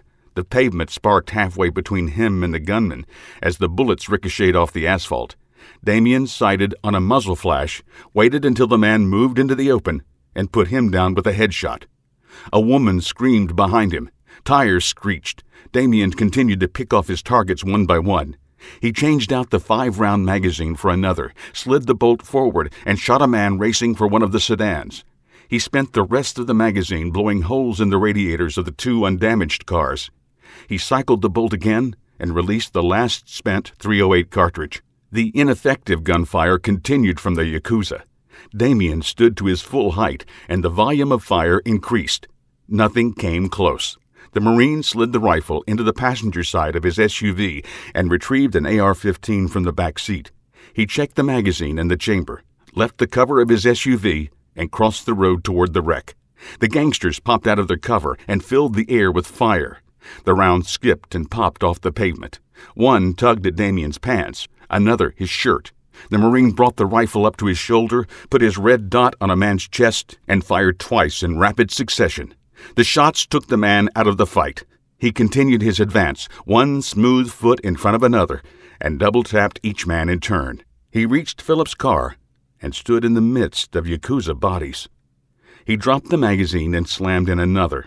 Damien methodically moved from man to man and shot each in the head. He stepped over the 2 he shot first and paused over the groin-shot hulk. The man reached a bloody hand to him. "Mercy," he said in heavily accented English. "And pain." Damien shot him and moved back to the Audi. He knelt, peered inside, and shook his head. The interior of the car fulfilled his fears. The scene reminded him of one of his first convoys in the Indonesian uprising. A roadside bomb obliterated a 6-wheeled 5-ton and reduced the occupants to pulp. The Marine gulped away the memory and reached for Philip. Faltermeyer lay upside down in the demolished Audi. His seatbelt held him to the seat, blood dripping onto the textured ceiling of the car. His severed left arm lay in the grassy median. His head twisted at an unnatural angle. Glassy eyes stared at nothing. "Rest in peace," Damien muttered. He reached out and closed the dead man's eyes. Sirens wailed in the distance. Damien stood and made his way back to his SUV. A crowd of onlookers watched, but most fled as he approached the Del Rio parking lot. A few stood their ground, including an old man with wrinkled leather-brown skin. He stood in the front of those that remained. He wore a baseball cap that read, Gulf War Veteran. "I would have helped you," the old man said, "but I didn't think you needed any." He offered a knowing smile. Tires squealed behind him. Damien turned and raised his rifle. A stretch limousine slid to a halt a few hundred meters away on the other side of the carnage. The car slowly made a U-turn in the break between the concrete barriers and sped off. Damien spat at the retreating vehicle. "You won't win," he snarled. "I vow today to avenge my brothers, just as I avenged those that died that day in Indonesia. I will hunt you down, and I will kill you all." Chapter 20. Atlanta, Georgia, 2:48 p.m. Nikki parked the BMW in the vacant lot outside of the Chattahoochee docks. She killed the engine and let her tears fall. The man who raised her, her mentor in business, the first man she ever loved, had been killed. She sobbed as the afternoon sun beat down. The November chill infiltrated the car, dispelling the last of the heat. Her racking sobs turned to chilled shivers. She gulped away the tears, swallowed the pain, and stared into the rearview mirror. Dark, bloodshot eyes gazed back at her. The streaks of her tears lined her face. She wiped her face, sharply exhaled, and left the car. She slowly walked to the front door of the abandoned market and paused at the concrete steps. A brisk breeze sliced through her coat and threatened to rip the skull cap off her head. Her dreadlocks flapped in the breeze beneath the black cloth. She fished her phone from her pocket and dialed Victor's number again. It went straight to voicemail. She returned the phone to her coat, reached for the door, and froze. The door lay slightly ajar. The lock shattered in pieces on the ground. Nikki stumbled back 2 steps. She glanced left and right, searching for danger. She saw nothing but empty asphalt, bare trees, and a calico cat slinking around the building. Her trembling hands pulled the little .380 from her purse. She edged her way toward the building, heart pounding, and eased open the busted door. She slipped inside and to her right. She crouched and let her eyes adjust to the gloomy interior.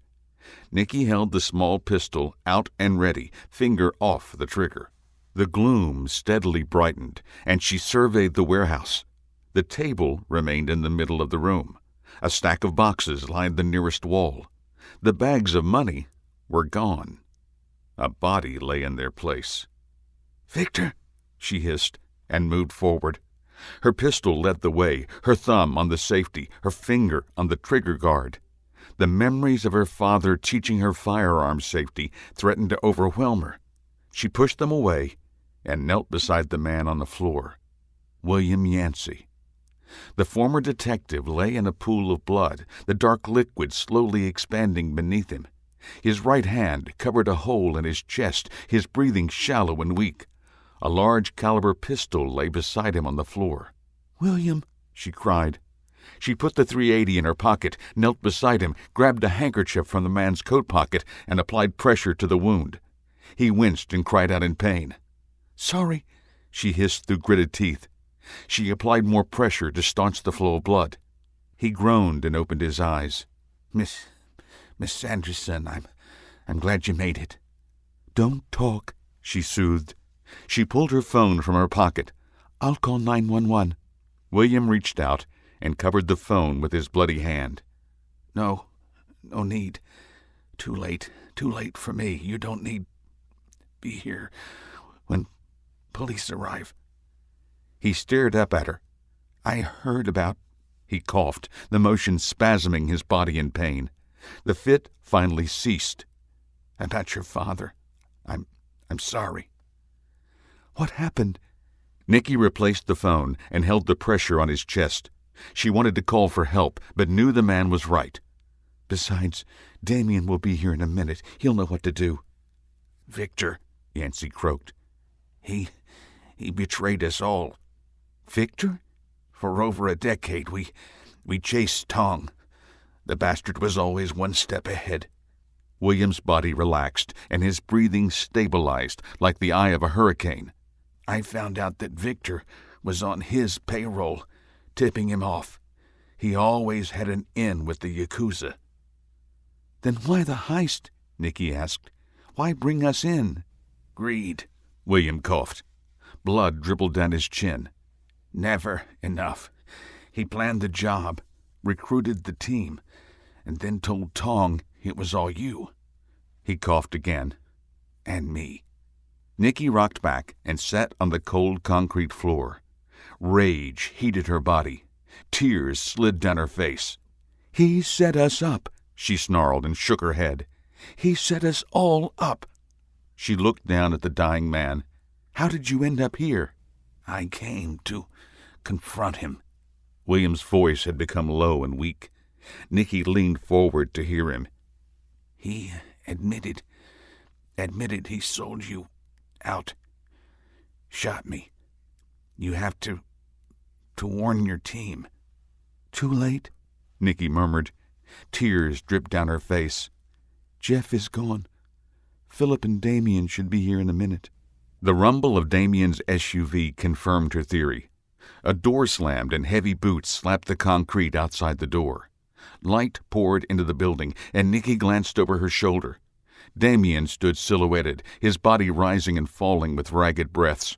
He let out a long sigh, and his shoulders slumped. "Damien?" Nikki craned her neck to look past him before the door closed. "Where's Philip?" He moved away from the door, and the light faded. She saw his face, and her heart broke. She shook her head. "No, no." "He's dead," Damien finally answered. He squatted beside her and took her in his arms. "Who is this?" "William Yancey," she said. "Nice to meet you, Mr. Jones," the detective croaked. "Protect her." His voice took on a serious tone. "You are the last. They will be coming for you." "Let them," the Marine snarled. "I've had just about enough of this sh—" "You can't fight them," Yancey protested. He raised his upper body and looked Damien in the eyes. "They are powerful. You cannot fight them that way." He collapsed back to the cold floor.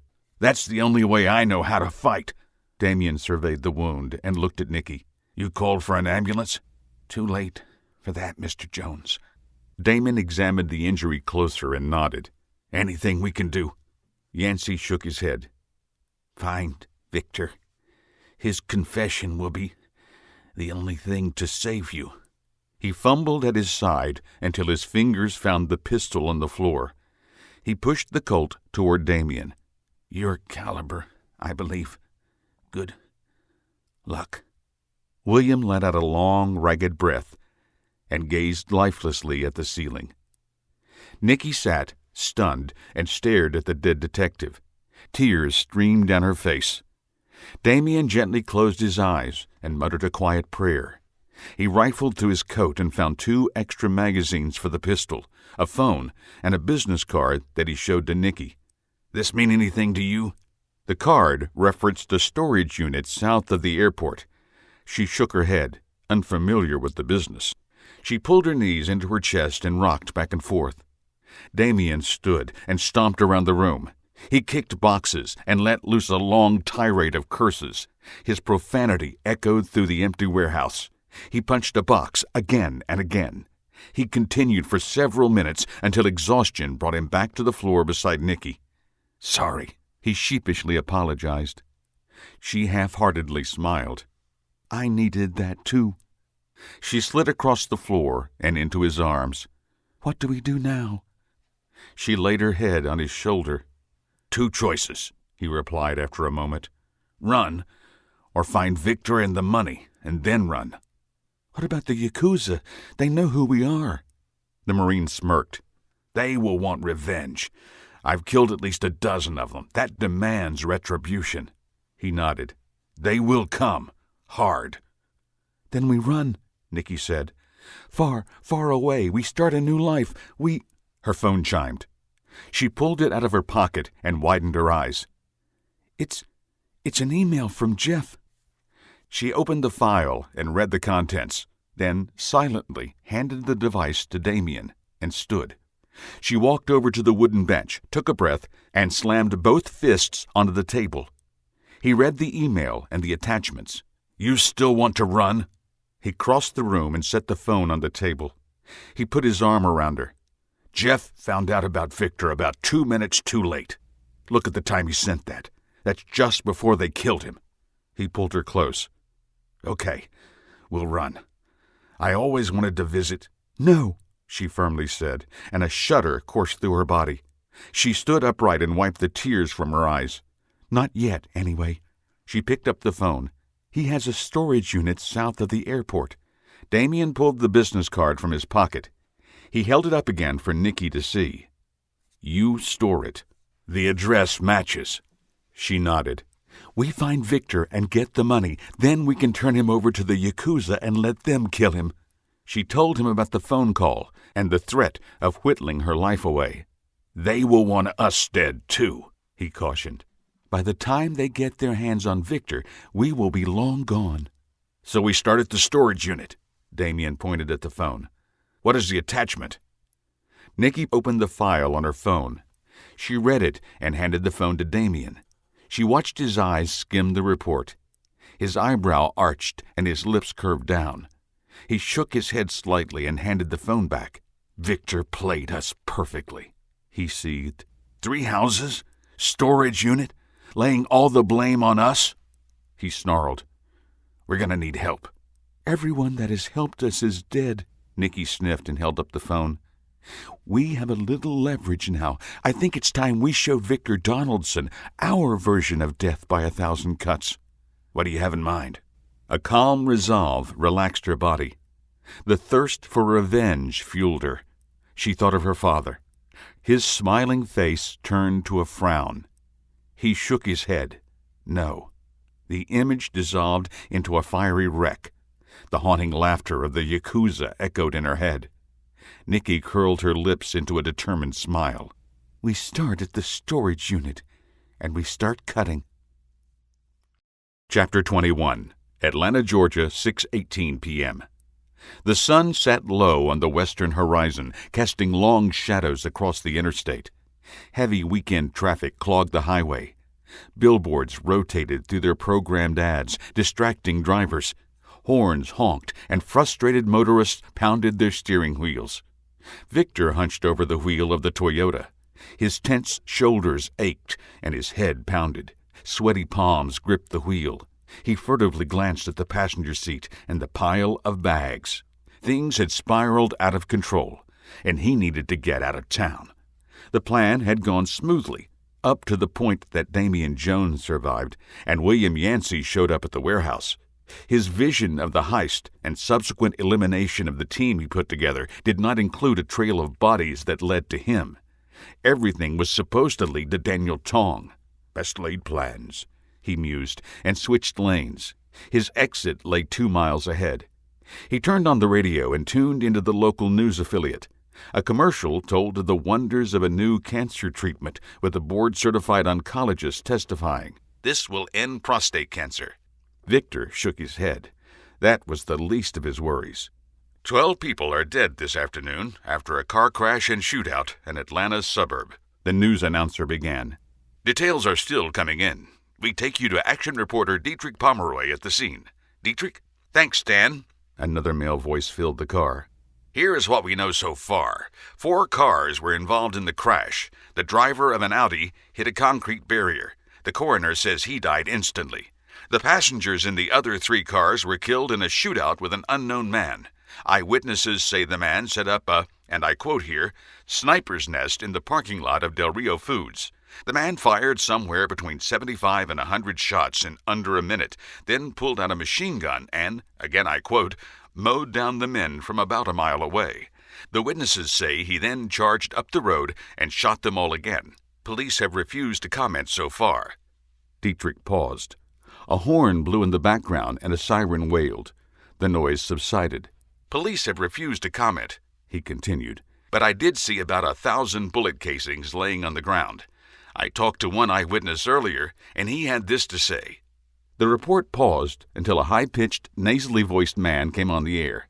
"He was a madman," he shouted in a deep Southern accent. I saw it in his eyes. Crazed, I tell you, crazed. He lay across the hood of his pickup truck and gleefully shot those men. I think he knew one of them. He yelled out, "Peter," and then started shooting. It was so loud it made my ears hurt.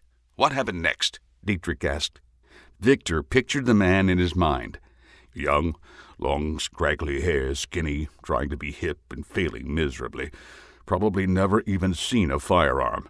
He grabbed this big, scary-looking machine gun and charged up the road. He screamed like in the old war movies and then just kept shooting. He killed everything. He stood over him and shot him dead. He came back, got in his pickup, and drove north. The interview paused and returned live. More sirens echoed from the speaker. Other witnesses have confirmed the man charged up the road with a machine gun. The police have put out a citywide BOLO for a silver-gray pickup. The driver is considered armed and dangerous. The police have scheduled a news conference for 5. Back to you, Stan. Thank you, Dietrich, for that on-the-scene... Victor turned the radio off and shook his head. He toyed with the idea of calling in and correcting the report on Damien's SUV, but thought better of it. They will trace the call, and you'll be involved, he muttered. Better to let it play out. He took the next exit and turned right. 3 minutes later, he punched in a code and entered the use-store-it facility. Row after row of aluminum units sat in the November twilight. He drove past 9 rows and turned right into the 10th. 2 large climate-controlled buildings stood 2 stories tall and created a quarter-mile corridor around him. He parked in front of a set of roll-up doors and killed the engine.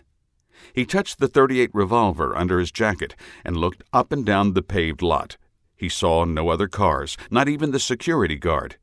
He nodded, left the car, and went inside the building. A wave of heat washed over him, and he stepped into the balmy 72-degree climate-controlled facility. His footsteps echoed in the empty corridor. He stopped before a small roll-up door labeled 1018, fished out his keys, and opened the 10x20 unit. His entire life lay in neat rows and labeled boxes before him.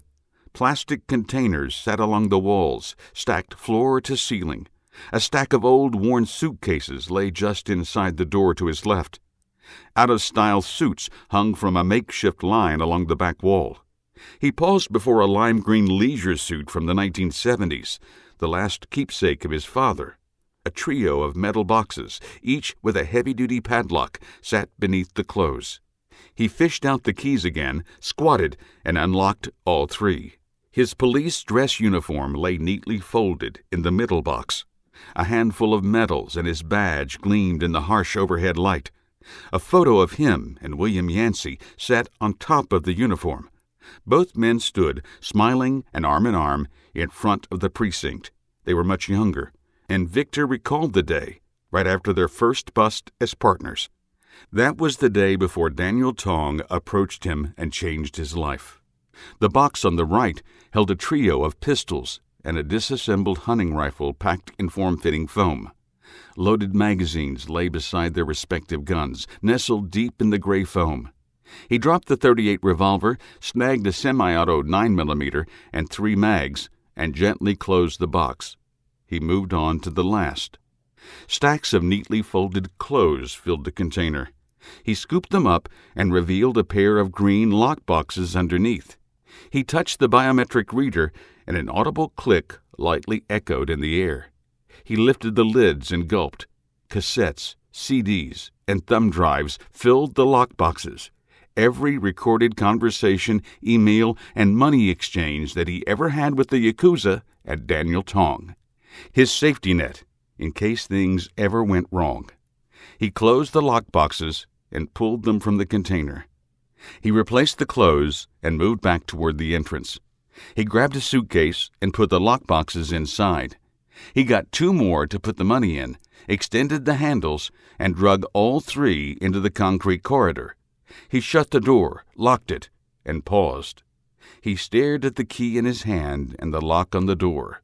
"To new beginnings," he muttered, and slid the key underneath the gap between the door and the floor. Victor scooped up the suitcases and headed for the door. He spent a few minutes transferring the cash from the Yakuza bags to the cases and stored everything in the trunk of his car. He took another look around, but found no one.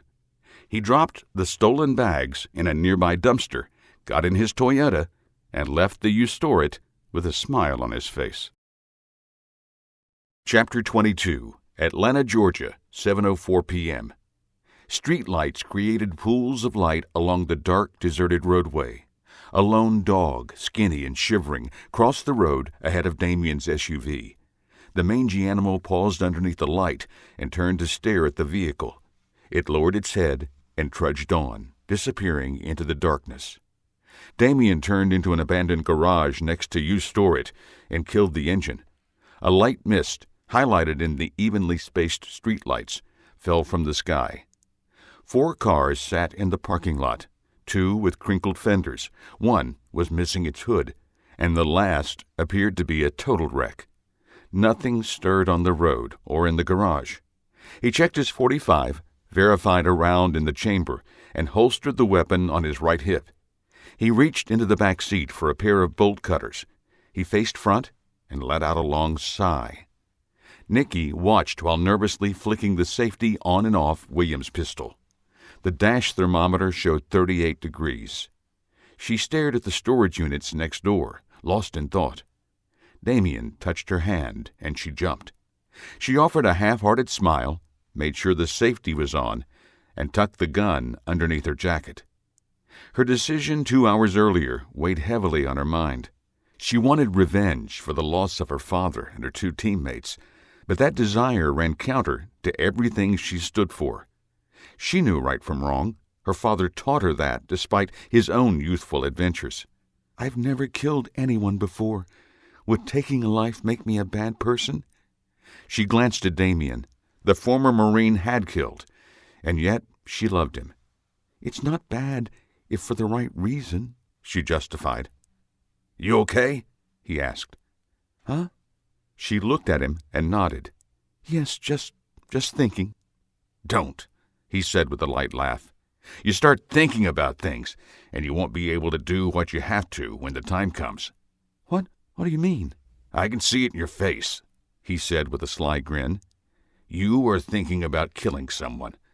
It's a hard decision to take a life. It changes you. You can justify it all you want. Tell yourself that they deserve it." He took her hand in his. "But when you get to that point, you cannot hesitate. If you do, you die." He squeezed her hand. "I promise you this. I will do everything in my power to keep you from that position." He smiled. "I'm going to kill the bastard myself." It's hard for you?" she stammered. How did he know I was thinking that? "Every time." He leaned over and kissed her gently on the lips. "That weapon is for your protection. Use it only if necessary." He patted the .45 at his waist and smiled. "Let me be the instigator. My dance card with the devil is already full. What's one more song?" "Don't say things like that." "Nikki." He stared at her. His emotional walls dropped, and she saw a vulnerable, pained soul. His cold blue eyes told a haunting tale of war, suffering, and loss. She saw something else, love and compassion. "Nikki, I will protect you until my dying breath. I love you." I love you too." He kissed her again. The cold air seeping into the shut-down car instantly heated. Passion exploded in the SUV. She broke the embrace with a sheer force of will. Her hand gingerly touched his left cheek. "Keep that thought," she teased. "We'll address that again later." "Promise?" She nodded. "I promise." She took a deep breath and straightened her clothes. "Let's go see what Victor has left for us." Nikki opened the door, and a rush of cold, misty air filled the SUV. She shivered, slid from her seat, and silently closed the door. She met Damien around the back, and together they moved toward the U-Store-It facility. A night watchman sat in the dark in a small glass-enclosed booth at the entrance. An electronic pad perched on a small ledge, and the flowing scenes of a video cast ever-changing shadows on his face. The pudgy man yawned, stretched, and scratched. He let out a long sigh, crossed his arms, and let his head hang. He jerked awake a moment later and started the routine again. The fourth iteration, he stayed asleep. Nikki followed Damien around the sleeping guard, through a 4-feet-deep culvert, and along the 8-foot-tall chain-link perimeter.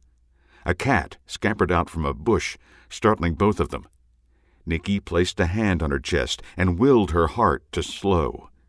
She sheepishly smiled at Damien. He gripped his .45 in one hand, the bolt cutters in the other, and motioned her forward. The mist turned into a light rain. A steady breeze at their backs propelled them along the fence. Nikki shivered and pulled her wet coat tighter.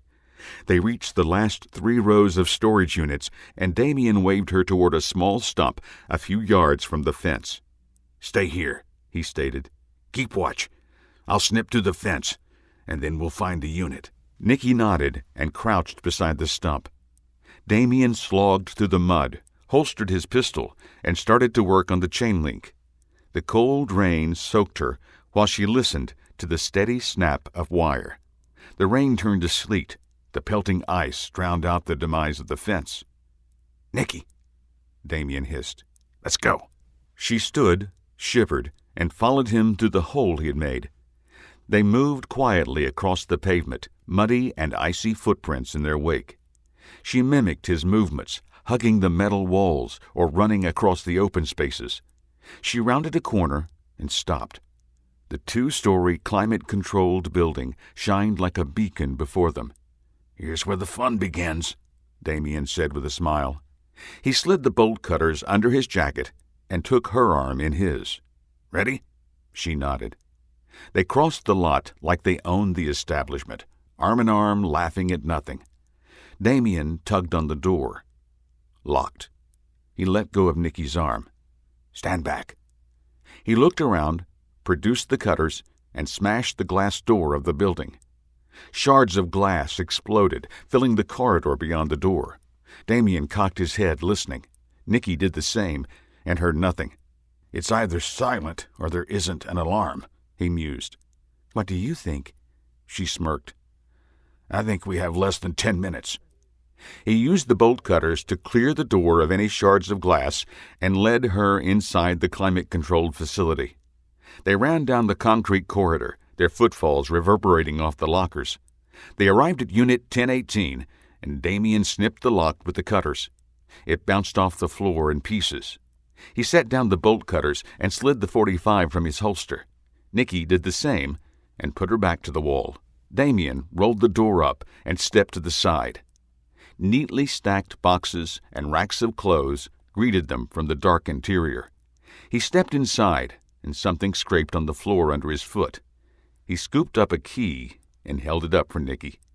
"He's already been here," she said. "Long gone," Damien agreed. He found a single pull-light string and yanked it down. A small 60-watt bulb lit the enclosure. A lime green leisure suit nearly glowed on a rack. Clothes draped over boxes beneath the rack. "Watch the door. Be ready to move to the back." Nikki eased toward the door, pistol in hand, and split her time between watching the corridor and watching Damien search the storage unit. He rummaged through boxes, strewing a police uniform, medals, and photos across the floor. He opened a final box and whistled. "Nikki," he called. She moved from the door and joined him in the back of the unit. A metal box lay open to the world, its contents shining in the dim overhead light. She holstered the .45 and leaned down to inspect the small arsenal left behind.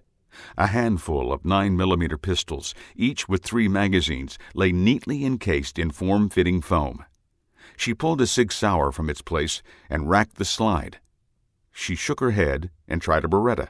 The third, a Smith & Wesson, felt good in her hand. She grabbed the 3 magazines and nodded to Damien. He silently smiled and knelt before the box. He removed the top panel, and Nikki whistled. A short katana, nunchucks, and other martial arts weapons lay in neat rows.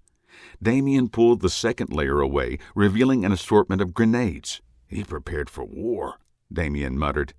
He carefully retrieved the grenades, tested their weight, and stuffed as many as he could inside his coat pockets.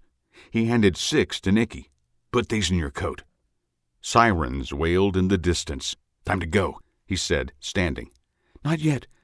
Nikki grabbed the katanas and 2 eskrima, Japanese fighting sticks. "I want these." Why? She cast a warped grin. "You're trained with guns and grenades. I'm trained with these." Swords? He shook his head. Really? The sirens grew louder. "Really," She insisted. "help me with these." She pointed at the eskrima. "We can discuss my background later, after we get out of here." Damien grabbed the 2-foot-long sticks and retreated out of the locker. He kicked the broken lock inside and slammed the door down. Out the back. He nodded toward a green emergency exit sign down the corridor. Tires screeched outside. Red and blue lights strobed the storage building. Doors slammed, and officers yelled. Damien hit the exit door with his shoulder, Nikki on his heels. An ear-splitting klaxon filled the air, and a yellow light above the door flashed. Cold, wet air pummeled Nikki in the face. She lowered her head and pushed through the shock. She stayed with Damien, hugging the wall as they made their way to the end of the building. An officer rounded the corner 2 feet away, gun drawn. She stifled a scream. Damien dropped the eskrima, grabbed the man's weapon with his left hand, and punched him in the jaw with his right. The Marine put his back to the officer's chest, blocking the body cam, and unleashed a fury of elbow punches and backhands. The officer slumped, beaten but alive. Damien gently lowered him to the ground, face down. He turned to Nikki and put his fingers to his lips. Quiet, he mouthed. Nikki nodded, picked up the fighting sticks, and followed him toward the hole in the fence. He led them on a long, curved route to limit their exposure to the building's lights. They followed the mud trail back toward the fence. Nikki ducked through the opening and headed in the direction of the stump where she had waited earlier. Freeze! 2 officers rushed out of the darkness. One grabbed Nikki's arm while the other turned to face Damien. The Marine hit the policeman on a dead run, bowled him over, and knocked him into a drainage ditch. The officer tumbled, rolled, and came to a stop in a gently flowing creek in the ditch. He raised his head, shuddered, and collapsed. Nikki yanked her arm away, reared back, and struck the officer in the chest with the 2 eskrima in her right hand. His body cam exploded. He yelled, stepped back, and reached for his holstered pistol. She split the wooden sticks, 1 in each hand, and attacked. The first hit knocked the gun from the officer's hand. The second connected to his sternum. He staggered back. Nikki stayed with him. She stepped forward, the eskrima a blur.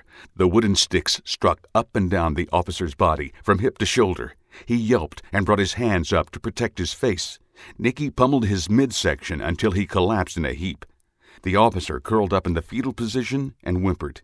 "Hey!" Another officer yelled from the darkness.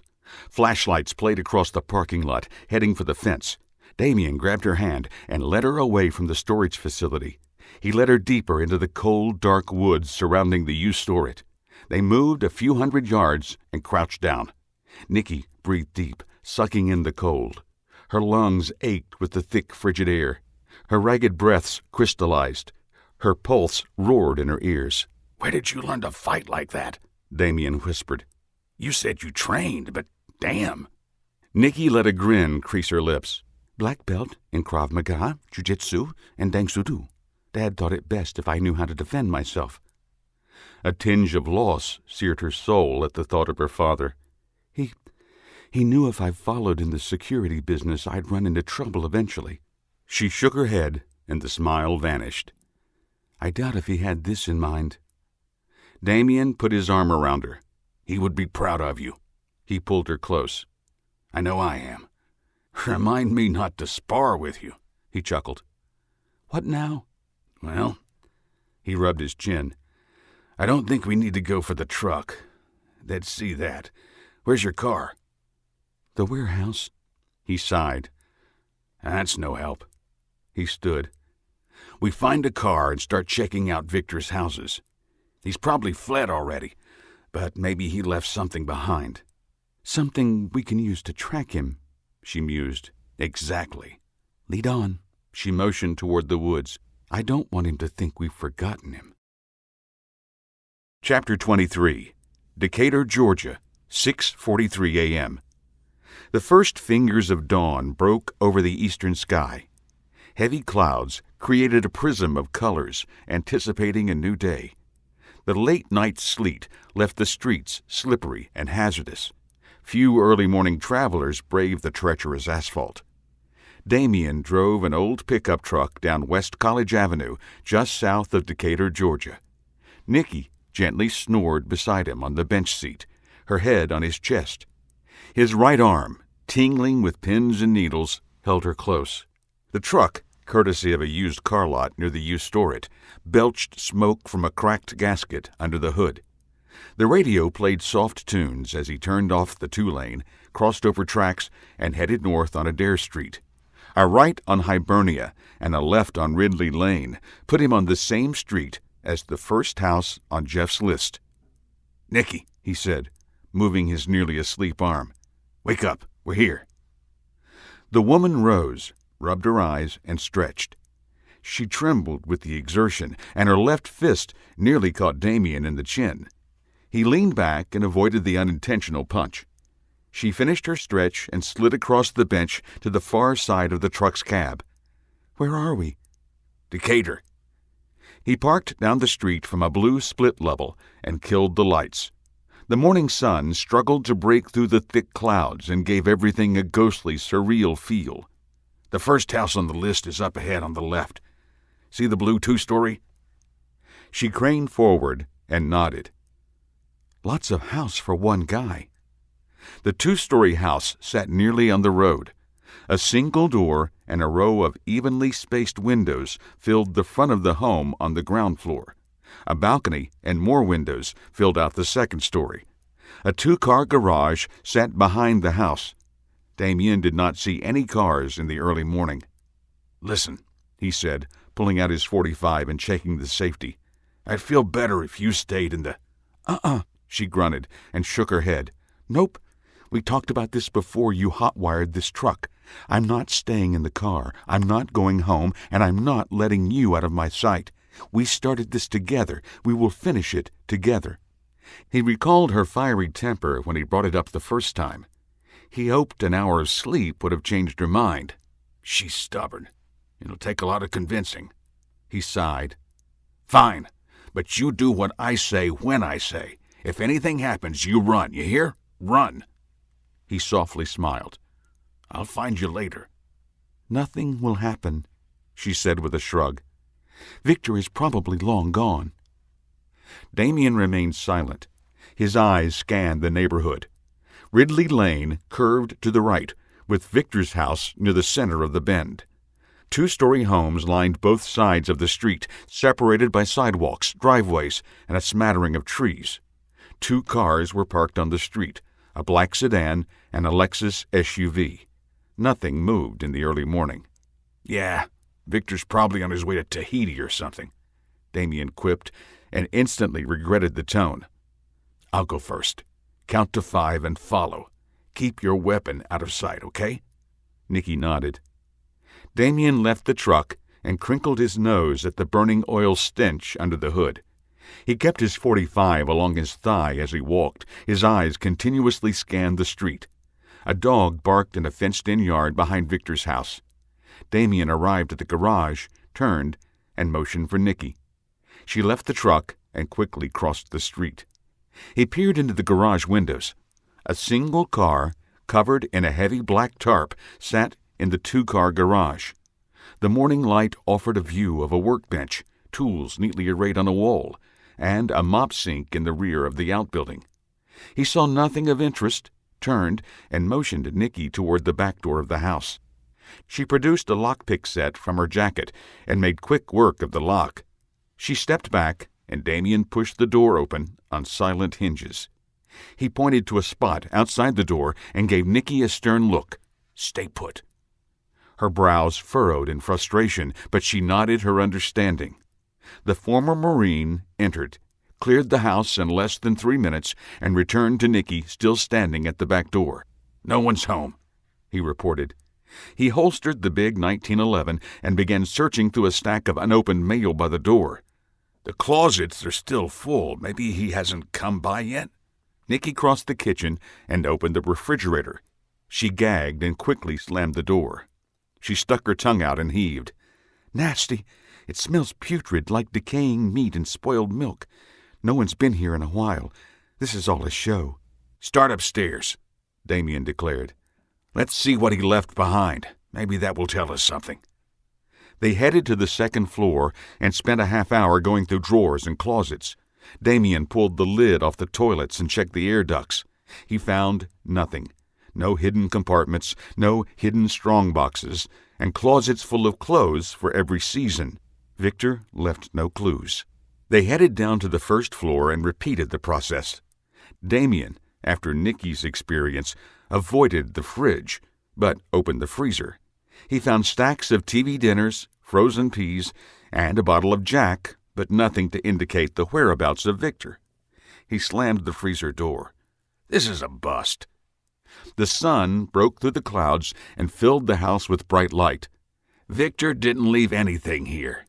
He rummaged through the cabinets, found a glass, and filled it from the tap. What's next on the list? The next house is downtown, Nikki said, stifling a yawn. The longer this takes, the farther away he gets. She let the yawn hit and stretched her body with the act. Her joints creaked. She smacked her lips. I could use a few more hours' sleep. She cocked an eyebrow. How are you holding up? Damien smiled. I once went 3 days without sleep. He put a fair amount of swagger in his voice. We were staking out this little village in Indonesia, and doors slammed outside, stopping his story. He crossed the living room, tripped over an area rug, caught himself on the sofa, and peeked through the blinds. 2 cars joined the sedan, parked a half-block up the street. A dozen Yakuza, dressed in black suits, pistols held along their legs, slowly advanced toward the house. Damien drew the .45 and touched his 2 spare mags on his left side. Reassured, he turned to Nikki. I saw that sedan, but didn't see anyone in it. Damn. He rubbed his eyes. I must be tired. What sedan? What's out there? The Yakuza. Nikki's eyes widened, and she shivered. She fumbled for the Smith & Wesson, pulled it, and held it tightly with white knuckles. Her eyes flitted from Damien to the front door and back. Head out the back, he instructed, and stole another glance out of the blinds. They haven't surrounded the house yet. Can you get over the fence? She glared at him. Never mind. Stupid question. He shook his head. Hop the fence and keep going. There are some apartments north of here. Find a car and run. I'm not leaving. I'm not asking. He put a stern iciness in his voice. I'm telling you, go. Find Victor or just keep running. I'll be right behind you. He said softer. I'll meet you at his downtown apartment at noon. If I'm not there by that time, run. Don't look back. Run. He checked for a round in the chamber. If I'm not there by noon, I'll be dead. He pushed out his final words in a matter-of-fact tone to drive his point. He peeked out of the blinds again. The 12 men gathered on the edge of the property. An older man issued orders and pointed toward the house. The Yakuza split up. Go, Damien said without looking behind him. You have about 30 seconds before you're trapped in here with me. He turned. Nikki, you don't want to be in here with me. He hated sounding cold and hard, but it had to be said. I love you, she said. I love you too. Nikki turned and left the living room. The back door opened and quietly shut. Damien stepped away from the window and searched the first floor again for anything to help even the odds. The living room, painted a dull green, offered nothing except a heavy lamp. He moved to the kitchen, hoping for a gas stove. It was electric. A laundry room sat off the kitchen. He grabbed a box of laundry detergent and headed back to the living room. The front door burst open. Damien tossed the detergent at the man standing in the breach, assumed a shooter's stance, and pulled the trigger twice. The big 1911 bucked in his hands. Flame lit the dim room twice in rapid succession. The man disappeared from the door. 2 more took his place. A mist of detergent hung in the air. Both men paused, waving the powdery cloud away. Damien took advantage of the distraction and shot each man twice in the chest. He dropped the mag and reached for his first spare. Automatic fire ripped through the front windows. The Marine ducked and took cover behind the edge of the staircase. He slapped the fresh mag in and watched bullets tear up the living room. 2 other windows shattered under the blistering fire. 3 shooters. Bullets smacked into the walls, the furniture, and everything in between. A picture frame shattered. The flat-screen TV cracked, a line of bullet holes etched diagonally across. Plumes of upholstery filled the air. The detergent haze added to the particulates in the room. Yukike, imada! Damien recognized the command, knew they would be coming. He jumped and ran for the kitchen. Bodies crossed the threshold behind him, their shadows playing on the walls leading to his destination. He fired twice without looking. The shadows retreated. He made the doorway a second before auto-fire raked the wall. Damien slid on the linoleum floor and caught himself on a small island in the kitchen. The back door swung open, and 2 men entered. They froze at the sight of the big blond-haired Marine, stunned looks on their faces. Damien fired twice. Recoil traveled up his arm. The report echoed in the small kitchen. Both men fell. He glanced again at the stove, grimaced at the lost opportunity, and raced out the back door. More shots sounded at his back. The chatter of fire rose, and bullets zipped by his head. One tugged at his pants leg. One grazed his left shoulder. Another punctured his skin on his right side. The flesh wound burned and spurred him on. He bounded up and over the fence without losing velocity. He landed, rolled, and took cover behind a large oak. A quick glance told him the wounds would heal. More scars on his abused body. He put the thought of wounds, scars, and pain out of his mind. He grabbed his spare mag in his left hand and took aim with the pistol in his right. Time to make them pay. 2 men popped their heads over the fence and immediately dropped back. Damien bided his time, resisting the urge to shoot them through the wooden barrier. He sucked in a breath and let it out. The same 2 crested the fence and dropped to the ground a few feet to the right of their original position. A real thin man, an unlit cigarette tucked neatly behind his ear, held a rifle. His eyes and the long gun tracked back and forth, looking for a target. His partner, a chubby man carrying a shotgun, turned and yelled for the others on the opposite side of the fence. Damien counted to 5. 3 more men crested the fence. The Marine put the skinny man down with a single shot to the head. His chubby partner turned in time to take 2 to the chest. The 3 on the fence, already committed, fell to the ground on Damien's side. He emptied the rest of the magazine, replaced it, and fired until the slide locked back.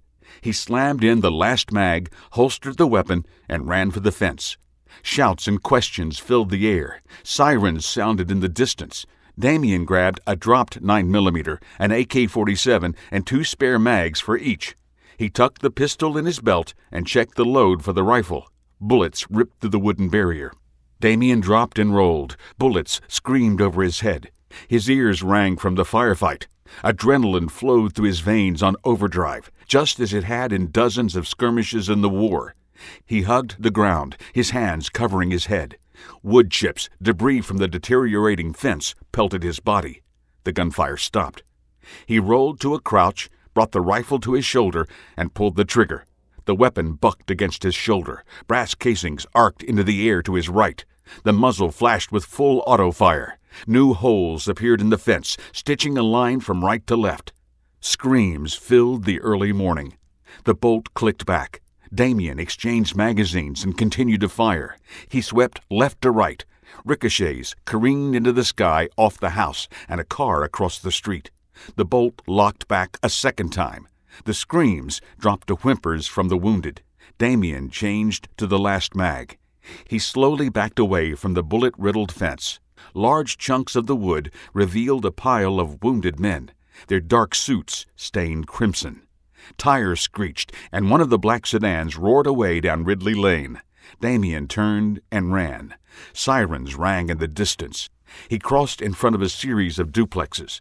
People stood on their porches or in their doorways, many in their robes. They pointed and shouted questions.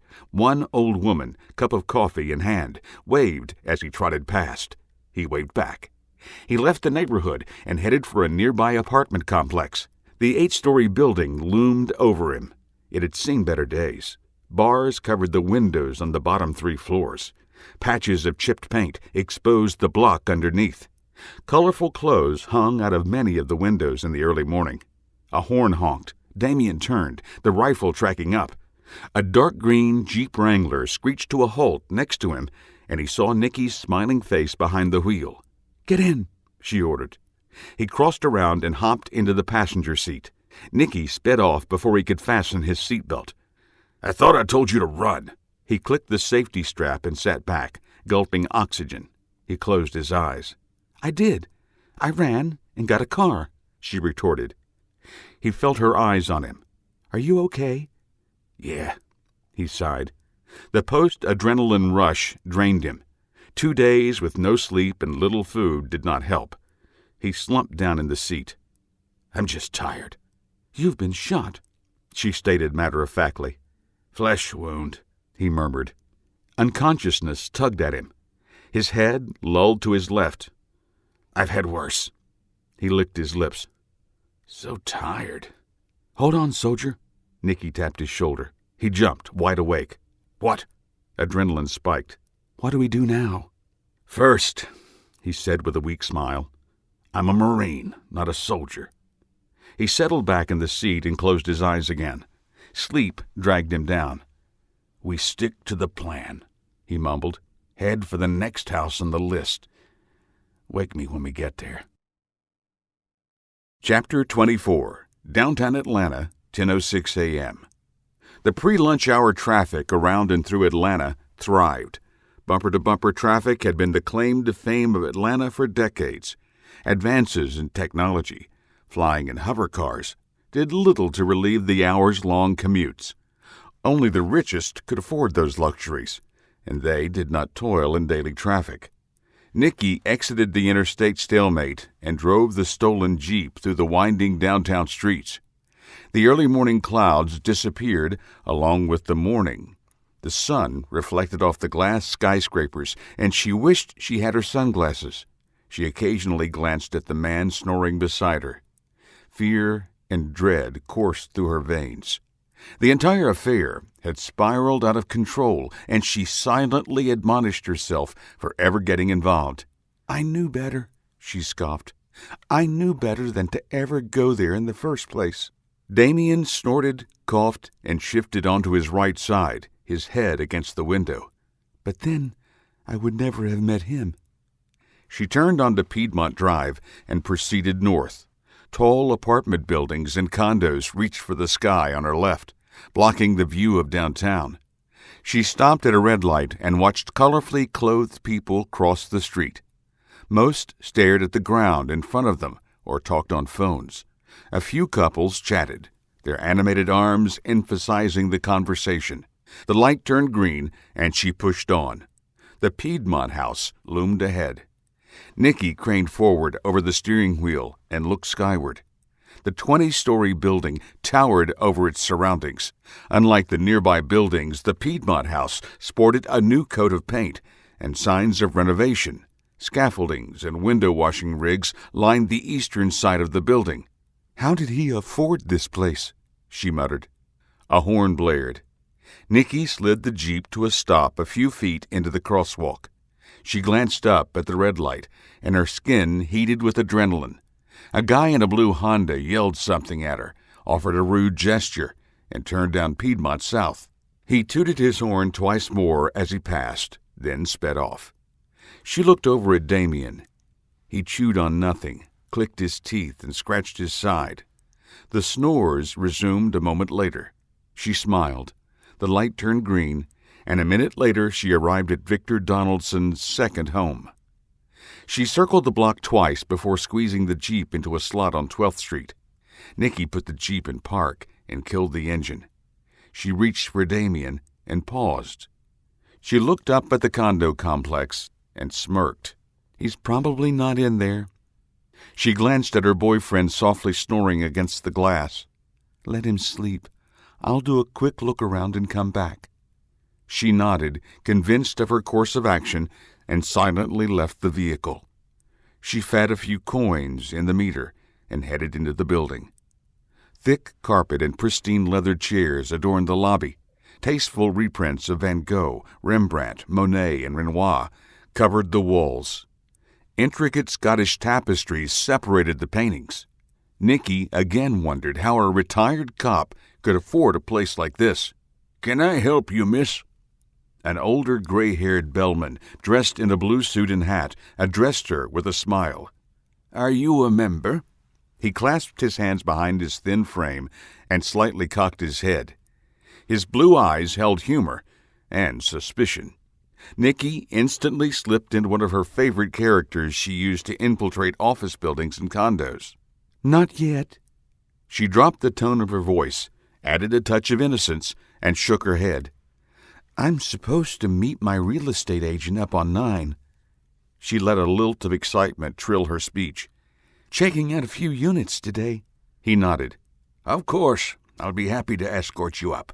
She batted her lashes and flashed a toothy grin. "I would love that," she enthusiastically said.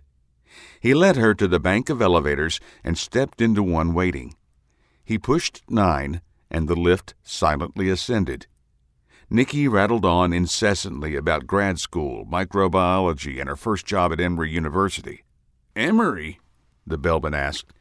"There are apartments a lot closer than the Piedmont." Nikki cocked her head. "Is there something wrong with the Piedmont house?" "Oh, no, miss." The man bristled and waved her comment away. "We actually just renovated all of the east-facing condos. I can say this is one of the finest apartment buildings in all of Atlanta." "That's why I'm here." Nikki jutted her chin. The elevator dinged, and the doors opened. She stepped out into another posh corridor with thick, light blue carpet and beautiful murals of the beach. "Each floor has a theme," the doorman explained. "For instance, this is the ocean floor. The 14th is mountains, and 18 is Santa Fe, or desert motif." He looked up and down the corridor. "I don't see your agent." "She must be running late. Traffic was cray-cray this morning." The doorman laughed. "Cray-cray. I haven't heard that term used in nearly 30 years. "One of my father's favorites." "Ah." Nikki moved off a few steps and studied a beach painting. 2 young kids and a shaggy dog stared at the sun setting on the waves. She moved to the next one, wondering how long the doorman would stand watch. She traveled all the way down the corridor, noted the window opened out, and the lack of a fire escape. She started back up the hallway under the watchful eye of the doorman. "Perhaps you should give her a call," he suggested. "Excellent idea." Nikki pulled out her phone, dialed her office number, and waited until her voicemail picked up. "Sally, hi, it's Janice. Where? Oh, yes, I'm here already. It's a lovely building." She cut her eyes to the doorman. "Everyone is so friendly." "Yes, of course." "What? No, not a problem. 30 minutes? I'll be here. Ciao." 30 minutes? The doorman smirked. "I can't wait up here that long. You can wait in the lobby, Miss—" "Janice Montgomery. Dr. Janice Montgomery." "Dr. Montgomery?" He motioned toward the elevator. "This way." "Can we see the 12th floor?" Nikki added a tinge of disappointment to her voice. "That is where the second condo is I'm supposed to look at." The doorman rubbed his chin. "I don't recall anything for sale on the 12th. He stared, suspicion in his eyes. "Why don't we head back to the lobby?" "Okay," Nikki answered, her tone cold and harsh. She leaped and whirled, her right foot connected with his face. The doorman smashed into the wall and slid to the floor, unconscious. Nikki lightly landed on her feet. "Sorry about that." She ran down the hallway, her footsteps silent on the plush carpet. She reached the end of the passage, opened the stairwell door, and proceeded up to 11. Her pounding footfalls echoed in the not-so-posh stairwell. Concrete steps and walls stood in stark comparison to the hallways. Obviously, they don't think their clientele will ever use the stairs. She arrived on 11 and discovered an underwater motif. Murals of sea creatures lined the corridor. She paused at a picture of Nemo and Dory near a coral reef, smiled, and continued to Condo 1184, Victor Donaldson's apartment. Nikki picked the lock in less than 30 seconds, opened the door, and stepped inside. An alarm panel beside the door beeped a low warning, an amber light flashing in time with the tone. Nikki flicked on the light switch, looked at the alarm casing, and smiled. Hidden Sands Security adorned the cover, in bold gold letters. 1403, Nikki mumbled. Top of the line. She removed the panel, crossed 3 wires together, and the system clicked green. Good thing I know the back door. She turned, examined the condo, and frowned. 2 wicker chairs without cushions sat in the middle of the main living area. She saw no TV, no pictures, nothing personal. A quick examination of both bedrooms revealed the same, a bed and an empty dresser in each. Nikki searched every nook and cranny she could find and think of. Victor Donaldson left nothing behind. She ran a finger across the dusty countertop. Not even sure he's been here in months. She pulled out her phone. 11:14 a.m. She reactivated the alarm, left the condo, and rode the elevator to the lobby in silence. The door opened, and she came face to face with the doorman. His eyes widened in surprise. "Dr. Montgomery," he said in a low tone, and smiled. "You just saved me the trouble of finding you." He grabbed her arm. "You'll be happy to know the police are already on their way." Nikki pulled the 9mm from her waist and jammed it into the man's ribs. His smile vanished, and his lips trembled. Sweat beaded on his forehead. She twisted the barrel and stepped closer to the older man. She intertwined her arm in his to hide the pistol and loudly proclaimed in her best Southern belle voice, "You'll escort me to my car? Such a gentleman. I knew this was where I wanted to live. You sure can make a girl feel welcome." The doorman simply nodded and led the way to the front door. He opened it and followed Nikki out, never more than a half-step behind. The cold air energized her. The invigorating breeze crystallized her breath. The doorman trembled. From the cold or fear, Nikki did not know. "Sit here." She moved him to a pair of chairs outside a coffee shop on the first floor. "Close your eyes and count to 100. After that, go back inside and do whatever you need to." She grimaced at the red welt on his face. "If it's any consolation, I'm really sorry about your face." He looked at her with sad blue eyes. "Start counting." He closed his eyes. 1, 2, 3. Nikki tucked the gun back into her waist and quickly crossed the street against the flow of traffic. She grabbed the Jeep handle, opened the door, and hopped into the seat. "That was a bust," she proclaimed. "I guess—" She looked over to the passenger seat. Damien was gone. Chapter 25. Atlanta, Georgia, 11:29 a.m. Panic welled within Nikki. She jerkily checked the back seats of the Wrangler, the front seat, and even bent down to check the floorboard. She sat up, out of breath and trembling. "Damien?" she called. She searched the traffic and the sidewalks. Hundreds of people clogged the sidewalk. A few glanced at the Jeep but continued on their way. A dog walker escorted a pack of snippy animals a block down. Cars zipped up and down the busy road. She saw no sign of Damien. The doorman shouted. Horns blared. Nikki looked across the street. The doorman stood on the edge of the street, phone to his ear, and pointed at her. A car screeched to a halt, barely missing the man. "Move your ass!" the driver yelled and laid on the horn. The words sparked Nikki's fight or flight instinct. She fired up the Jeep, jammed it in gear, and stomped on the gas. The lumbering, top-heavy vehicle careened off the car parked in front of it and pushed it out of the way. Nikki gritted her teeth against the wrenching tearing of metal. The Wrangler slid out into traffic and left the Piedmont house behind. Nikki drove through 2 red lights, turned left, and headed deeper into downtown. Thoughts and scenarios flitted through her mind. The images flashed by so fast her vision blurred. She turned right and another left onto Cypress Street. She found a parking deck and turned inside. She parked 2 decks up and killed the engine. Tears filled her eyes. She breathed in ragged gulps of cold air and willed her heart to slow. "Stop it," she admonished herself. "Get a grip. He's okay. He's okay," she repeated. She almost convinced herself. Sirens wailed in the distance. They grew louder and faded in random intervals. A couple emerged from a nearby elevator, got in their car, and drove away without a glance in her direction. The anonymity calmed her, and she breathed a long, slow exhale. Now what? She looked around the Jeep again, hoping for a note, a sign from Damien. She rolled her eyes. Call him.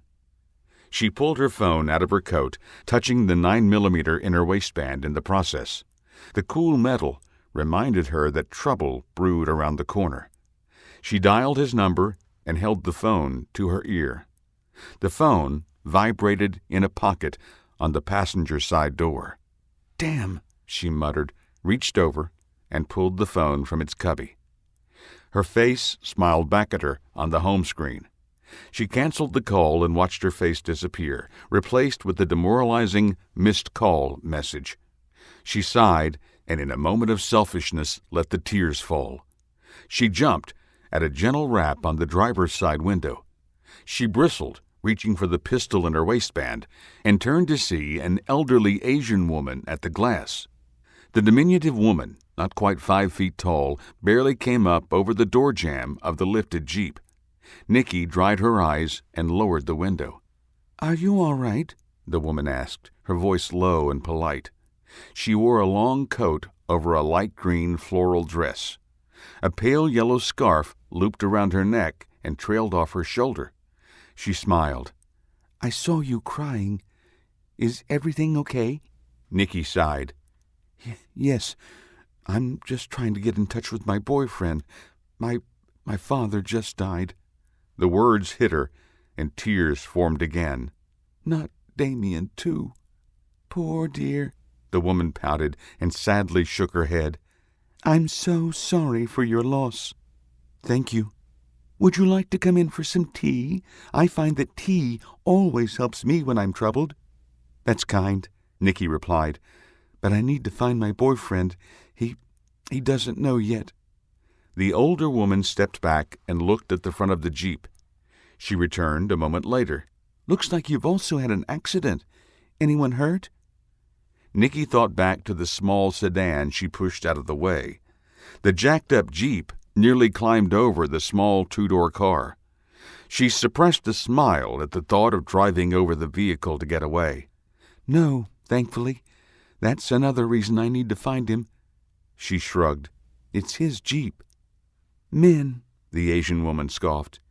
"He'll forget all about his fender when you tell him about your father, and if he doesn't," she leaned forward, "then he isn't the one." "Thank you. That's exactly what I needed to hear." Sirens raced by outside. Nikki counted 3. "Goodness at the racket," the woman said. "Well, it's cold out here. I'm going inside. Sure I can't offer you a cup of hot tea?" "No, ma'am, I'll be fine." "You just might be at that." She nodded, turned to walk away, but stopped.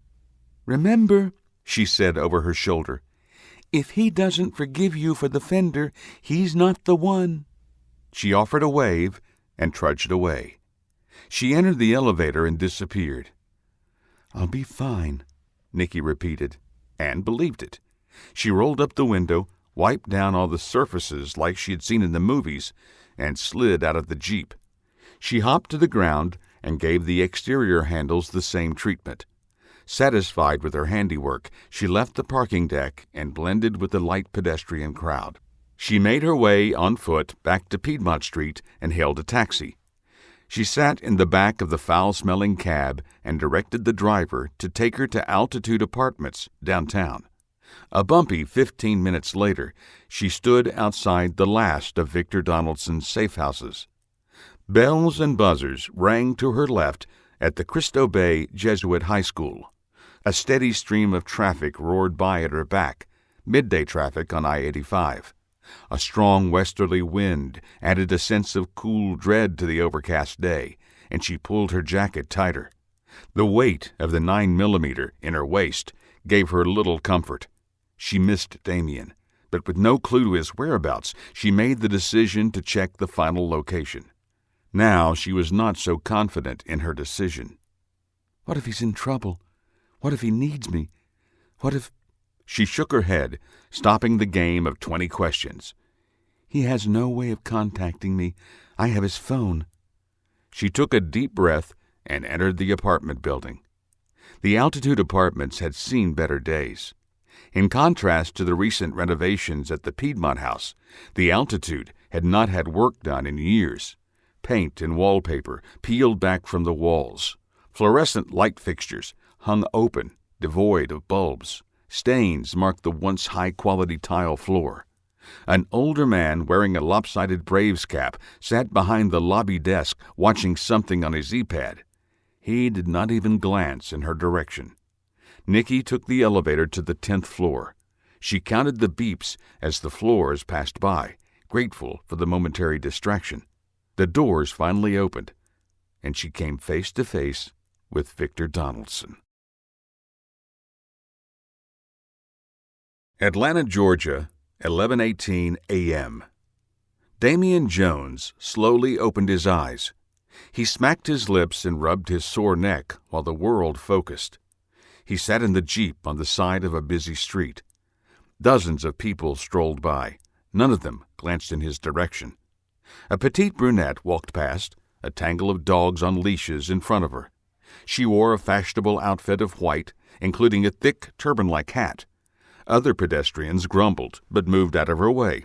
She, oblivious to the hateful stares, proceeded up the street, the small dogs cutting her a path through the crowd.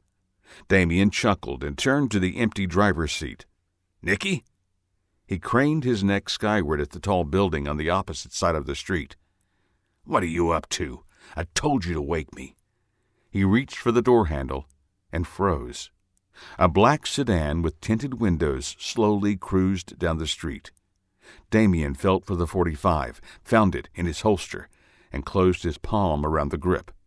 The car slid past, turned right, and disappeared. "Do they know about this place too?" he said aloud.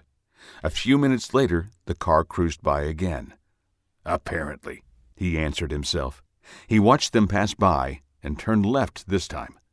Damian sank down in the seat and alternated watching the street, the passerby, and the doors to the condo across the way. Everything and everyone appeared normal. People entered and exited the coffee shop on the condo's first floor. A meter attendant slowly made his way down the lane checking parking meters. The lady with the dogs rounded the corner 2 blocks up, heading back the way she came. The sedan cruised by a third time.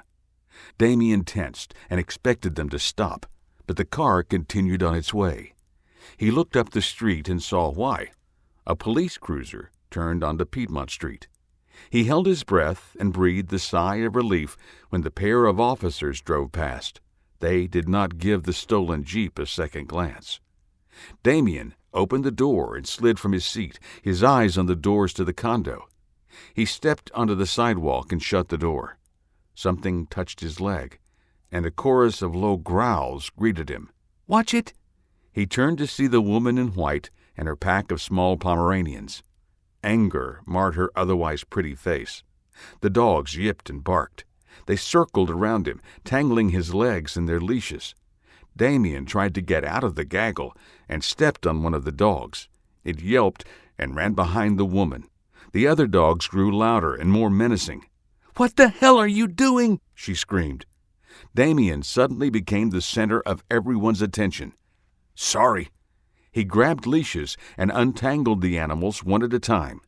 He split his attention between the dogs, the front of the building, and the street. His face flushed with embarrassment at the cackles of the pedestrians. "Sorry," he said again. The black sedan turned back onto Piedmont. The Marine untangled himself from the animals, ensuring he stayed behind the bulk of the Jeep. The lady in white uttered a string of curses and strolled off, making kissing sounds at the dogs.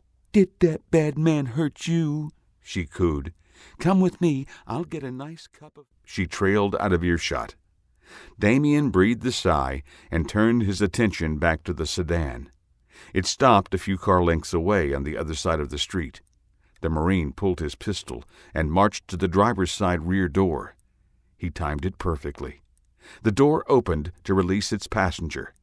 Damian grabbed the door and slammed it on the man's emerging head. The Yakuza's eyes rolled back in his skull, and he collapsed inside the car. The Marine never slowed. He ducked his head and slid into the back seat, relieving the unconscious man of his weapon as he passed. Damien sat in the seat and stared at the shocked face of 3 Yakuza, 2 in the front and 1 in the back. He held his .45 close to his body, pointed it at the man in back. He jammed his commandeered pistol into the seat, aimed at the back of the driver. "You're not going to believe the day I'm having," he said. "Let's not make it any worse, huh?" He looked all 3 in the eyes, the driver's face highlighted in the rearview mirror. "You know what to do." Each man slowly dropped his weapon on the floor of the car. "Hands on the seat or dash," Damien ordered. The 2 passengers complied. He nudged the driver through the seat. "Drive." The sedan continued down the street and turned left. Damien saw the lady in white and her dogs confronting the 2 policemen. The bouncing dogs vanished as the car cruised away from Piedmont. Damien sat back in the seat and hoped Nikki would be okay. If anything happened to her, because he... "Mr. Jones, I presume." The Marine snapped out of his thoughts and turned his attention to the man in the front passenger seat. He appeared average for a Japanese, with short black hair and a dragon tattoo on his neck. The body and tail disappeared into his tailored suit. "And you are?" "You may call me Mr. Marie." "I would say it's a pleasure to meet you, Mr. Marie, but—" Damien left the sentence unfinished. Marie chuckled. He lifted his hands from the dash, hesitated, and put them back. "I do understand your predicament, Mr. Jones, and I sympathize. But you understand we cannot allow someone to kill our people with impunity." Damien remained silent. He split his attention to all 4 men, including the unconscious one slumped in the floorboard. "As a favor to you," Maury continued, "I make you this promise. If you surrender, I will make it quick and painless." "Why would you do that?" Marie laughed. "Because of your tenacity, Mr. Jones. I have received 3 promotions in as many days. What would have taken me years, your exploits granted me in days. For that, I offer you the act of kindness." "That is kind, but I must refuse. I have some unfinished business of my own." "You are referring, of course, to Mr. Donaldson," Marie tisked. A tinge of sadness filled his voice for a moment.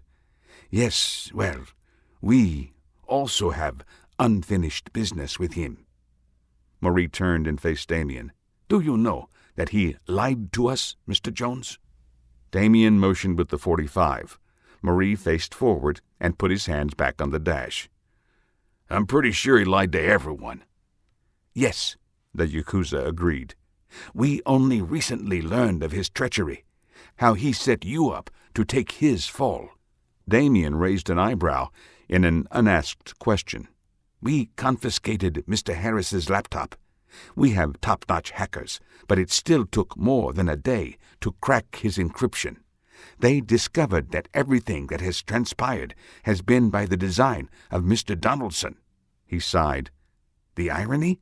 If you had not been so adept at your job, we would relieve you of responsibility for the robbery.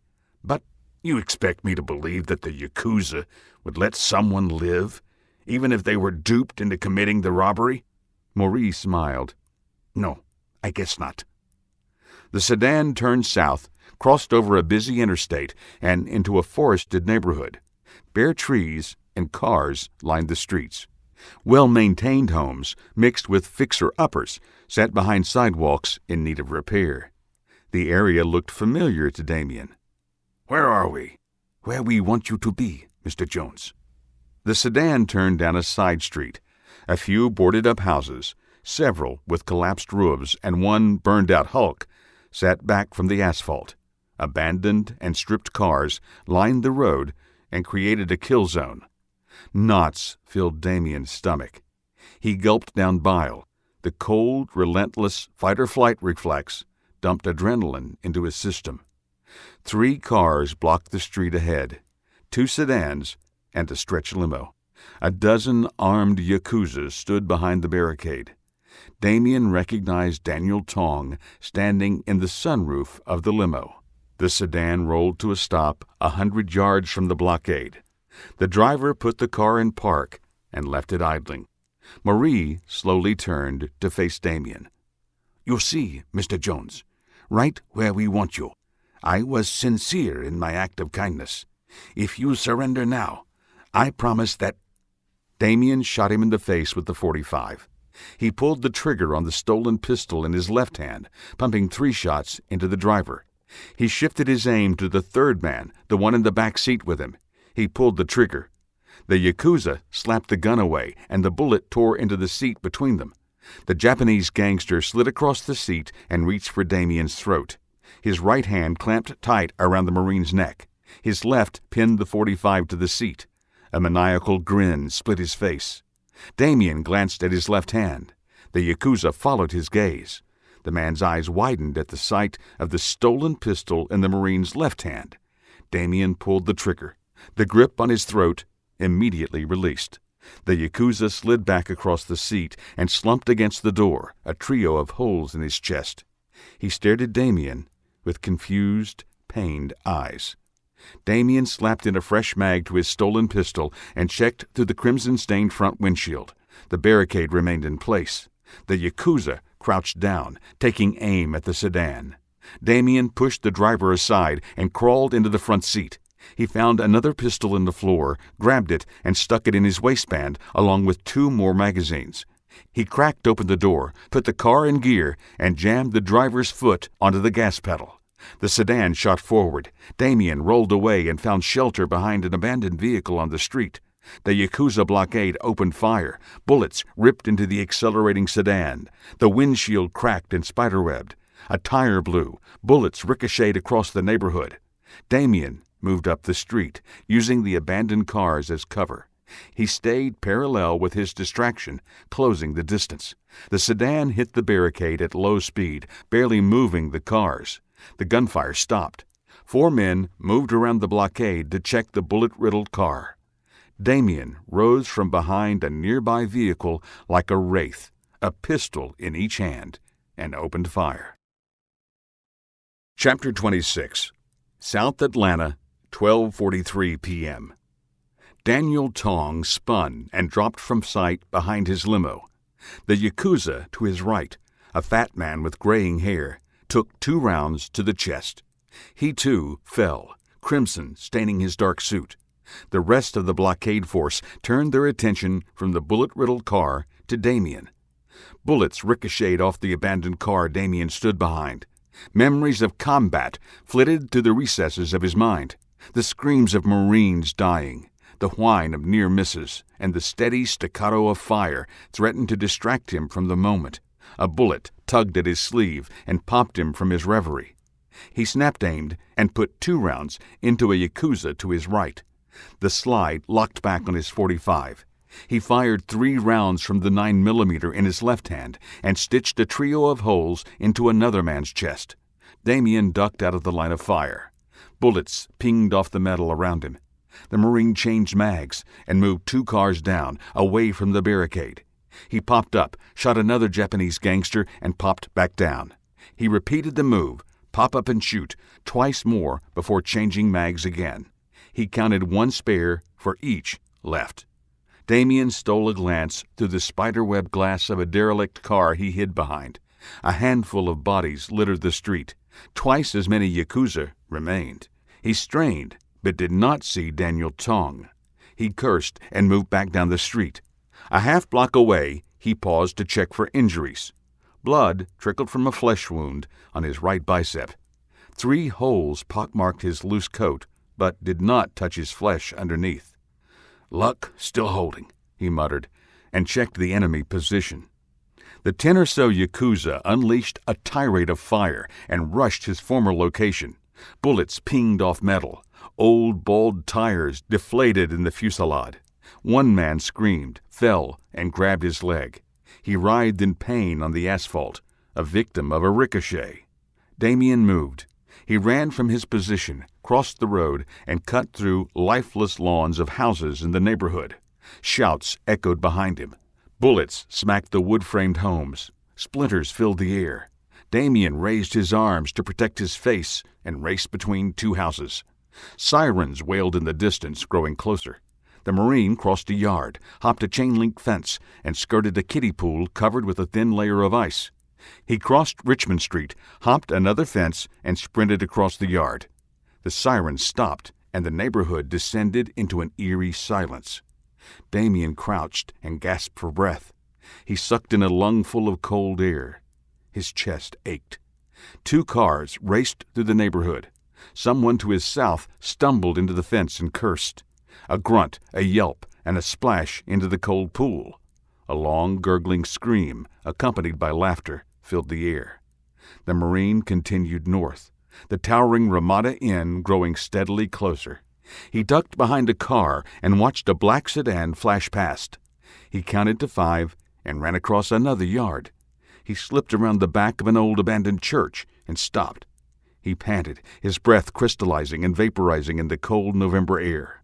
The church had seen better days. Holes and graffiti punctuated the stucco exterior. He smelled the remnants of a vagrant fire. A quick glance through a hole in the wall showed a cluster of sleeping bags, 2 shopping carts full of knickknacks, and a trio of 55-gallon drums.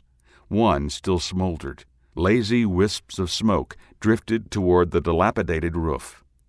Across the street, run-down, low-income housing promised no sanctuary.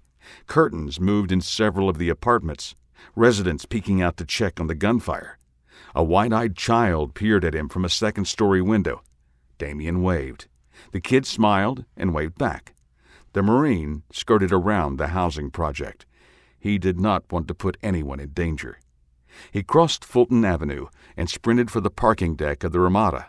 Tires screeched behind him. Doors slammed. Gunfire echoed in the still afternoon. Burning pain erupted along Damien's left side. He dropped, slid under a wooden gate, and hopped to his feet in one fluid motion. His side screamed in protest. He rounded a concrete column, stopped, and put his back to the cool cement. He breathed deep, despite the fire in his side. Shouts and footfalls reverberated in the parking structure. He took the .45 in a 2-handed grip, counted to 5, and wheeled around the column. 3 men trotted down the entrance ramp. Each wore the dark Yakuza suit and carried weapons, 2 with pistols and 1 with a wakizashi sword. Damien prioritized his targets and let the big .45 buck in his hand. The man on the left of the formation took a round in the throat. He dropped his pistol, grabbed his wounded neck, and fell to his knees. Damien rode the recoil, acquired the next target, and pulled the trigger twice in rapid succession. The other gunman dropped, 2 holes in his chest. The Marine adjusted his aim to the first man. Blood gushed from between his fingers. Pain filled his eyes. His mouth worked, but only a dribble of blood came out. Damien shot him in the head, putting him out of his misery. He adjusted his aim to the sword-bearer, but the man disappeared around the back of the column, behind Damien. The Marine turned and saw the glint of steel. The sword slashed down and struck the pistol. The .45 slipped from numb fingers. Damien backpedaled, his left side on fire. He leaped back, narrowly avoiding a horizontal slash. Tires screeched outside. Shouts and slamming doors filled the air. The Marine ignored it, opting to concentrate on the samurai before him. The swordsman slashed and hacked, driving Damien back across the parking deck. The wakizashi nicked his coat and snagged on a button. The impact spun him around and off balance. The Yakuza yanked the blade, freed it from the fabric, and thrust the steel at Damien's abdomen. He fell, rolled, and felt the cold steel graze his skin. He wrapped the excess of his coat around the blade and grabbed the sword through his coat. The sharp steel sliced through the fabric like butter. Damien yanked, drawing the Yakuza off balance and slicing his hand in the process. The samurai stumbled forward 2 steps, dropped the sword, and fell on the Marine. They rolled in between 2 parked cars, out of sight from the entrance. Damien kicked the man between the legs, heard a grunt, and followed it with an elbow to the man's nose. Blood sprayed. The man let loose an echoing battle cry, pounced on the Marine's midsection, and pummeled Damien's head. The Marine brought his hands up to protect his face. The force of the attack wore on him. The Yakuza slugged him in the left side, and Damien screamed in pain. He moved his left arm to protect his side. He repositioned his right as well, exposing his face. The samurai took the bait. He raised his fists and combined them into one massive sledge. He grinned maniacally and brought his hands down to strike Damien. He never saw the dagger the Marine produced from a sheath from his boot. The 12-inch blade sank deep into the samurai's side and stopped the attack. Surprise filled the Yakuza's eyes. He relaxed his fists and slowly looked down at the blade protruding from his body. Damien tilted the dagger upward and twisted. The Yakuza grunted, convulsed twice, and slid off. He collapsed onto the cold concrete floor, twitched, and died. Damien removed the dagger, let his head hang back on the floor, and let out a long, raspy sigh. Blood dribbled from a handful of cuts on his face, his side, and his hands. A small crimson pool dribbled beneath him from the wound in his side. The Marine sat up with a grunt of effort, reached over, and relieved the Yakuza of 2 spare mags for Damien's 9mm. He slowly pulled himself to his feet, using the closest car for balance. Footsteps sounded around the corner near the entrance. Damien wiped the blood from his face, steadied his pistol on the roof of the car, and waited for the enemy to arrive. Downtown Atlanta, 12:43 p.m. Nikki charged out of the elevator, struck Victor in the chest, and pushed him into the far wall. She slammed him back, grunted through clenched teeth, and slugged him in the stomach. She kneed him, striking him in the thigh instead of her intended target. He yelped in pain, grabbed her shoulders, and shoved her away. She staggered back and charged again. He spun out of the way, and she slammed into the wall, stopping her momentum. Victor punched her in the shoulder. She stumbled a few steps, righted herself, and turned to face the former detective. "Miss Sanderson," he said with a smile, "how nice to see you again." Nikki gulped air. Her pulse raced and pounded in her ears. His innocent smile threatened to send her rage into overdrive. She took a deep breath and calmed her mind. That's what he wants. Don't be emotional. It's a job. Do the job. The weight of the pistol in her waistband offered her comfort. "Anything to say, Miss Sanderson?" He straightened his coat and massaged his thigh with clenched teeth. "That attack was uncalled for." The elevator bank sat on his left. The steel doors closed. Torn, dingy carpet filled the hallway. Old, faded pictures, most slightly askew, lined the walls. Nikki crinkled her nose at the smell of urine somewhere behind her. She resisted the urge to turn and look. Oh, it was very called for. She held her arms in a defensive stance, ready to attack or defend, and stood 10 feet down the hall from him. You put together a team to rob a man you worked for and then told him who robbed him. You cost good men their lives, including my father. She choked back a tear. "I am sorry about Randall." You do not get to say his name, she snarled. You killed him. Just as sure as you pulled the trigger, you killed him. She reached for the pistol in her waistband. Victor rushed her. He knocked the pistol away and backhanded her. Her head reeled. The hallway spun. She staggered back and put up her hands in time to block his attack. He punched her in the stomach, slapped her left cheek, and shoved her to the floor. Nikki slinked away, putting distance between her and the former detective. He stood in the center of the hall and tugged on the shirt underneath his coat. He straightened his apparel and rotated his neck. Popping vertebrae reverberated in the hallway. "All of this is unnecessary, Miss Sanderson." "Nikki." His voice took on a fatherly tone. "It's too late for the rest, but not for you." He pointed to room 1038 in the hall, his apartment. "In there is more money than I can spend in a lifetime. If you give up this lust for vengeance, you can have half." A sly smile lifted the corners of his mouth. "Where is Mr. Jones?" Nikki ignored the question. Why should I believe you? She lay on the floor, coddling her left arm, and let the tears stream down her face. We trusted you once. Now 4 men are dead. 4? Victor's eyes widened. and then a sly smile creased his lips. "Ah, yes, William. He left me no choice. He attacked me. It was self-defense." "That doesn't answer my question." She wiped the tears away and slowly rose to her feet. She held her left arm in her right hand and leaned against the wall to steady herself. "Why should I believe you?" "Because, dear girl, I never meant to hurt you." "Just those around me." Victor harumphed. "Did I mislead the team? Yes. Did I tell the Yakuza that you and the rest committed the crime? Yes, I owed them that much." "You owed them?" Nikki asked incredulously. "What about what you owed to the team you put together?" "They were expendable," he flatly stated. "A means to an end." "I was on that team," she reminded him. "And in the end, dear girl, you are expendable as well." He pointed at his apartment door. "Step inside and collect your payment, or die here in the hallway." He glanced at the walls and smirked. "No one would think twice about finding a body here." "You admit to setting us up," Nikki snarled, "and then expect me to trust you? How do I know you haven't called the Yakuza? They could be on their way here." Victor laughed. "My Yakuza friends have their hands full at the moment." He nonchalantly strolled over, unlocked the door, and entered his apartment like he forgot his phone. Nikki followed, clutching her arm. "What do you mean?" She stopped in the threshold. The apartment sat neat and tidy in contrast to the dingy, worn-down hallway. An unkempt, full-size bed dominated the center of the room. A small kitchenette, dishes in the sink, sat to the left. An open door leading to the bathroom filled the right. Drawn curtains let in the early afternoon sunlight and a view of the congested interstate.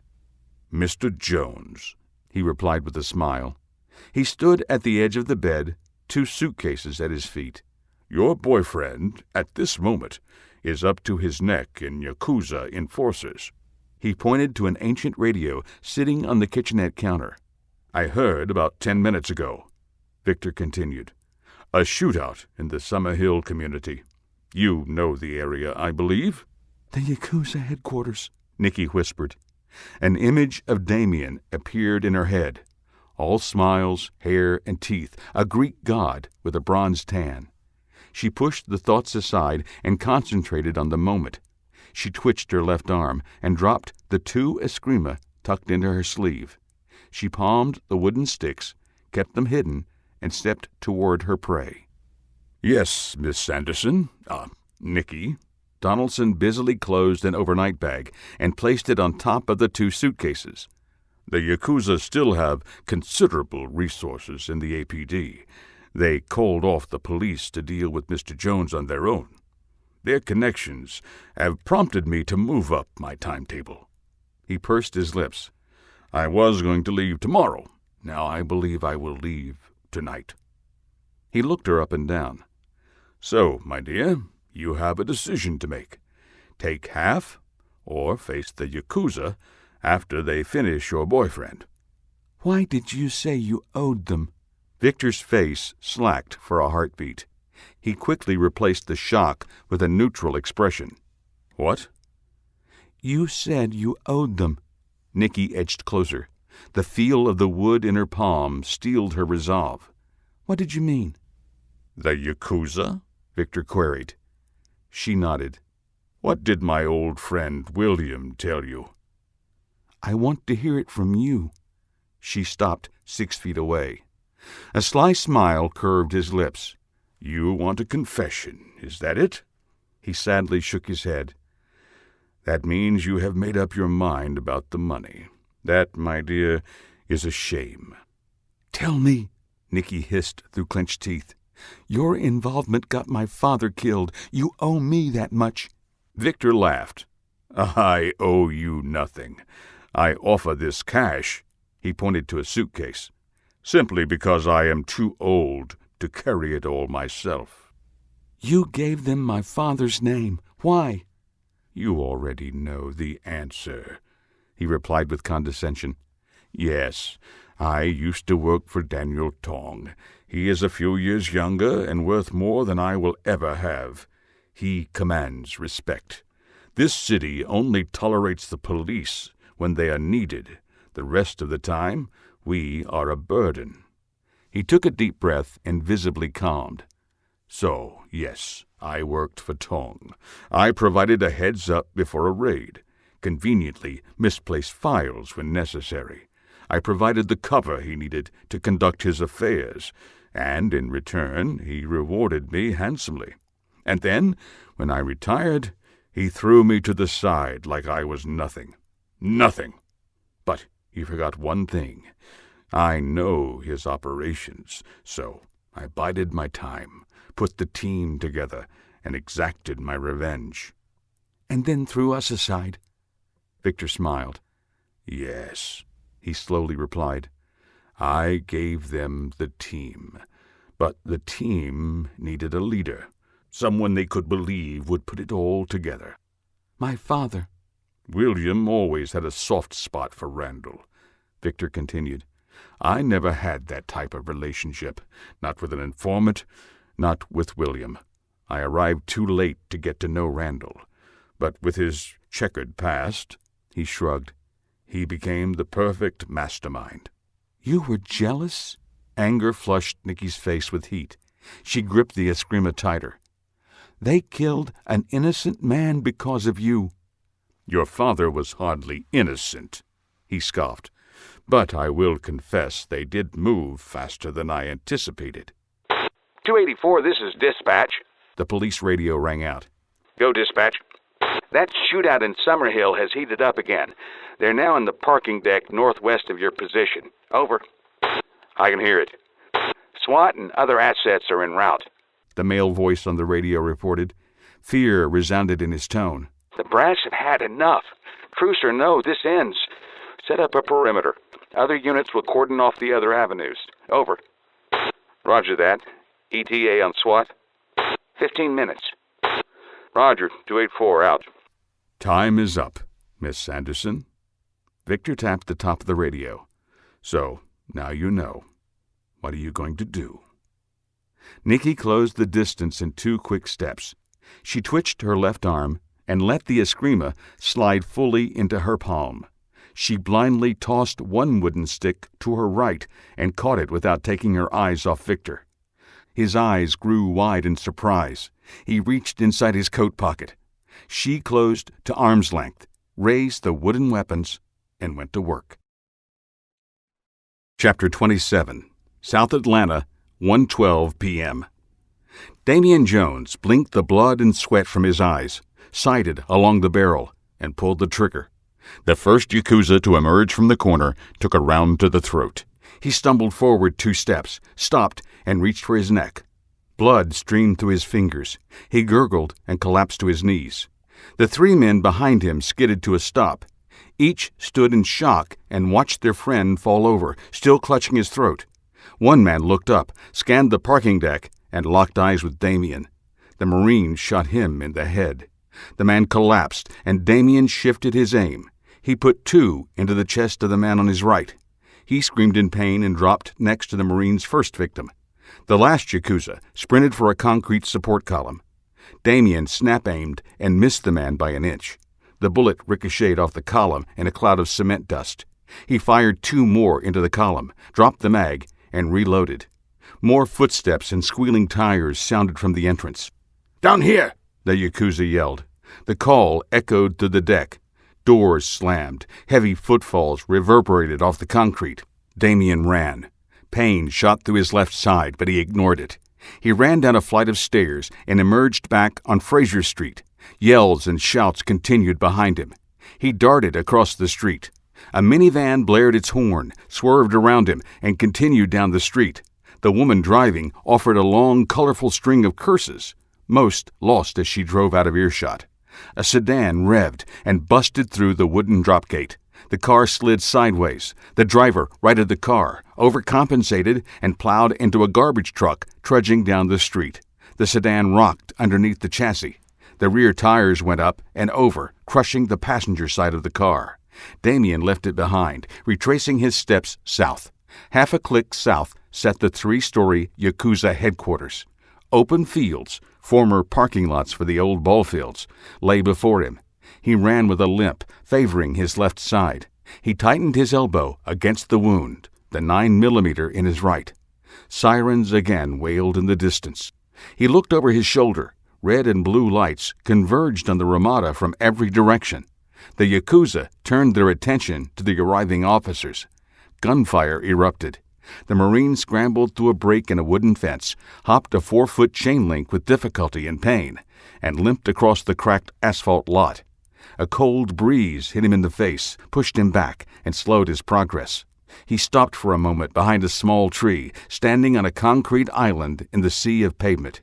He put his back to the bark, sucked in a breath, and checked his wounds. Blood seeped through his shirt on his left.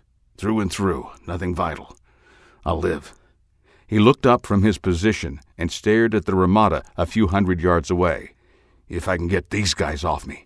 The gunfire slowed at the hotel. He turned and looked at the Yakuza building. The 3-story headquarters, less than 100 yards away, looked serene, peaceful. Nothing moved on the roof or the small balconies. One man stood outside the main door facing east. Damien plotted a westerly course to come at the man from behind. He left his partial concealment and took 2 limping steps toward the building. An engine revved and the wooden fence shattered 200 yards behind him. He turned. Daniel Tong's stretch limo bore down on him. The driver gunned the engine, and the monster car shot forward. The Marine raised the 9mm and fired a trio of shots into the windshield. Small cracks pockmarked the glass, but the bullets did no damage to the armored glass. The driver, now visible at 30 yards, leaned forward, a maniacal grin on his face. Damien took 4 steps and dove out of the way to his right. Pain roared along his side as he rolled from the careening limo. He grimaced and bit his lip against the pain. He tasted his own coppery iron blood. The limo struck the 6-inch diameter tree. Wood splintered. The top of the tree toppled, crashing to the ground in a wave of limbs. The car jumped the remaining stump of a trunk and stopped, its back wheels off the ground. The engine died, and the driver's door opened. Damien shot the driver in the groin. The man screamed and rolled from the car. The rear door opened, and he shifted his aim. Daniel Tong leaped out, pistol in hand, and reached for the ground. His eyes widened, and his face slackened. He realized too late the rear of the car did not touch the asphalt. He fell 2 feet to the ground. His pistol clattered away. The Yakuza boss slowly stood, red-faced, and turned to Damien. The Marine pointed the 9mm at Tong 20 feet away. He lowered his arm and frowned. A round clogged the ejection port of the pistol. The slide partially locked back.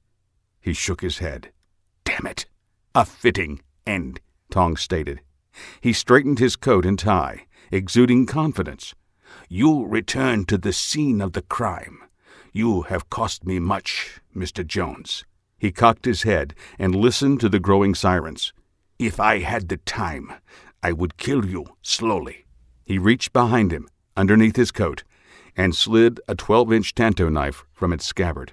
The Damascus-patterned blade glinted in the afternoon sunlight. "But time is not on my side today." He charged. Damien threw the malfunctioned 9mm at Tong. The Japanese man dodged it, tripped over the neglected asphalt, and righted himself. The stumble gave the Marine time to dodge the attack. He kicked Tong in the side. The Yakuza recovered and slashed with the tanto. He missed. Damien leaped back, and his left leg nearly buckled. He had grown weak on that side. Tong's eyes scanned the Marine, lingered on the injury, and attacked it. Damien dodged again, stumbled, and barely managed to avoid a lunge. He parried with a sweeping downstroke from his right arm. He turned his back to Tong, elbowed his stomach, and backhanded him. The Yakuza stepped back, touched his bloody nose, and smiled. "Very good, Mr. Jones. I heard you had skills. I hoped that I would have the chance to—" Damien reached into his pocket, produced Nikki's .380 pistol, and shot Tong in the head. The Yakuza boss stood for a moment, a bewildered look on his face. He collapsed in a heap. A trickle of blood seeped down his face. The Marine dropped to his knees, exhausted. He kneeled and listened. The gunfire behind him had stopped, replaced with a steady whine of sirens. 2 police helicopters circled overhead. The shadow of one passed over Damien, and he looked up. 2 black-clad men stood in the doorway of the chopper as it circled back toward the nearby parking deck. Damien slowly rose to his feet. He sucked in oxygen between gritted teeth, grimacing at the pain in his side. He limped to the limo stuck on the shattered tree. He looked inside and grinned. The back seat had slid forward, revealing an M4, another .45, and ammo for each. He retrieved the weapons, discarded the unneeded 9mm mags, and loaded his pistol. He turned and eyed the Yakuza headquarters. He patted the M4 and smiled. A small, wrapped package caught his eye. He lifted 2 blocks of C4 from the mini arsenal in the limo, and his smile grew, despite the pain. He found the firing caps and the detonator. He spent a precious minute sliding the firing caps into the blocks of putty. Satisfied, he tossed everything into a pouch, slung it over his shoulder, and headed for the 3-story building. The police helicopter flew in low, a wave of heat and debris in its wake. It circled twice and then headed to the north end of the old parking lot. Damien knew he did not have much time. He quickly limped toward his target. 2 guards stood at the front door, watching the festivities a half-mile away. Damien rounded the corner of the building, flicked the rifle to auto with his thumb, and opened fire. The Yakuza died in a hail of bullets. Glass shattered. 2 security monitors inside the lobby exploded in sparks. The bolt locked back, and the Marine reloaded in a fluid, practiced motion. He stepped inside the cleared lobby, tossed the satchel of C4 inside, turned, and strolled away. A 4-man SWAT team approached from the north, courtesy of the chopper. They came in slow, wary of an ambush. Damien rounded the corner of the building and fired 2 rounds over their heads. They dropped, still 300 yards from the building. Damien headed south, limping as fast as his side allowed. He crossed Hank Aaron Drive out of sight of the SWAT team. He turned and stared at his target. He caught movement to his right. The SWAT members moved slowly toward the building, still a few hundred yards away. Battered, beaten, and bloody, Damien pressed the detonator. The Yakuza headquarters in Atlanta ceased to exist. Downtown Atlanta, 1:22 p.m. Victor Donaldson lay on the floor in a bloody mess. His left eye swelled shut, his lips busted and bleeding. 2 teeth and Nikki's discarded Eskrima lay on the floor near his left ear. Nikki stood over him, gulping for air. Sweat dripped from underneath the cap she wore over her dreadlocks. Her left hand sat on her hip. Her right rested on the overturned chair for support. She wobbled slightly. Her muscles burned with the exertion of beating the man with the sticks. She stared at the man on the floor with anger in her eyes. The ringleader groaned and sat up. He held his ribs, a favorite target of Nikki's frustration, and winced with each breath. He attempted to rise. "Stay down," Nikki warned. Victor slumped back to the floor. Sweat poured down his face. "Feel better, Miss Sanderson?" "A little," she confessed. She stepped forward and searched his pocket. She found his phone, held it to his face to unlock it, and dialed emergency services. "What is your emergency?" A pleasant-sounding lady asked. "I have a man named Victor Donaldson with me," Nikki said. She paused to let the woman type the name into a computer. "He is a former APD detective." "Yes, ma'am." "Nikki," Donaldson croaked. He shook his head. "Don't." "He is the ringleader of a group that robbed the Yakuza a few days ago. That is why they are on the warpath right now." "Miss, you need to hold the line," the woman stammered, her pleasant demeanor gone. "I will have a detective." "He was also an informant for the Triads," Nikki continued, "while he was on the APD payroll.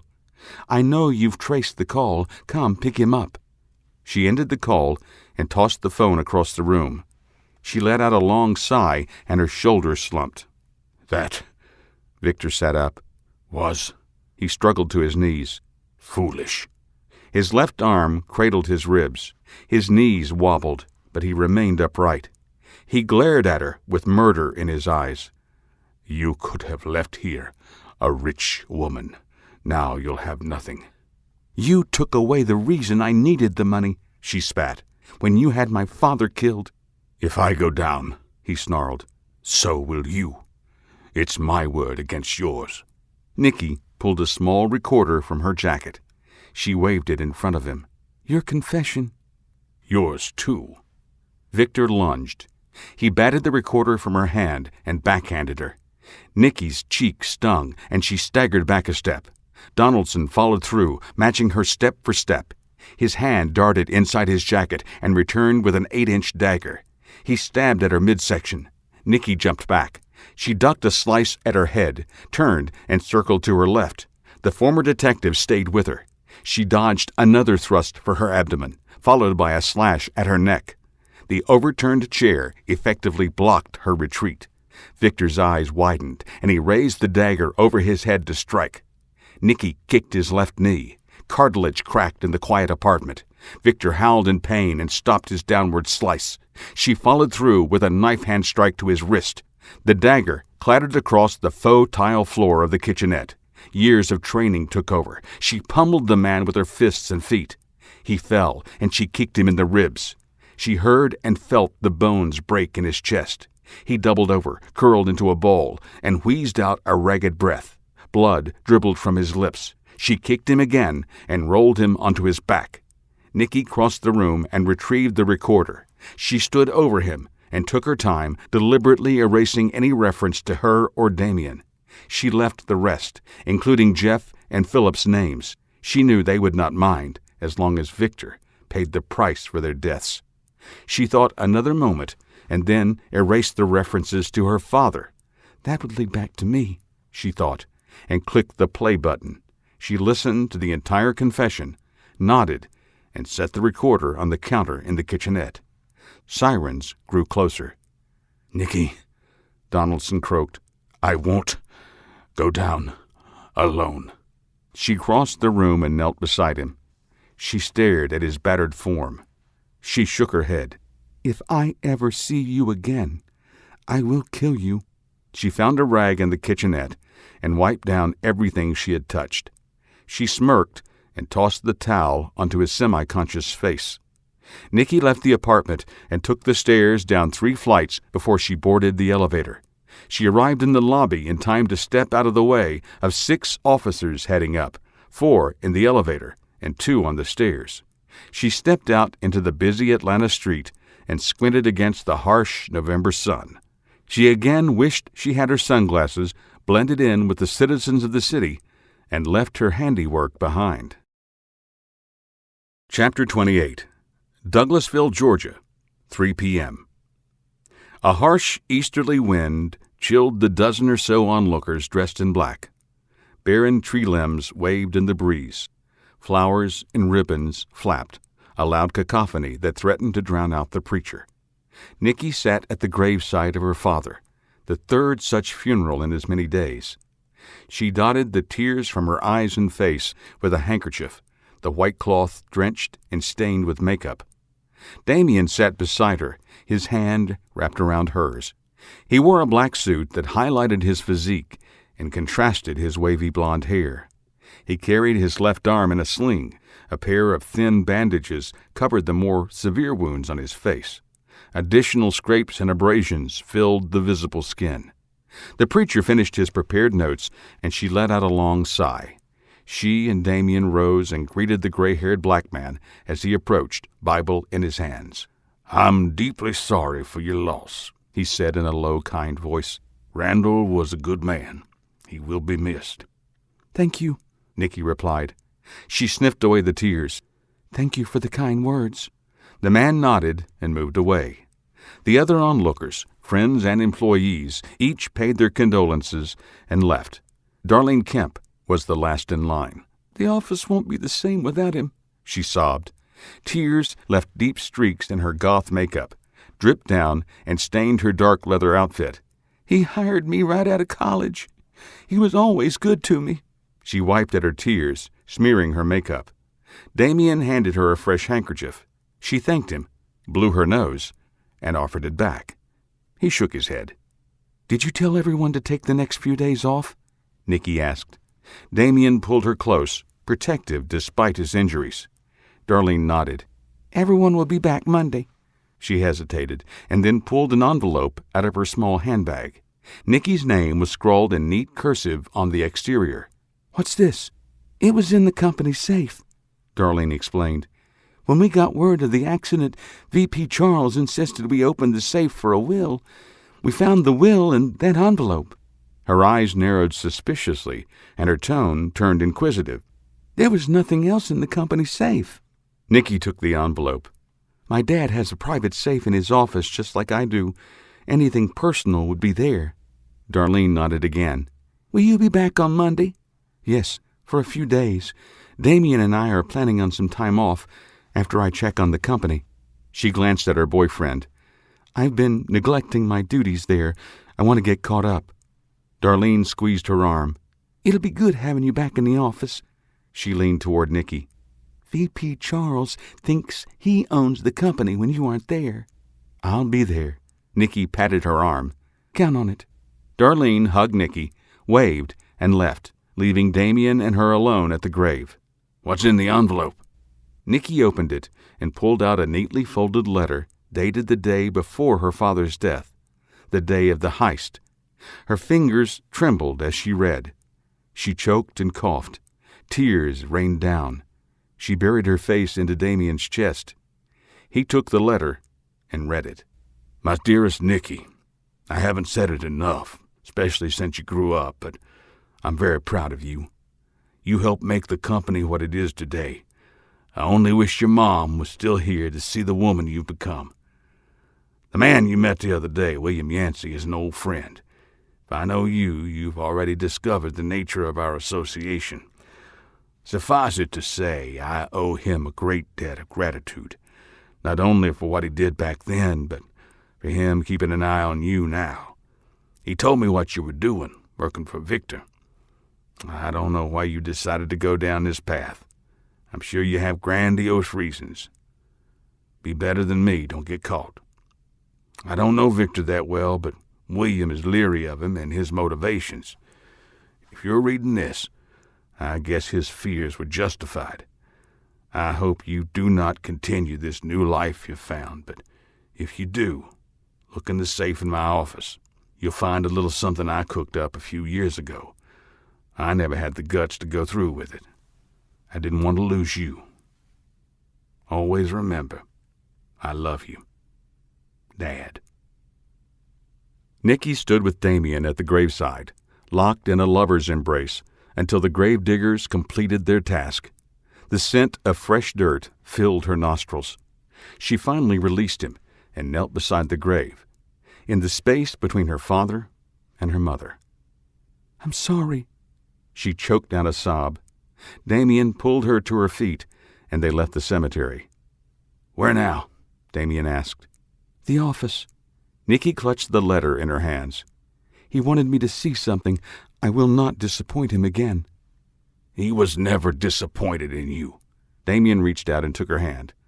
"And neither am I. I love you." "I love you too."